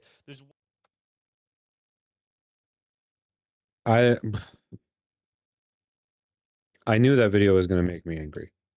I knew it was going to make me angry. I knew it. I don't even know where to start. If that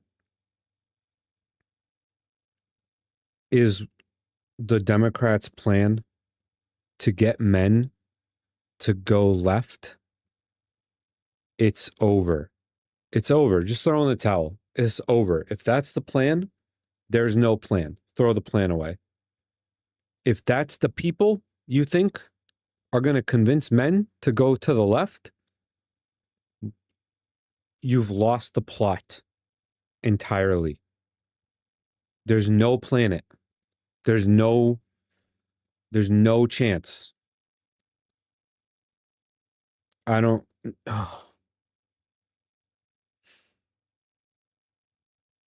We need like 5 political parties because this is crazy. This is absurd.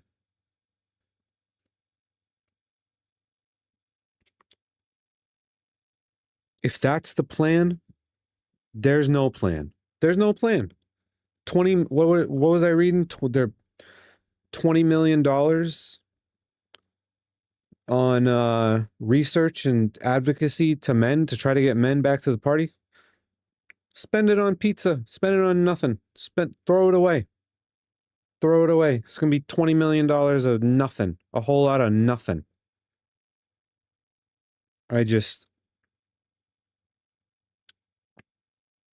I have no more words. I have no more words. I have no words. The absurdity, the total disconnect with the reality of the political and social climate right now from progressives is just beyond the pale. I don't know how they live in this world and think that these things are correct.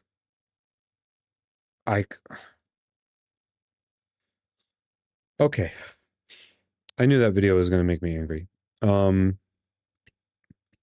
right. I have a few more interesting things I found. These are a bit long for tonight.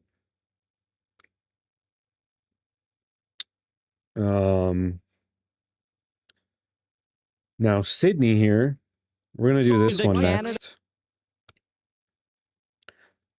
The hatred of straight white men. I don't know if it's a real problem, but the perception that this is true is bad enough. And this is one of the actual reasons that men are going to the right. This is one of the actual reasons. It's that this is one of the loudest messages, even if it's not the most popular message. This is one of the loudest messages, and this is what they're seeing. And it doesn't matter what the actual party platform is. This is what they're seeing when they look to the left and they're like, no thanks. I'm not interested. And I can't even blame them. I literally can't even blame them. So we're going to see what Sydney has to say. She's a little conservative for my taste, but she's usually very logical and insightful. And so we're going to watch this video that she just put out a couple days ago. It's already got a bunch of views. And we're going to see how she gets it, if she gets it, and what point she's trying to make here. This is a little bit longer, so I'll try to interrupt it a little bit less. But here we go. United States law. White man, how dare you? How dare you? That was kind of I'm racist. A privileged white man too. But you know what I'm You doing? just called me a privileged white man. You cannot be racist to white people because white people are the dominant race in this country. I swear to God, I am so sick of white people. Remember when white guys used to be cool? Side eye, you know white men and white boys have not been cool in actual uncensored history. Okay. Well, I guess it's... Yeah, see, if that's the shit you see when you look left, you're never ever even going to consider going to the left. Ever. It's gonna be like that then. Hi, my name is Sydney. Welcome back to hell. And as per usual, before we launch in, today's video is sponsored by Ground News. I also just wanted to say a really big thank you to everybody who left me a comment or emailed me or messaged me with relation to the last video that I made about losing my hearing and some of the other neurological things that have been going on. I just didn't realize how many people in this community are in the same boat. So it was simultaneously depressing to read that so many of you are also going through it, but also it was really comforting because it's nice to know that I'm not alone. So yeah, the overwhelming thoughtfulness and kindness completely blew me away. And funnily enough, some of my friends and loved ones were reading through your comments as well, and they were just like, Sydney, everyone's so nice. So biggest thank you for all of that. And I am going to take a lot of the advice that I was given and go and see some more professionals and go and get my brain scanned and do some other bits and pieces. And I am still trying to get through all your emails. So if I... Oh, she's talking about a personal issue. I was like, what is she talking about? I haven't responded Okay. yet. I haven't forgotten you guys. It's just I just got a lot of them. So All of that aside, let's get into the video.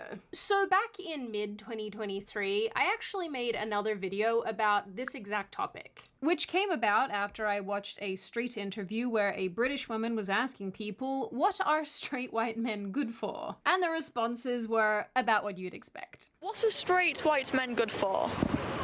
Straight white men? Yeah. Not a lot. Yes, this basically sums up the entire vibe of the video. What are straight white men good for? Being rude and making you feel uncomfortable. Of course, it's the French woman saying that other people are rude. When I was in Paris many moons ago, French people would literally pretend not to understand my French because, I don't know, I guess I sounded too Anglo. So there's that. I have heard that they do that. Very rude. You really gotta have some big old testes to be French and accuse other people of rudeness. Making phlegmy mouth sounds. Anyway, in that video, I explained why and how we've gotten to the point where it seems to be socially acceptable and borderline normal to mock, degrade, and express open hostility towards not only white people, but straight white men specifically. And in the 2 years or so since I made that video, not a whole lot has changed, and honestly, I would argue that things have gotten worse, leaving me with many, many more examples to show you. And just to reiterate a core point I made previously, it might seem like I'm cherry-picking the examples that I use here, but I'm really not. It is not remotely challenging to find supporting evidence for what I'm describing here. And the hostility being openly espoused here is not exclusively from lunatic people on TikTok. It is openly expressed in film and television by talking heads, journalists, politicians, and so on. In America, there's a thing about both white vigilantism and white tears, particularly male white tears. And yes, of course, by the freaks on TikTok. If white people don't deal with themselves and their wickedness, we are going to suffer. Well, you're just not going to ever have a functioning, successful Democratic Party ever again. Ever again. If this is what men see when they look to the left. It'll just never happen again. As a group of people, continually, not just black people, but people of color, all over the world. White people, we have always been the problem. That's the beginning of this fucking country, bitch. Colonizers, oppressors. You choose to continue to live that way. White people who have this kind of white guilt are incredibly confusing to me. They insist on apologizing for Western society. What are you sorry for? iPhones? Seeing poor white men is like seeing Jamaicans losing in a sprint. This game was designed for you to win. This is such a weird statement. Listen, I'm just happy for the white guys that they're collectively finding out that they have no obstacles. Must be nice to know that you're immune to poverty. And how could you have possibly found this out if it weren't for the insane people on TikTok? The Canada, United States line. White man, how dare you? How dare you? That was kind of I'm racist. a privileged white man too. But you know what I'm doing? You just called me a privileged white man. You cannot be racist to white people because white people are the dominant race in this country. Full stop. You were calling me privileged when you don't know anything about me. I could have grown up in Section 8 housing. This is privilege. Okay, all right. Tell me this. Now, what put this back on my radar was a story from mid-May, when the illustrious David Hogg was all but removed from his role as a vice chair of the DNC. That stands for the Democratic National Committee, for those of you who don't know but find hard news incredibly boring. And if you don't know what that is, you too have access to the internet. Because I am not your personal Google. I'm not even my own personal Google. The story goes that Hogg was basically removed from his position because his election to that position violated the DNC's gender parity rules. One of the losing female candidates argued that the voting process that elected Hogg in the first place disadvantaged women and thus he must be scrapped. They're just eating the party from the inside. Why? It's it's just crazy. Like the disconnect between understanding, like, you can identify issues, but that's not what's happening anymore. You're just making conservatives. You're like a conservative factory. That's what liberalism is now, a conservative making factory. During an interview with Bill Maher, Hogg explained all of this himself. Part of the claim, so not to bore people, but to get into the bureaucracy of the DNC, we have a gender balance rule at the DNC because, of course, we do. Equal And- position. Okay. And See, right away. Yeah. By the way, the Republican Party does too. If the chair is a male, then the vice chair has to be a female. Well, what's interesting is that's even more progressive than our vision, which is that the chair doesn't count towards the gender balance rule that we have. Frankly, I don't even know if it makes sense for us to have the gender balance rule anymore in this day and age because I want to focus on whoever's just best at the job. Great. At this point, that's my. I'm sorry, is David Hogg dropping meritocracy? Really? We're in a whole new timeline. That's interesting. My own view. I kind of hate that I agree with some of the things that he's saying now. It Right? Yeah, it feels like we're in a different world. feels weird. I'm not gonna lie. I feel like something is just inherently not okay. David, are we becoming friends? Now I actually feel a little Right? bit bad for all of the mean memes that I've posted about him in the past. But you know what I don't feel bad about? Getting accurate news and information, thanks to Ground News. So obviously, when I am researching these insane stories, it's really important that I have access to true and accurate news, which is actually getting harder and harder to find today, let me tell you. But it's why I'm really grateful for Ground News and their ability to cut through the noise. So, for example, when I had the idea to make this video, I immediately checked Ground News to see their coverage of this David Hogg story, and in their notes, they immediately highlighted the gender-based component.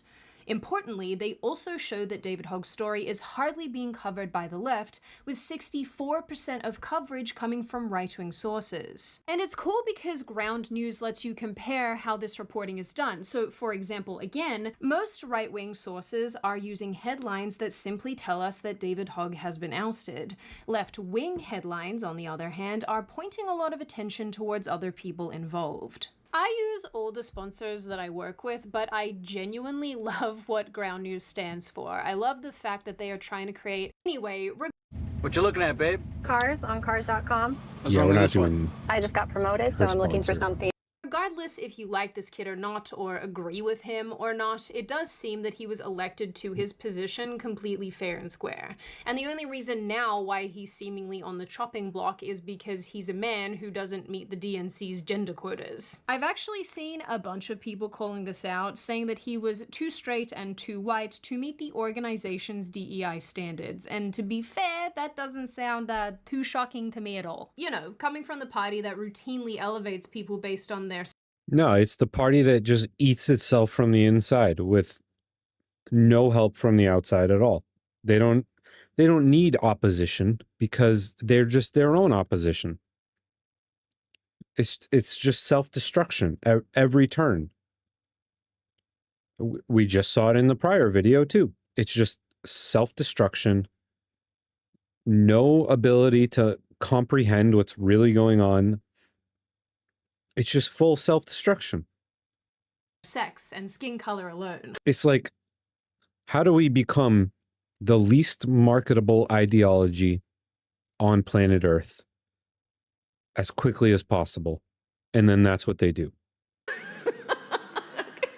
You exist in the context of all in which you live and what came before you. What the fuck? Anytime What the fuck is right? What does that mean? That means nothing. What does that mean? I see really any clip of this woman, it feels like a fever dream. I will also note for our David Hogg story to be Yeah, Kamala was like the worst public speaker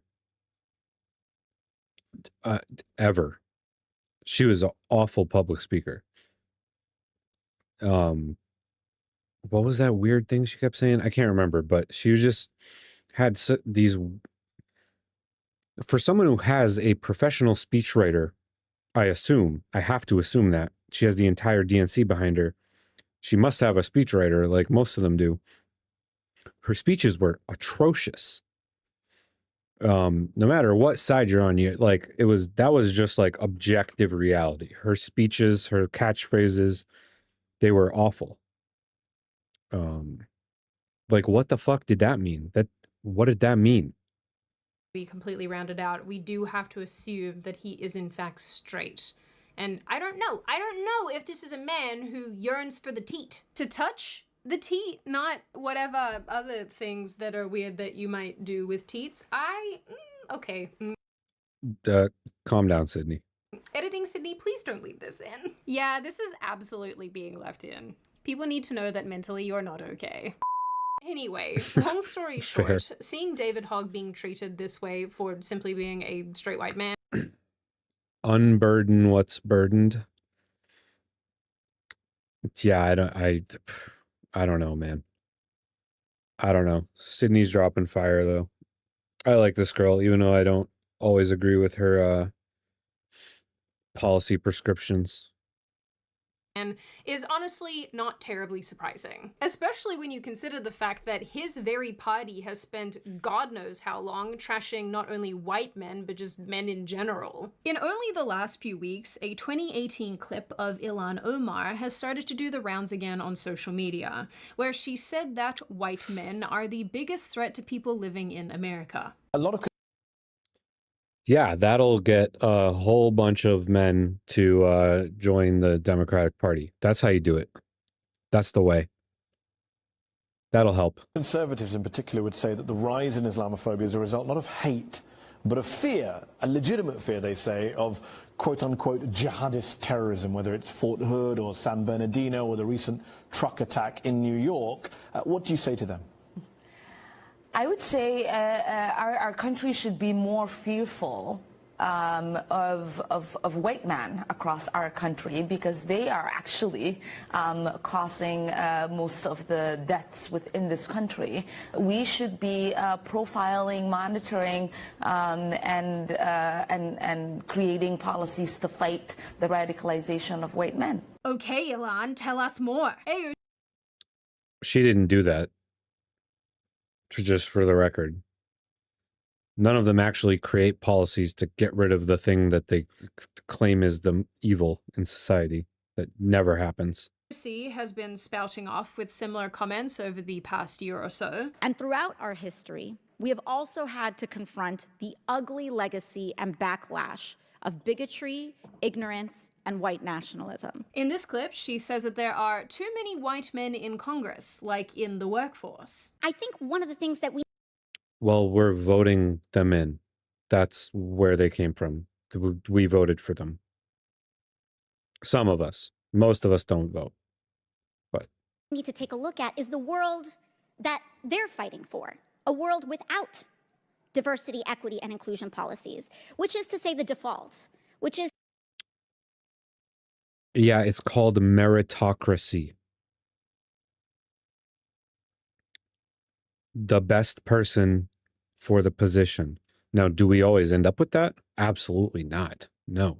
But DEI is not the solution to that.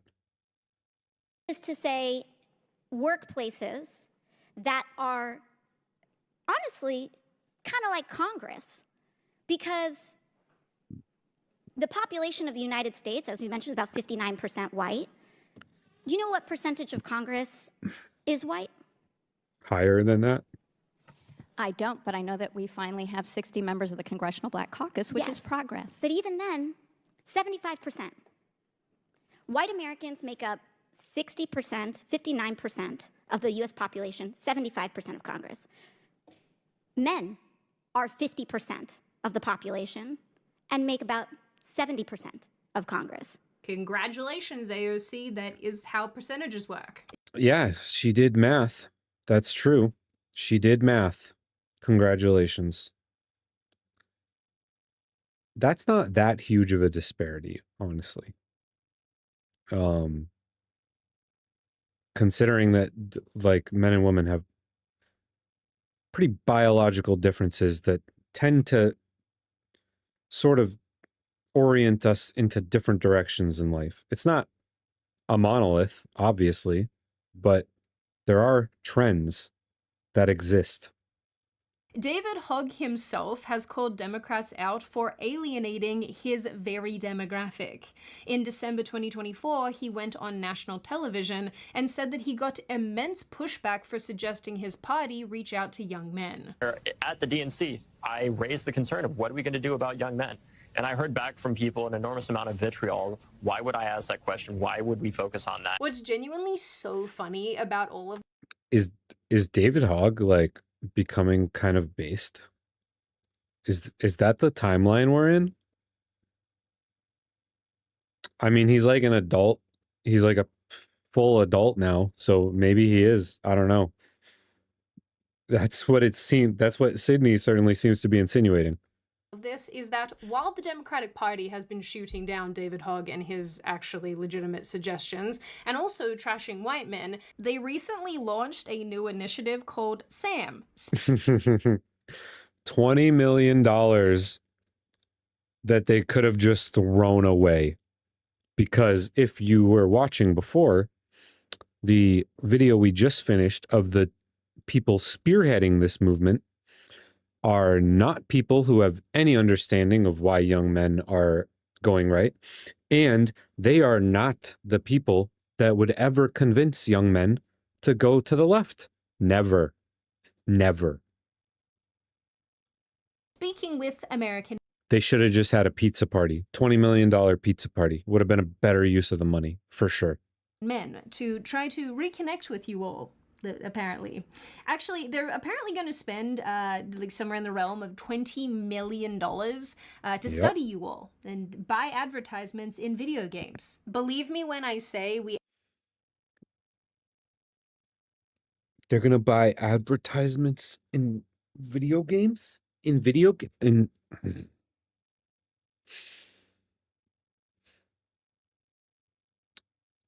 First of all, what do they even mean by that? Do they mean like mobile games? What do they mean? Because I don't see ads when I play video games. I play a lot of video games. Never seen an advertisement pop up. Ever.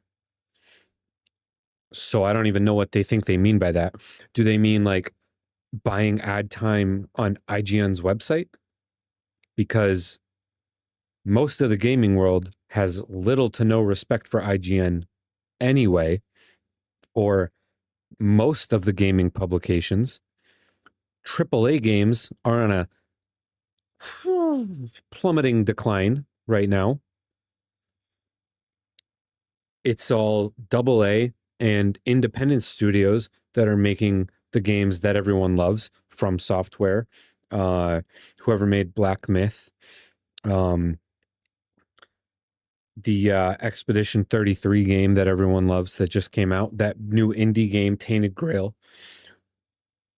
None of those are going to have your advertising, and that's what people are playing right now. Do you mean on Fortnite? Like, what do they mean? Where do they think? Oh, like they're not just going to be skipped. Anyway, who's going to watch that ad? No one's going to watch that ad. The disconnect from reality is just so astronomical. we absolutely do not need any more leftism in video games. I hate it here. All those games all those wokey games, they're failing immediately. They're crashing and burning. No one's playing them. Some of them are getting pulled. Like, didn't Concord get pulled? Like, completely pulled? Didn't the whole studio making Black Panther just get fired? Like, no one's playing these games. No one wants them anymore. Like, what are they thinking? It's really no secret that straight white men the world over have become very disillusioned with not only majorly left-wing parties, but left-wing politicians and general leftist narratives. And it's really not very surprising why, because like I said at the beginning of this video, you really don't have to look far at all to find very upsetting examples of the overt disdain being thrown at this demographic. And over the last 12 months or so, we have been given plenty of them. For example, back in mid-June 2024, a Disney executive admitted that the company discriminates against hiring white males. Certainly, there have been times where, there's no way we're hiring No surprise at all. Yeah. a white male person. Just kind of unspoken. There are times when it's spoken, but How would they say it? there's no way we're hiring a white male person. They say Like straight to you, or okay? They'd be very careful how they message that to agents. As far as Disney's concerned, I'm a white male. That's not who they're looking to promote as them. I've been at the company 11 years now, so I have friends in HR and I have friends in those divisions, and they're like, look, nobody else is going to tell you this, Mike, but they're not considering any white males for this job. They're just not. That's not what they want. We wanted to hire somebody in the department a few years ago now, who was half black, but didn't appear half black. Oh, wow. It's not even enough you can't even appear white. That's a little wild. That's like shooting yourself in the foot twice instead of just the one time. And there was a creative executive who was like, we're not, that's not what's going on. They wanted somebody in meetings who would appear a certain way, and he wasn't gonna bring that to the meeting. Oh, very progressive. First they make the Asians white adjacent, and soon it's going to be all of the mixed race people too. Get ready. As many of you probably know firsthand, this isn't even an uncommon thing in the corporate hiring world, where plenty of job listings actively exclude white men and instead seek non-whites, women, and those of the LGBT persuasion. Funnily enough, when I was trying to find examples of all of this, I found a recently settled case from early 2024 where a company advertised a role for white US-born citizens only. Yeah, I think I heard about this. That did not go over well in court. And was then investigated and fined by the federal government. Once again, it really doesn't matter if you think that it was right or not right. And 2023 that didn't even go over well with Biden's federal government, that's interesting. That this company was able to advertise like this in the first place. I think the primary point here is that they did, then they got fined and basically sued for it, but other companies can exclude an entire cohort of people and make it very explicit that they are searching for a very specific type of candidate, and that is fine. They don't get sued, they don't get in trouble with anybody. It's socially acceptable, and I also want to highlight this ongoing case taking place right now that has virtually gotten no media attention, where a woman is suing the Ohio Department of Youth Services for discrimination because she is straight. Yeah. The case is making the argument that some courts in the US force people from majority groups, so those who are straight, white, and male usually, to meet a higher evidentiary burden to prove workplace discrimination, which is just... It's so crazy that it's like this. This case is actually in the Supreme Court. Okay.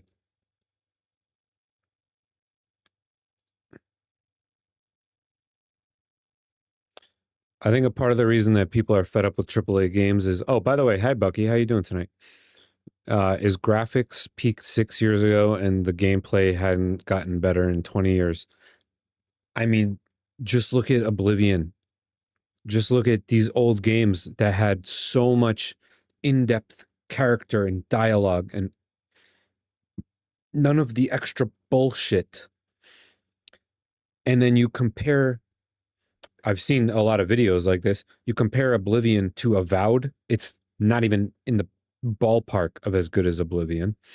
And then you compare something like Final Fantasy 4 or 10 or 9 to Expedition 33, and Expedition 33 is like a clear on par or step up even from the similar type games that we were making then. And that's a AA studio. So it's like the AA studios, the indie games, they're giving us what we actually want to play. And like, there are some AAA games that I do want to play that are coming out that I'm excited for. Like, I know Borderlands is getting tons of heat because it might be $80 because the guy who runs it is freaking nut job. He's always been a nut job though. I mean, the movie he okayed, like, let's be real. That was a disaster.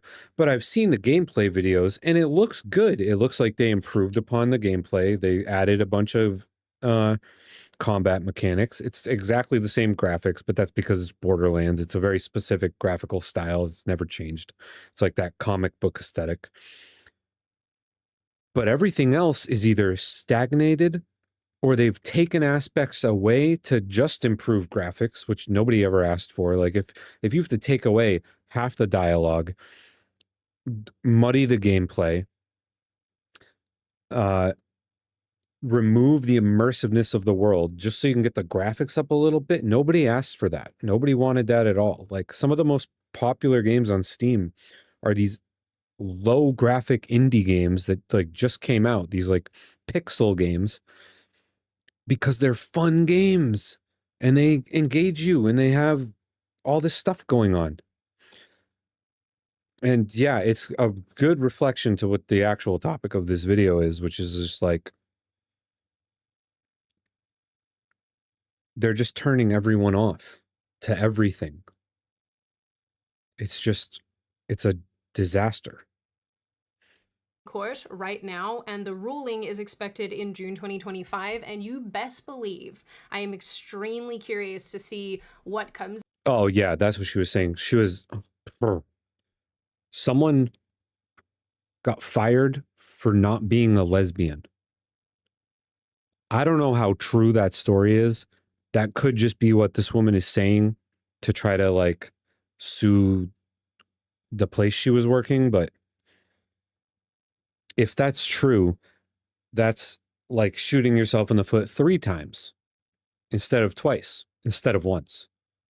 3 times now. That's crazy. Of this, because I think that depending on how it goes, there's going to be some very major implications, and I'm alarmed. Also, unironically, you kind of know that things are a bit cooked when you're having to meet a higher evidentiary burden just because of your skin color. It's like, I thought that was something only Britain did. No, I am not joking. This is something that Britain does. Some of you might remember a recent story about 2-tier sentencing in the UK.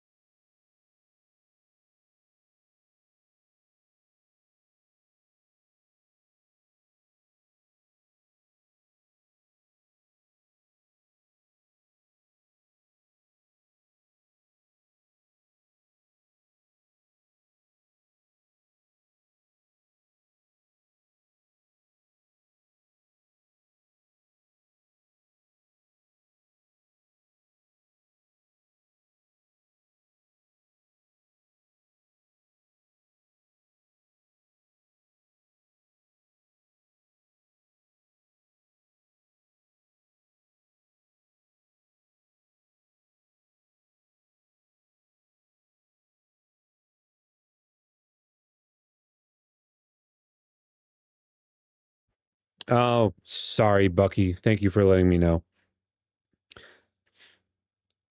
But what this is basically saying is that no, it's not just you. I was mixing my drink, so I muted myself and then I forgot. I'm still getting used to it. I'll eventually figure it out, okay? But what this is basically saying is, if you fall into one of these categories, you have a different evidentiary standard in court, which means that different defendants will have different evidentiary standards in court, which is beyond absurd. I mean, that is That is pure insanity. Like, that can't happen. That's beyond the pale. That I can't even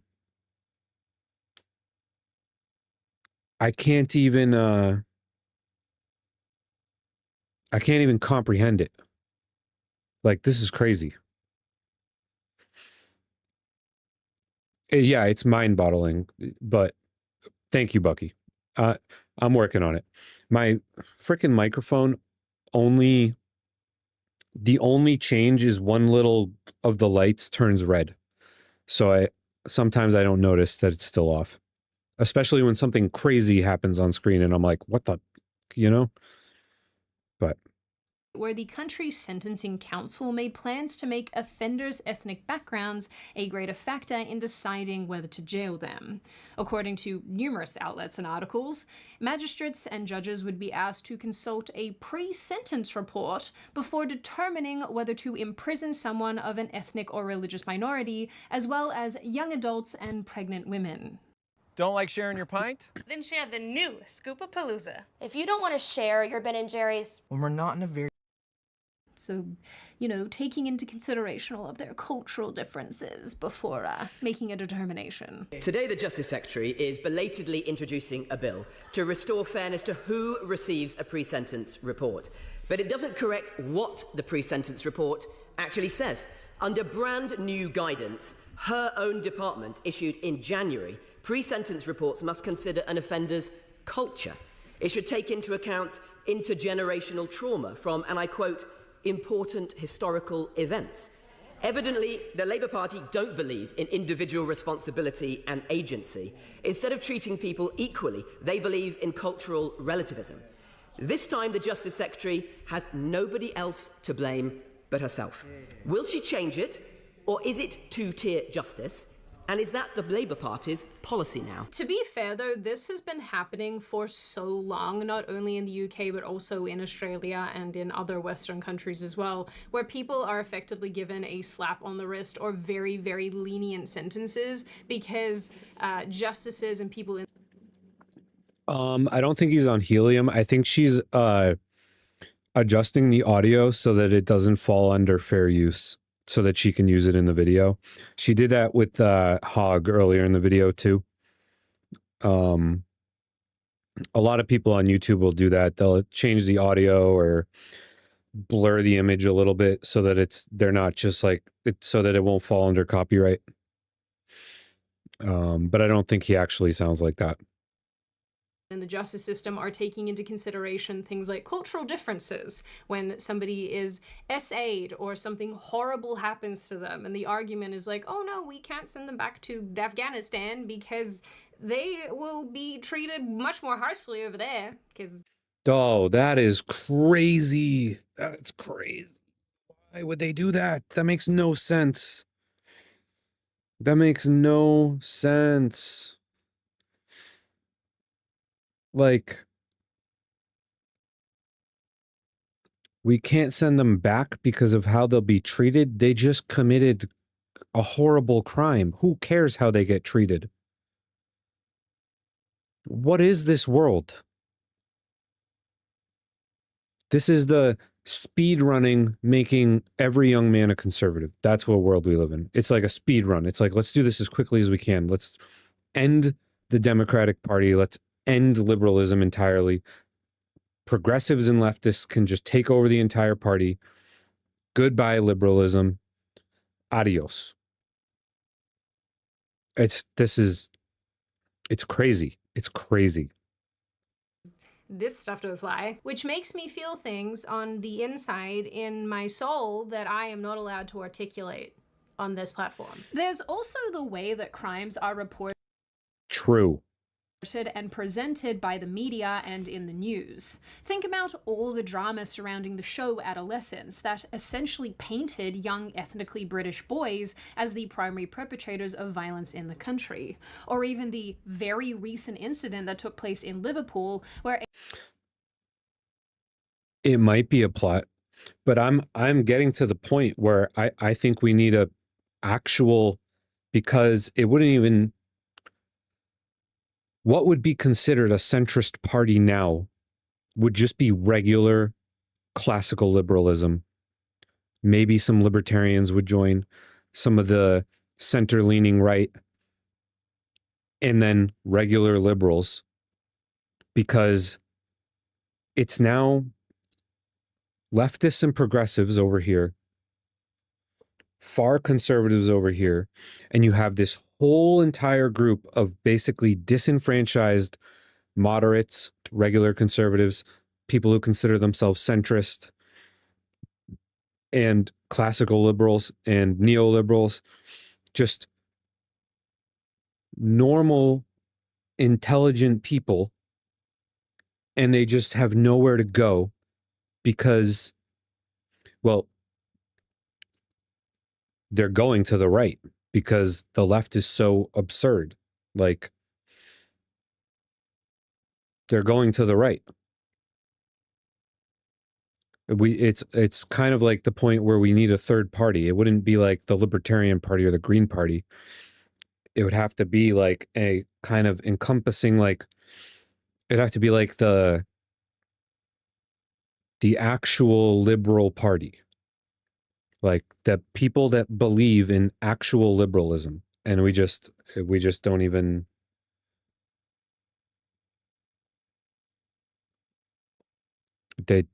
we just don't even have that anymore. We have progressives and we have conservatives, and that's it. There's no liberals anymore. We don't exist. Or if we do exist, we're getting drowned out by leftists. It's crazy. A man drove his car down a street full of people. I obviously can't be more descriptive here on YouTube, but hopefully you guys have seen that story or at least can look it up. Within hours of this incident taking place, the driver had been publicly described as a 53-year-old white British man.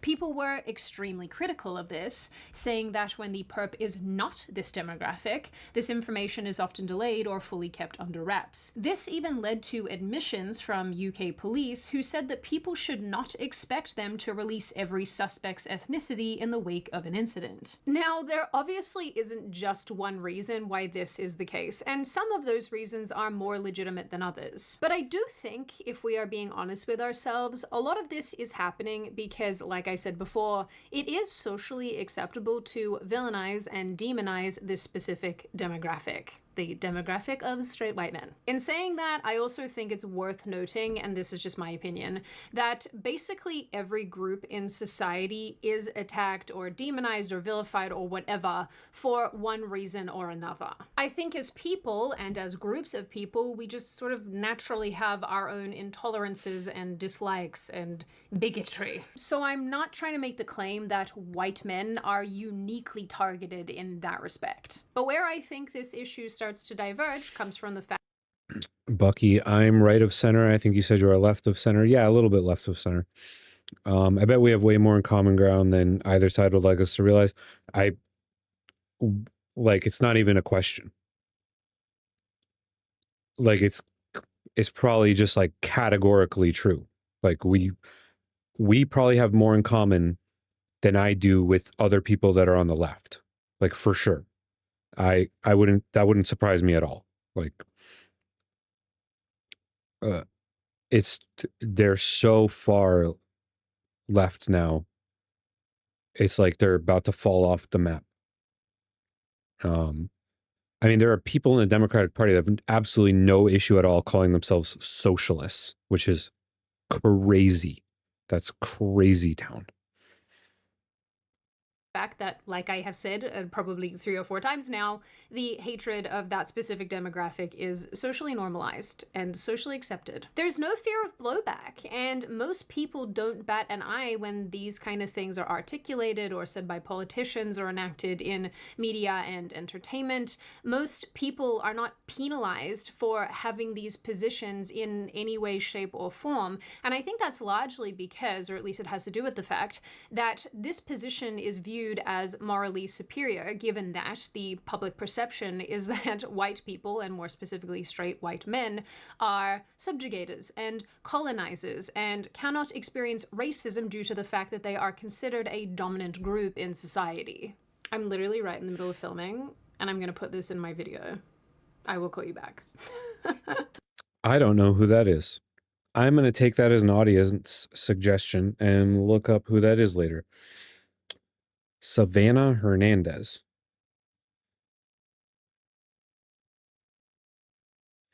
Okay, I don't know who that is. She's saying it like we should know who it Every is. video that I make ever, there were a bunch of additional examples that I wanted to include in this video that I'm not going to include for the sake of brevity, but I probably will link some of them in the description box because there's some really asinine stuff out there, I'm not gonna lie. I do want to say here at the end here in summary that I do have two kind of contradictory viewpoints about this, and I guess I need to think about my position here a little bit further, but I'm gonna articulate them for you anyway, even though they cancel each other out. The first is that everyday normal people, for the most part, at least in my opinion, are pretty good at overlooking a lot of this social conditioning that's taking place. And I think that when left to our own devices, most people will get along most of the time. But with that said, and I suppose this is the contradictory point, I don't see any of this getting any better anytime soon. I think as the issues of mass immigration and illegal immigration take root and proliferate and make people very mad across the Western sphere in particular, I see the attacks on straight white men or just white people or different groups of people getting worse and worse, and the division and the polarization getting worse and worse as we all become racially conscious and forced into our own little groups. So in the end, No, it'll be fine. The Democratic Party is spending $20 million to reach out to conservative young men and study them and figure out what's wrong with them. That's going to fix everything. Might as well throw it away.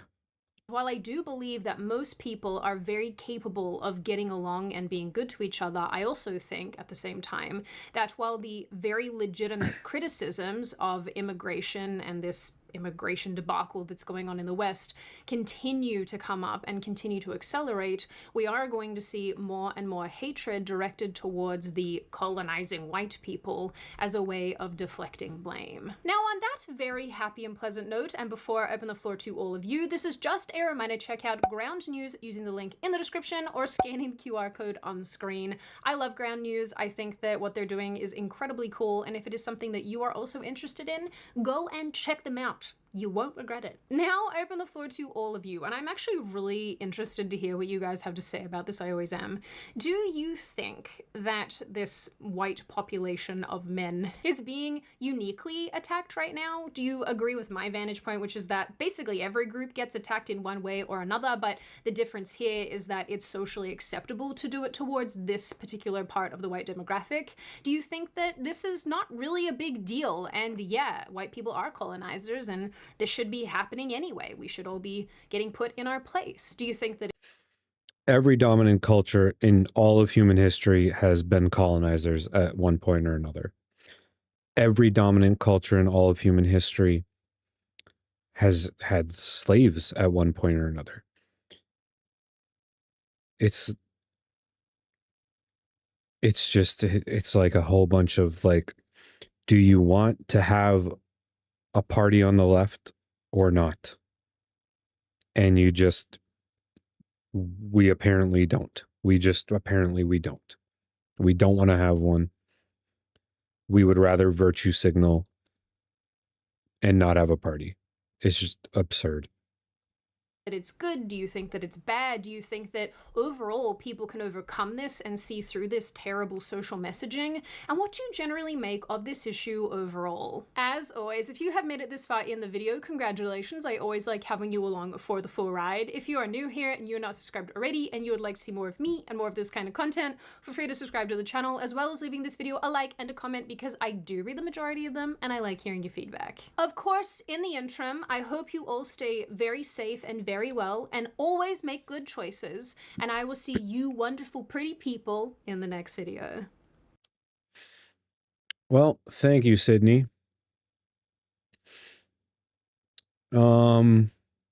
We're not going to watch this debate tonight because we don't have time. We're going to stop it, YouTube. Don't jump ahead of, I paused you. Why would you just start playing an ad while you're paused? That's crazy. We're going to end things on a slightly lighter note. This shoe on head video has been making the rounds. We're going to do some dating talk. The female dating strategy. I have a feeling this is going to be hilarious and mostly satirical, as most of her content is. I am going to hit the head real quick, and then I will be back, and we will watch this video, maybe find some other stuff to go over, and then we'll probably call it a night. But I will be right back. And yeah, that's it. I'll be right back.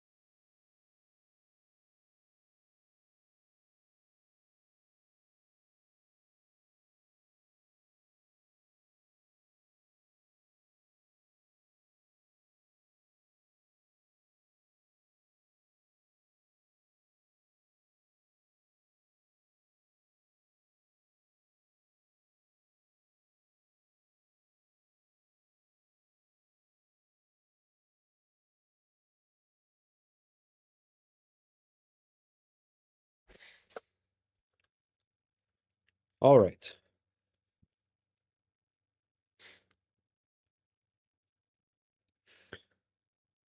All right. This should be at least mildly entertaining. So. Years ago, I made a video where I read some terrible pickup attempts by men trying to date women. And I figured, you know what? It's International Women's Day. Let's do a female version of that. I knew this was going to be somewhat satirical. All right. This should be entertaining. Video. That's right, ladies and gentlemen, we are once again taking a break from the men and focusing on the fairer sex, women. You wanted equality, ladies? Well, here it is. Today, we are looking at the female dating strategy. It's 2025, and apparently the men have given up on approaching us. 45% of men ages 18 to 25 have apparently never approached a woman in person. You know I gotta pause it, boys. You know I gotta pause it. You know I have to pause it. And I'm gonna say it again. I'm gonna say my line again, okay? I'm gonna say it again. I'm pretty sure most of you, this doesn't apply to most of you, based on my demographics of who watches. It's not really the 18 to 25 group. It's more like 25 to like 55 is who watches my videos.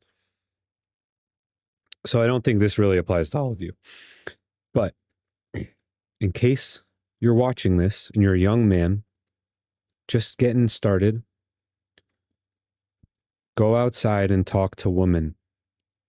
It's not that big of a deal. Some of them are going to say no, but you need to go outside and you need to try. You got to try. At the park, at a concert, even at the grocery store. Just be chill. Try not to be weird. And if a girl says no or makes you feel like a creep or anything like that, just say thank you and walk away. It's not a big deal.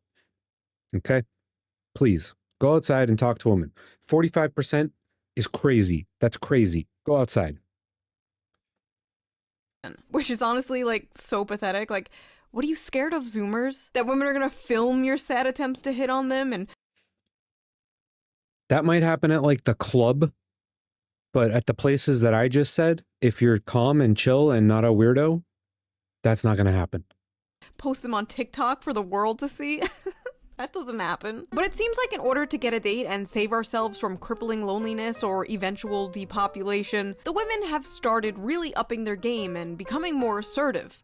Too assertive. Many people say that all a woman has to do to get a date is just stand there. Doesn't matter how fat, ugly, socially awkward you are, just stand there. Just stand there and a man will come to you. While men... Yeah, that might be a bit of an exaggeration. That's something that like the Red Pill podcast like to say, like Brian likes to say that a lot, like women just need to show up. Men have to do everything. I've been asked out before in person.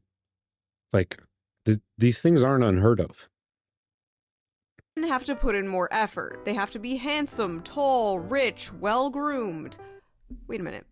That reminds me. Before we get into all this, let's quickly get into today's sponsor, Henson Shaving. Studies show that 2/3 of men experience some form of irritation after shaving. It's just something they expect at this point. They deal with overpriced blades, irritated skin, and think that's just the way it...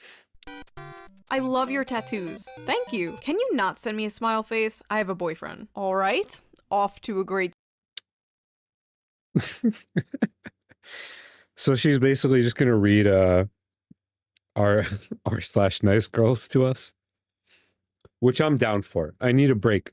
The last 2 videos were, they really upset me, okay? They upset me, and not in like the I became an emotional way, in like the society's doomed way, okay? Start? Hey.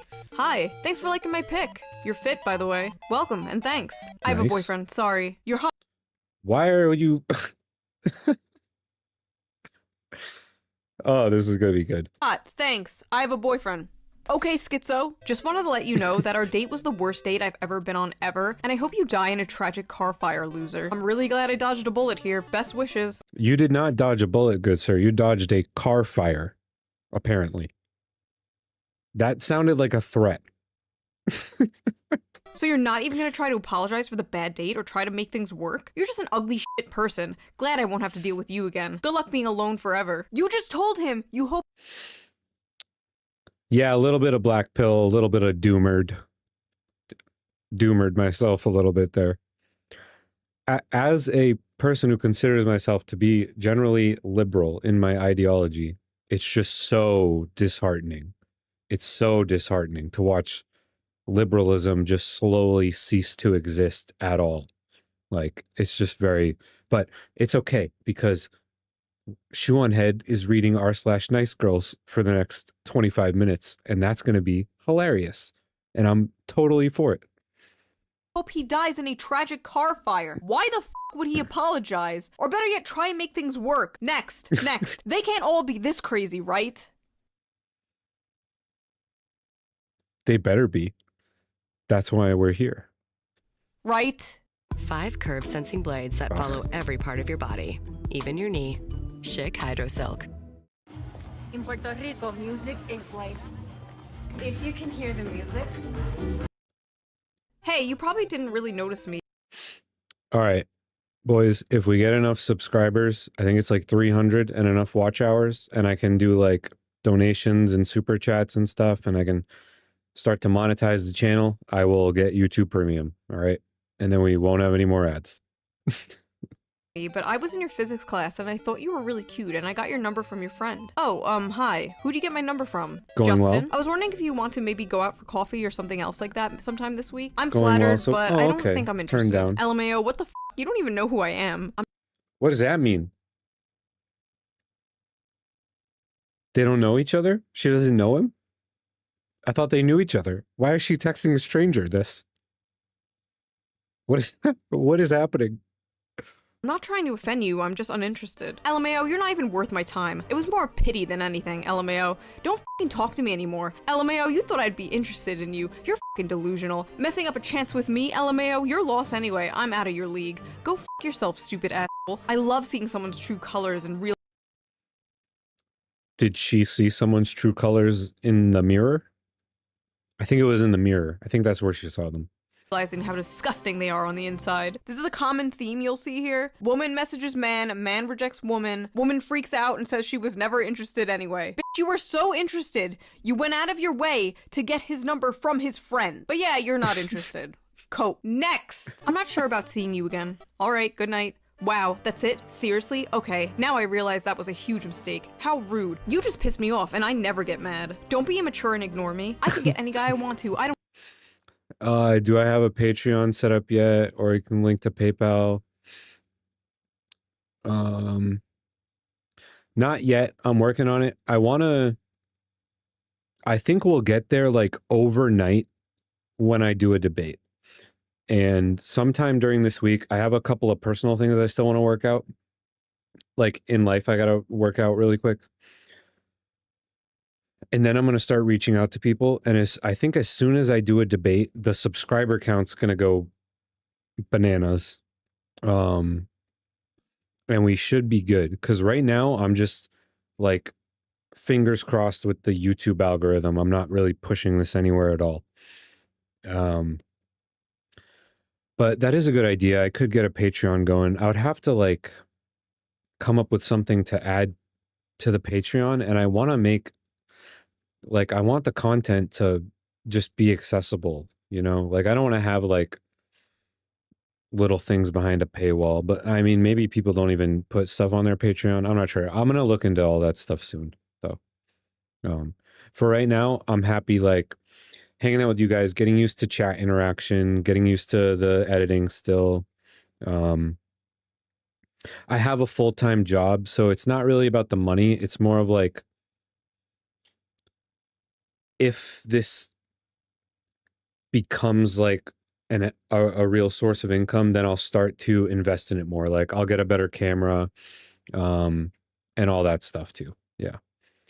Oh, okay. Is Bucky Buchanan the name of your channel that you put content on?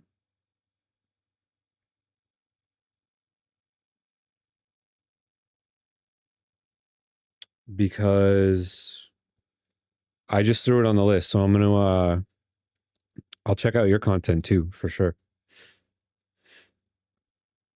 I don't need you. My uncle is the old governor here and worked for the embassy. My family has power. You are nothing. Goodbye. See, I was always thought no means no, but apparently no means get back here and try harder. Hey.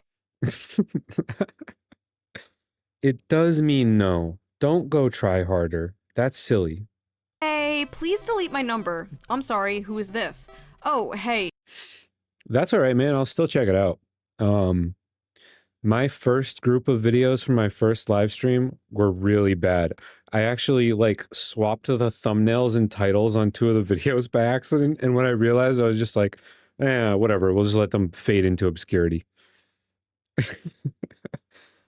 It's definitely a learning curve. Yeah, I didn't save it, so you're good. The f***? Why? What is the matter with you? We had 2 really nice dates and you don't want to see me now? You're probably a cocksucker anyways. Don't know how to handle a real woman. No wonder your wife left you, f***. They really want these men to be like, oh please, no, please, please, give me another chance, please, please, queen, just a crumb, please, please, just... Yeah, boys, never do that. Never do that. Just like, if you're not interested or they're not interested, just walk away. If they want to do the whole crazy shtick, you can just block them after. It's not a big deal. It ain't that deep. A sniff, queen, please. And then when they don't do that, when the men are just like, okay, bye, they're like, how dare you reject me, queen of the universe? You What are your thoughts about being with someone who is cute in a broken kind of way? I'm not really sure I understand what you're talking about, but if you're talking about yourself, I hardly even know you. It's just that I'm cute, but broken. Bro. Oh. Run. Hello? Talk to me? To think I was going to Yes, run. sleep with you, but you up and ghosted me. Piece of crap. No woman will ever love you like I would have. I'm going to have to ask you not to message me anymore, thanks. F you. You're Based. worthless. Nobody will like you. You should hang yourself. That's mixed messages there. That's mixed messages. What's crazy is, I know this is like some of you people's dream girl right here. You all want the yandere anime girlfriend until you actually have one in real life, trust me. Hey, hi, hey. What's up? Yeah, I'll leave them for the gamer streamers. I'm all set. I've been down that road before. I'm good. Send me a sick pic on SC. We are having a Riz off and I want to win. What? Penis, babe. I want to put each of your balls in my nostrils and inhale until they're behind my head and I'm high on your stem.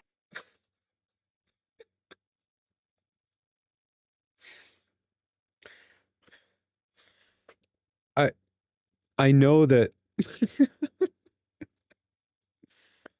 I know that some of these have to be like they're made up text. A lot of this stuff on Reddit is like made up text. Like there are places you can go to like format text conversations, the fake ones, but wow.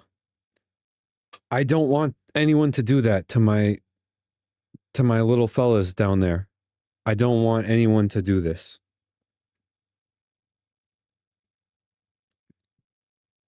I don't even want dirty talk like this. I know, it could be true. It really could. It really could be true. Oh boy. Oh, wow. Is this the female version of like, I would drag my balls across 1,000 miles of broken glass to hear you fart through a walkie-talkie? Is that what I'm looking at right now? Yeah, that's pretty much it. Yeah. That's the wow. Oh boy. Beautiful. 10-10, no notes. Don't expect to hear from me again. I'm horny. Ah yes, the duality of woman. Hey, I had fun last week. Would you want to meet up at Samson's or something tomorrow? It was pretty fun, but I need to be honest. I sensed some strange aura about you when we met. You seem cool and everything, don't get me wrong, but I just don't think we're compatible. Okay. Reasonable. So far, reasonable.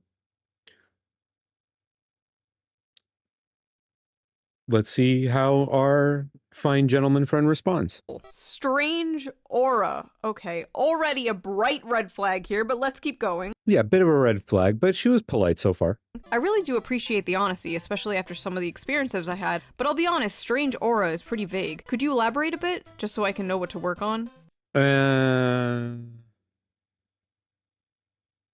No need to respond like that, fellas.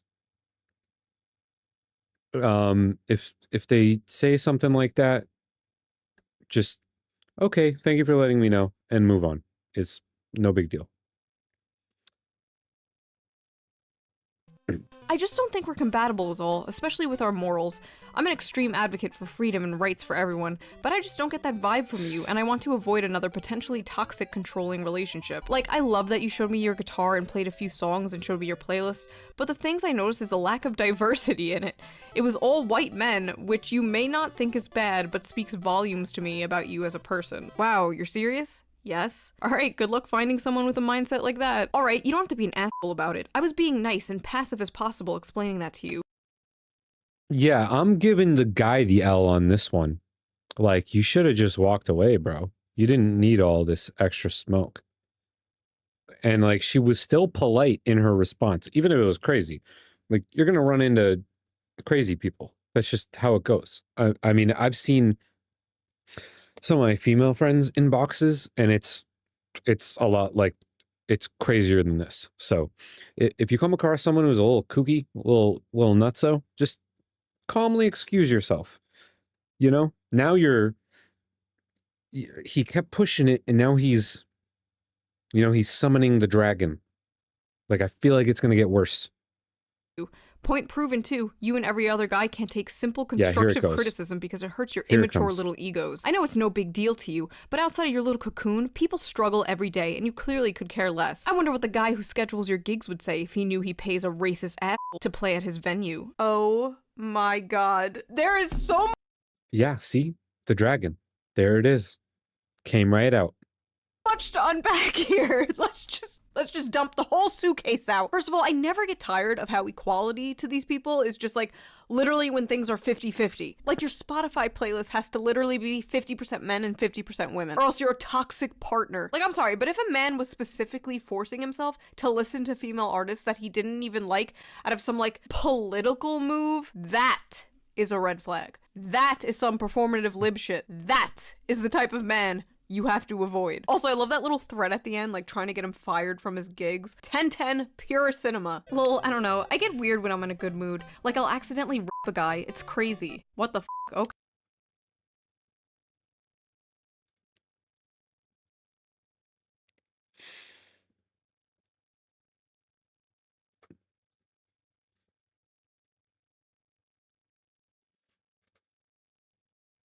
No, I'm reading that correctly.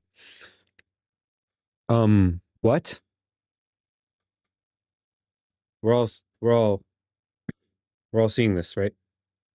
Up here for you guys. So right up there in the corner.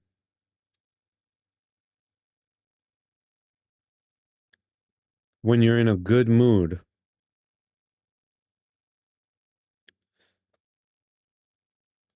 Okay. Could you imagine a man, like, when I'm in a good mood, holy yeah, oh my god, if a dude said that, holy, be the end of the world. The end of the world. It would be the end of the world. Like the FBI would come for you. When I'm in a good mood, I just R-word people. It's no big deal. You said what? You do what? You do, excuse me? You do what? Say again? Come again? What was that? What? This video is hilarious. And a little scary. I'll just rip a woman. I'll just start ripping. Literally a video of anal sex. Hi. What the actual? What? The video? The one you sent starting this whole conversation? What? Why? Did you seriously send me a vid of you having sex? Yeah. What the f***? Did you just send me a video of anal sex without my consent? Yeah, and? The Chad sexual harasser. Damn, nice. Your turn. I'm good. Wow, I send you a pic and you can't even send any pics? You took advantage of me. You send the pics on your own. I ain't asked for them. Get the f*** out. If a girl sends you pics, it's kind of expected to return back. No ma'am. Whatevs, you a dumbass piece of shit. I'm tired of trying. Find someone more deserving to get my pics, who actually appreciates me and doesn't use me for my body.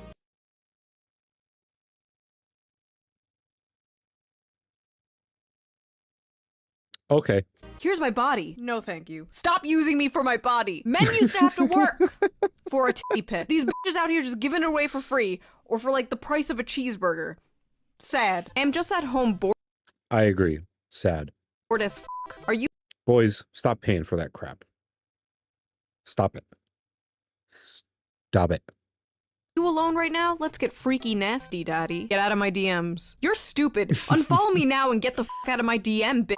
There's coming on too strong, and then there's let's get freaky nasty, daddy. Also, I just noticed the folders I made for these screen caps are really sus. Small dick, butt sex, freaky nasty, lesbian. This is all for work, honey, I swear. Oh, I love JRPG games too. Which one's your favorite? Persona 4. How tall are you? Oh, well, 6'1". It's already in my bio. Glad you aren't short.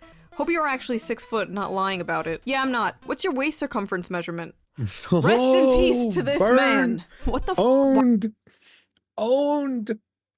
Owned. If they bring out the measuring tape, bring out the scale, boys. No, I'm just kidding. That's some crazy shit. Just, be chill. But yeah, why did my height matter? There are reasons for all of these things. And they're, in my opinion, legitimate. Okay?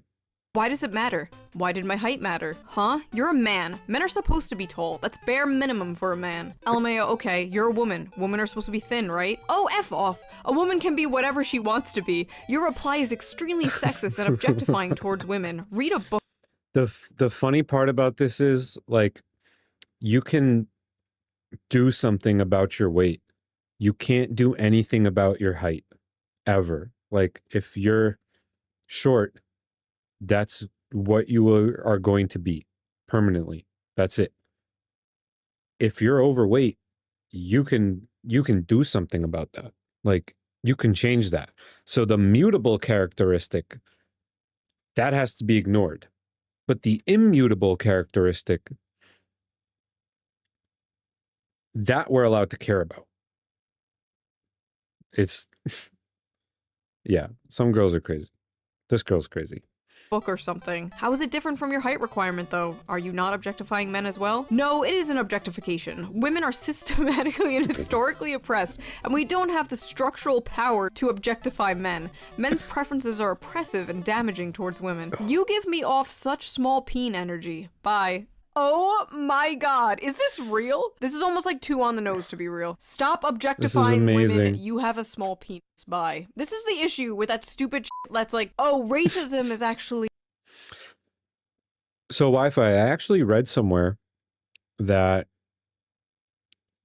taller women that are like 5'11", etc., have less of an issue dating shorter men because so many men are shorter than them, than like a 4'11" girl. Like a 4'11" girl is more likely to be like 6 feet or get out of here than like a 5'11" girl is going to be like more into you for whatever, you know? Weird phenomenon. Prejudice plus power, because the only outcome of that is dumbasses like this. Also, there's really nothing wrong with asking somebody their height, but I guess this guy was kind of just like sticking up for the short kings who have been rejected because of their height. Male. Yes. Manlet lives matter. Okay. Short kings unite. I'm not one of them, but, you know, rock on, boys. Don't use dating apps, though. They are tragically designed to remove you from the dating pool. Just go outside, talk to a real woman. It'll be fine. Male solidarity. Bros before hoes, I suppose. Why are you as a man saying you are tired? Men used to die in a war, and now they are tired. Why are you as a woman...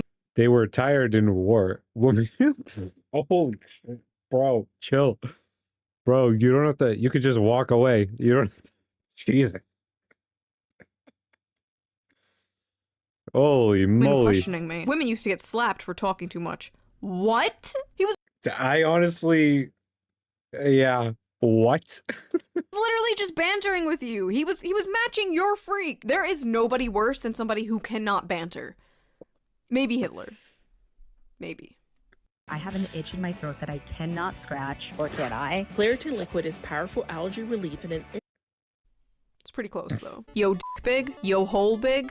I have a regular hole. Like, what kind of question is that? Bruh, never mind. You want some weird shit. The f is even a big hole? Oh, I'm sorry. Is it weird to randomly ask somebody about... Oh, God. She was on some weird shit, too. I don't even think he wanted the answer to that question. He just was asking you the same one back, you know? About their genitals? He's simply giving you that same energy that you gave him and inquiring about your circumference. And so I ask again for the people at home. Yo hole, it big? Things to do to keep your man humble. Tell him his penis is fine or normal. Casually compare him to other men.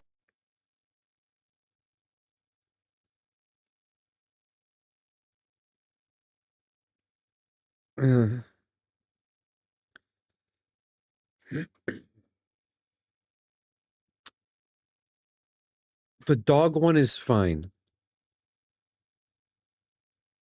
And the texting one is okay, too. People need to take breaks sometimes. Never do the first one. If you don't have anything extra nice to say about it, just don't say anything about it at all.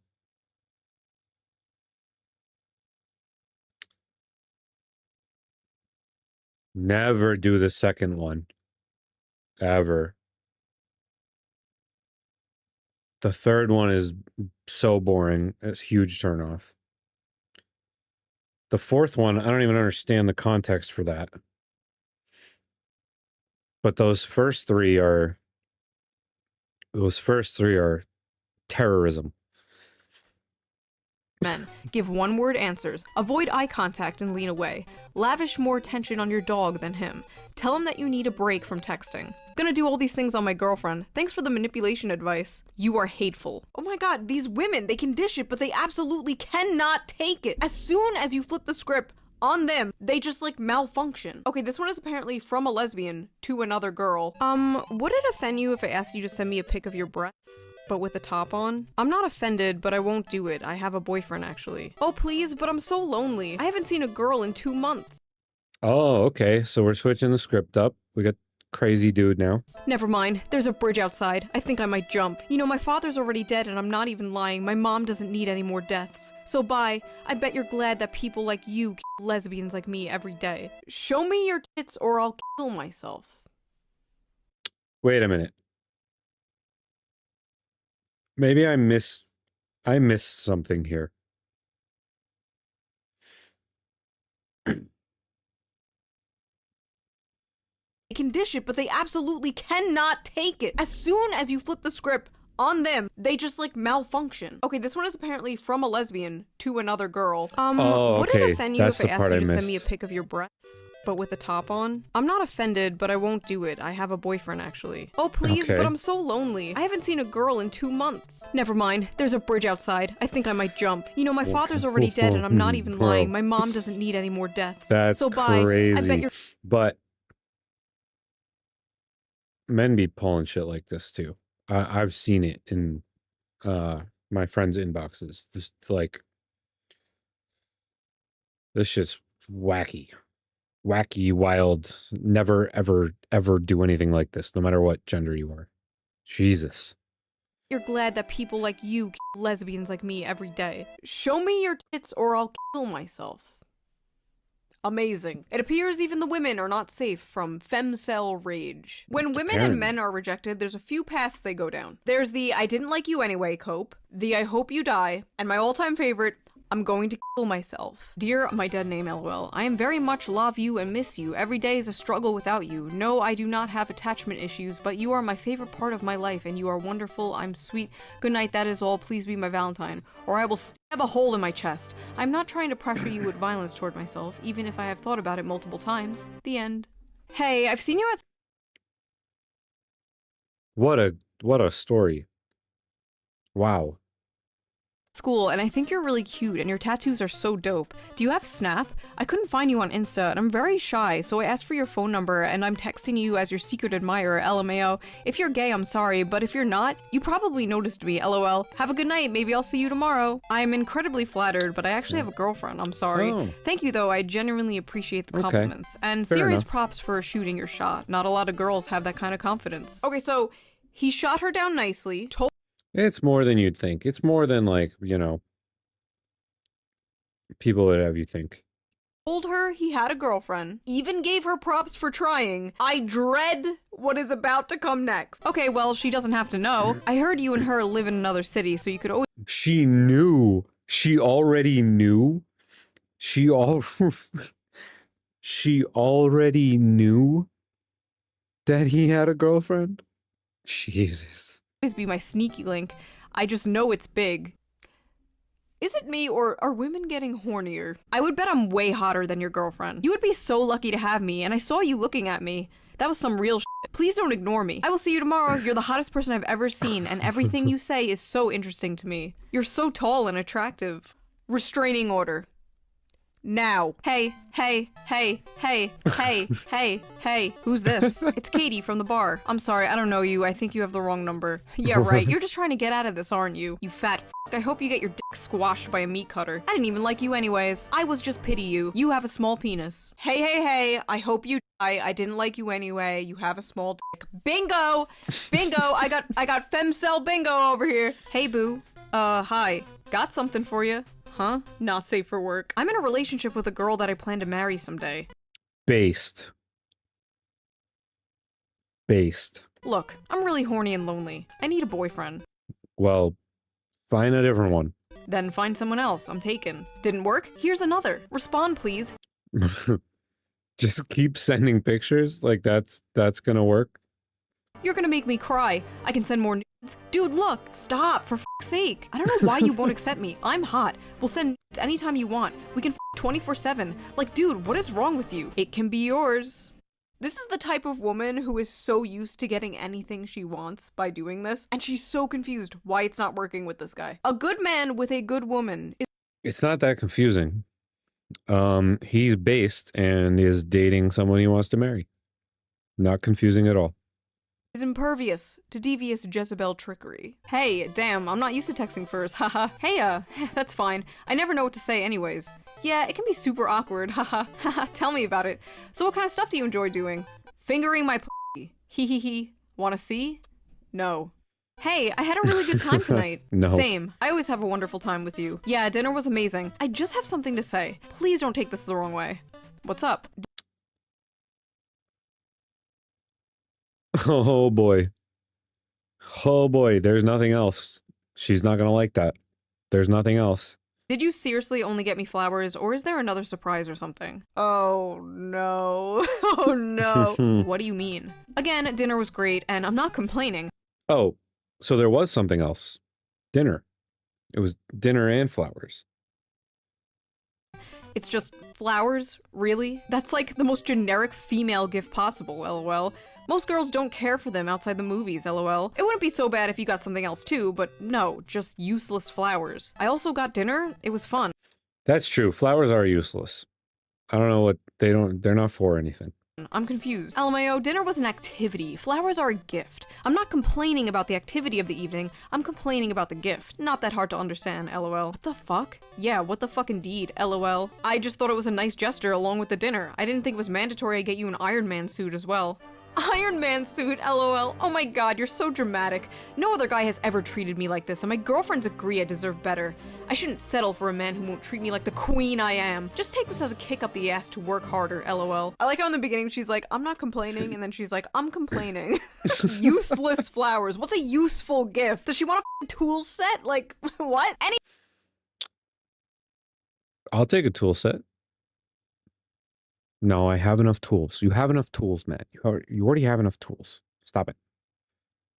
You wouldn't even have anywhere to put them now. Any woman worth a damn will appreciate the romantic gesture of flowers. This lady needs to stop listening to her most likely single girlfriends who are up in her ear probably like, oh my god, he only got you flowers? Girl, you deserve so much better. What does she want? Like a Gucci handbag or some shit? Like, maybe it was chocolates. Maybe she wanted chocolates instead of flowers. That's fair. Chocolates are a useful gift. You deserve the princess treatment. Dump him. That's so awesome that you're a bodybuilder. I see IFBB as a sponsor at the show in your profile. Do you have your IFBB card? Tell me you know nothing about the sport without telling me.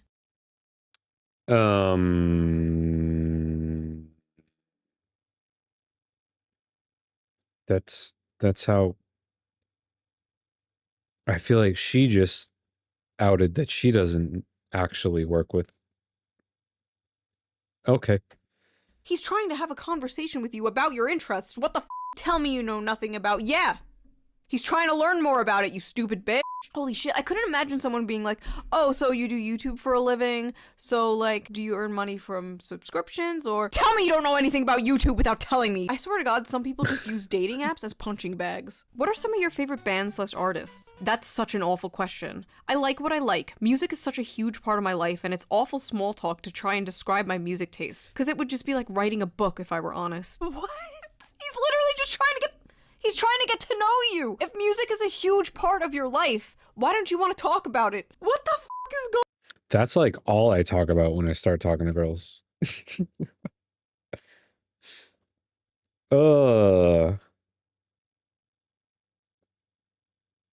Yeah, that's wild. Like, have a conversation. Oh my god, what is wrong with people? I feel so bad for people dating today, dude. I feel like I got on the last chopper out of Vietnam. Hi, I hope your week is off to a good start. Actually, I only just checked your pics now. Not attracted at all. Haha, I don't know why I messaged you. Take care. Nobody knows why.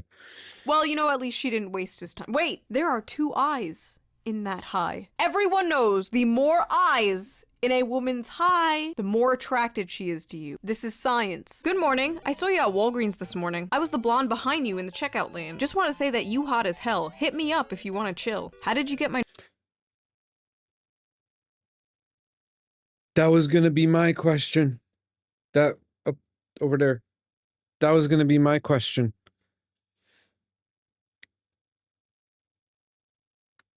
How did my number? You gave it to the lady at the register for your rewards or whatever. Bruh.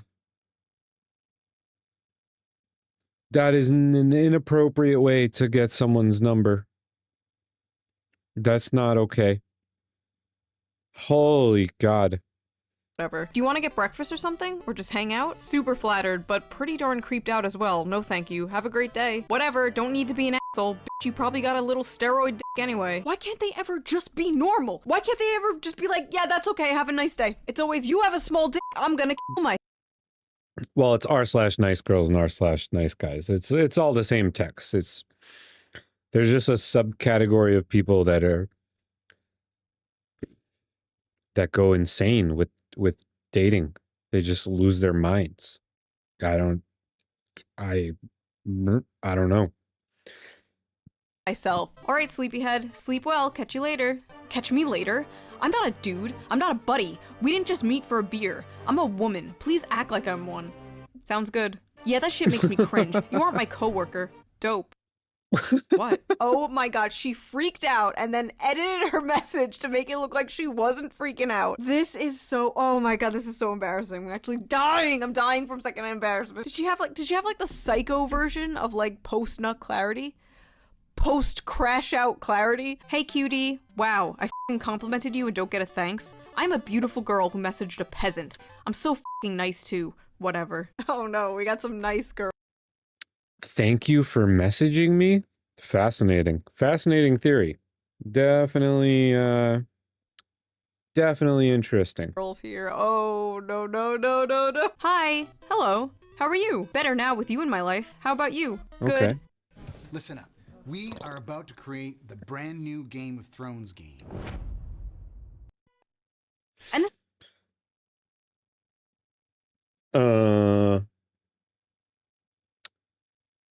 Who said good? He said hello. Hello. How are you? Better now with you in my life. How about you? Good. And this is why white... Bro, yeah, yo.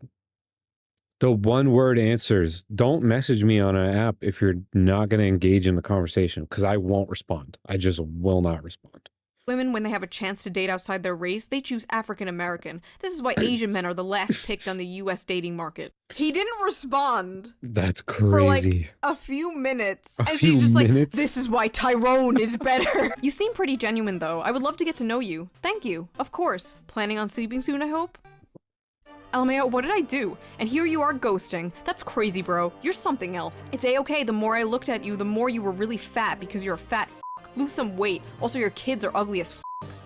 I fell asleep. Oh my god. So he did the thing. Yeah, he did the thing that you wanted him to do. And that wasn't good enough.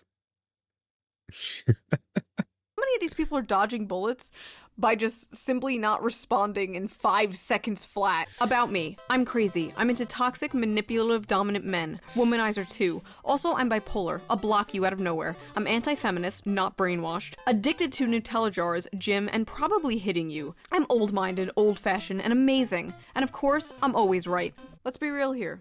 A lot of you would charge like a bull right into those red flags. We could fix her, right, boys? We could fix her. No problem. It'd be fine. It'd be fine. No big deal. We could fix her. TLDR, f*** off, I'm fussy. High standards, not remotely down to earth. Vanilla, exotic, and expensive. Looking for husband material. I'm busy. You're gonna have to make an effort. I won't message you first. I'm allergic to cats, camping, and any hotel less than 4 stars. Have your shit together, be fit, respect women, earn grown-up money. My shoes are my children. Things I like, romance, opera, and monogamy. Things I loathe, pronouns, racism, and mayonnaise. And this is why you were single at 50 years old, ma'am. Sorry. She's 50 years old. Okay, we can't fix her. It's too late. Hey fellas, this one's officially taken. But in case you Oh boy, yo. Advertising while you're in a relationship is crazy. That's crazy. That's insane. want to get in line, no toxic people allowed. Get in line? Imagine being this woman's boyfriend and seeing this. What's Ex-boyfriend. Instantly. No questions asked. Adios, amigo. wild is though, men will actually get in line. There will literally be men lining up like, haha, me, I'm next. Yeah, don't be one of those men, boys. Don't be Get one off of the those fucking men. floor. Do not get in line. That is not a line you want to be in. There is nothing at the end of that line. Don't be in that line. No simping. Get some self-respect. How to lose a man. Care about him, show loyalty, show emotions, be a nice girl. This is like literally the mirror version of nice guy syndrome. I think I even have like a man version of this exact post. Like right here. Exact same shit. Women just go for assholes. I'm a nice guy. Men just go for whores. I'm a nice girl. Shut the fuck up. All my male friends Oh, God. This is great. This video is great. be saying they love girls, but only girls they like be paper white, dead skinny, and clenched waisted, curvy upper body, and age group 18 to 24. Shaking my head, this is sad. My friends say they're attracted to attractive women, but the only women they're attracted to are attractive women. What? Are you hanging around these men because you want them to you? Are you boyfriend zoning these men, ma'am? Me realizing that all of my guy friends just look at me as a homie because I'm not cute enough for them to date me. Wait. Again, do you want all your guy friends to want to date you? Listen, if all your friends want to you, you don't have friends. You have simps. You have simps you string along for validation and attention. Unlike me and my 2 million simps that I string along for validation and attention. Based shoe on head. Yes, stop simping, boys. No simping. No simping allowed. Knock it off. Cut the crap. Knock it off. The difference is my simps are based and your simps are cringe. My simps can beat up your simps. No, but for real though, what the fuck? This is why people think men and women cannot be friends. And this is why those people are probably correct. I think it's totally possible for single men and single women to be friends, but the chances of one of them developing romantic or sexual feelings is pretty high. And if that happens, you just cannot be friends anymore. If you cannot see yourself being just friends with that person, like if you're constantly fantasizing about them and you just really want to be with them, you need to leave that friendship because all that's going to do is hurt you and eventually them. You need to rip that band-aid off. You need to be honest. And like I've said in the past, being friend zoned sucks, but being boyfriend or girlfriend zoned also sucks. But if you are that other person and you know that that friend has a crush on you and you still keep them around or like use them as an emotional tampon because I've seen people do that. You are just a bad person. I just realized, are situationships bang zoning someone? Men wouldn't be so lonely if they stopped That was like super based fucking little monologue she just went on there. 100% agree.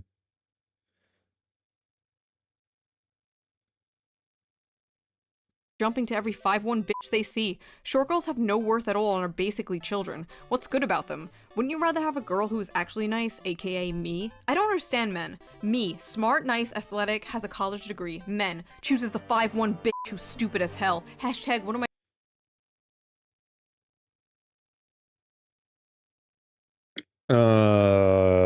that's a lot of weird projection. doing wrong. Hashtag they always go for the stupid ass short hose. Hashtag what's so good about women with child bodies. Hashtag majority of women are tall and getting taller. So hashtag I hate men, I really do. Is this like the manlit version of a woman? Like a bitter tall woman who has been rejected for being tall and like resents shorter women for getting men. Every day I discover a new breed of human. About me, will never get a boyfriend. It sucks so much. I don't want to live. Guess I'm no good ever as a girl. I try so hard. I really do. Hey, I'm not looking for anything right now, but I just wanted to tell you to hang in there because you'll find that special someone one day. I've personally given up with relationships for the time being, but just for a while because I know one day I'll meet the right person and I'm sure you will too. I am the right person. Stop being selfish. Oh. Oh no. At first I felt bad for this person, but no. People doubt that femcells exist, but this is some femcell energy if I've ever seen it. Men, bitches ain't shit. Well, if you spent less time dating women who support the slaughtering and raping of animals, what do you expect? Vegan women like me are nicer, more respectful, and we care about humans and animals. Men, step up your game. Stop dating non-vegan. That's an interesting theory. Bitches. A vegan nice girl. Like I said, new breed of human discovered every day. Why don't any of the buff guys at the gym talk to me? I think I'm a pretty cute girl, but all the guys seem so focused on their workouts. Like, seriously, guys. Why are guys at the gym focused on working out? Really, bitch? Also, maybe they don't approach you because they don't want to be blasted all over TikTok for glancing in your general direction. Yes, I bought these skin-tight yoga pants that vacuum seal my ass, so you see every pore of my ass cheek. But don't you dare look! No, really, they sell yoga pants. No, but like you're literally videoing it to show the entire internet, but the guy who's actually at the gym can't like glance in your direction. Now, some dudes be weird at the gym, okay? Some dudes be being weird at the gym, but most of the time, everyone's just there, you know? Pants that purposely go into your ass crack. God forbid you look at this woman's ass with this gravitational pull sucking in her yoga pants. Those 18 to 25-year-olds are nothing but a bunch of dumbasses. Why don't men date women over 35? We're much smarter than those whores. I can't stand them, but men seem to love them. Maybe it's their bodies, lol. That's all they have to offer. Sex, that's it. Oh, no.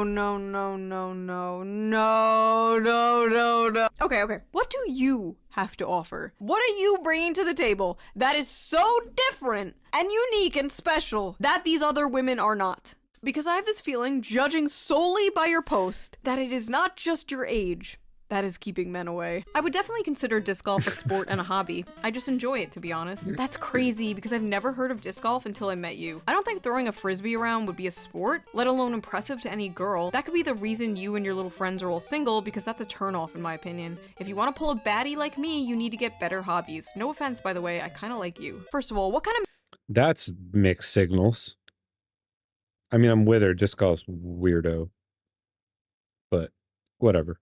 man takes up a hobby just to impress a woman? Do whatever you want, do whatever you like. That is what impresses a woman. A man who has his own hobbies, his own interests. Not a man who chooses a hobby based on what will get him the most female attention. That's how you get fake-ass men pretending they're into astrology or feminism. The thirstiest thing a man could say is, ah yes, I've read bell hooks. Enjoy the rest of your day. Thanks. Have a great rest of your evening and get plenty of rest too. Hey, I noticed you started typing my name with a lowercase letter instead of an uppercase like before. It kind of rubbed me the wrong way and made me feel a little bit weird. I've always been cool with you, so it threw me off. Anyway, I think I'm gonna pass on the date this Saturday. Have fun chatting with everyone else. Take care. Hello? Daily reminder, if a— Goodbye. Where are you? man genuinely likes you and has feelings for you, he will isolate himself from the people he is close to in order to spend more time with you, and he wouldn't engage in having female friends. Hashtag, if he wanted to, he would. This is abuse. She is literally describing an abusive relationship. What's your zodiac sign? Leo. Yours? Gemini. Nice, I guess. If I remember correctly, Leo and Gemini get along pretty well. U.S. General. Cabs, carts, and a whole lot more. Only at Harbor Freight. Yeah, but it's average, I guess. Whatever, bye. I guess I dodged a bullet there, didn't I? What? You boys are all the same. What do you mean you boys are all the same? You— If I remember correctly, astrology is nonsense. That's what I remember. You think you're the same as every other Gemini? You think everyone born at a certain time of day are all the same? Yeah, this was not supposed to be like this.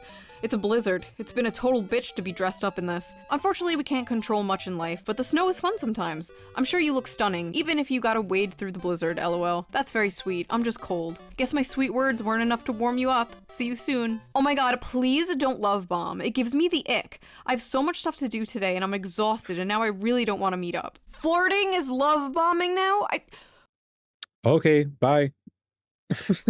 Whoever taught Zoomers therapy language needs to go to prison. Love bomb, get— True. Straight to jail. Straight to jail. gaslight, emotional labor, never used correctly. Ever. Hi, how are you? Hey, I'm good, how are you? What's your favorite piece of Star Wars media? It's a secret to everyone, and it's spelled favorite, not favorite. I'm persnickety about people spelling and grammar and other things. I am brutally honest. I hate these fucking people that are like, I tell it like it is. I'm brutally honest. It's like, no, you're asocial and annoying to be around. Hi, how do you do? All good, you say. I'm good too. I see you're allergic to pets. All pets? Yes, all pets actually. All animals, including men's also. How...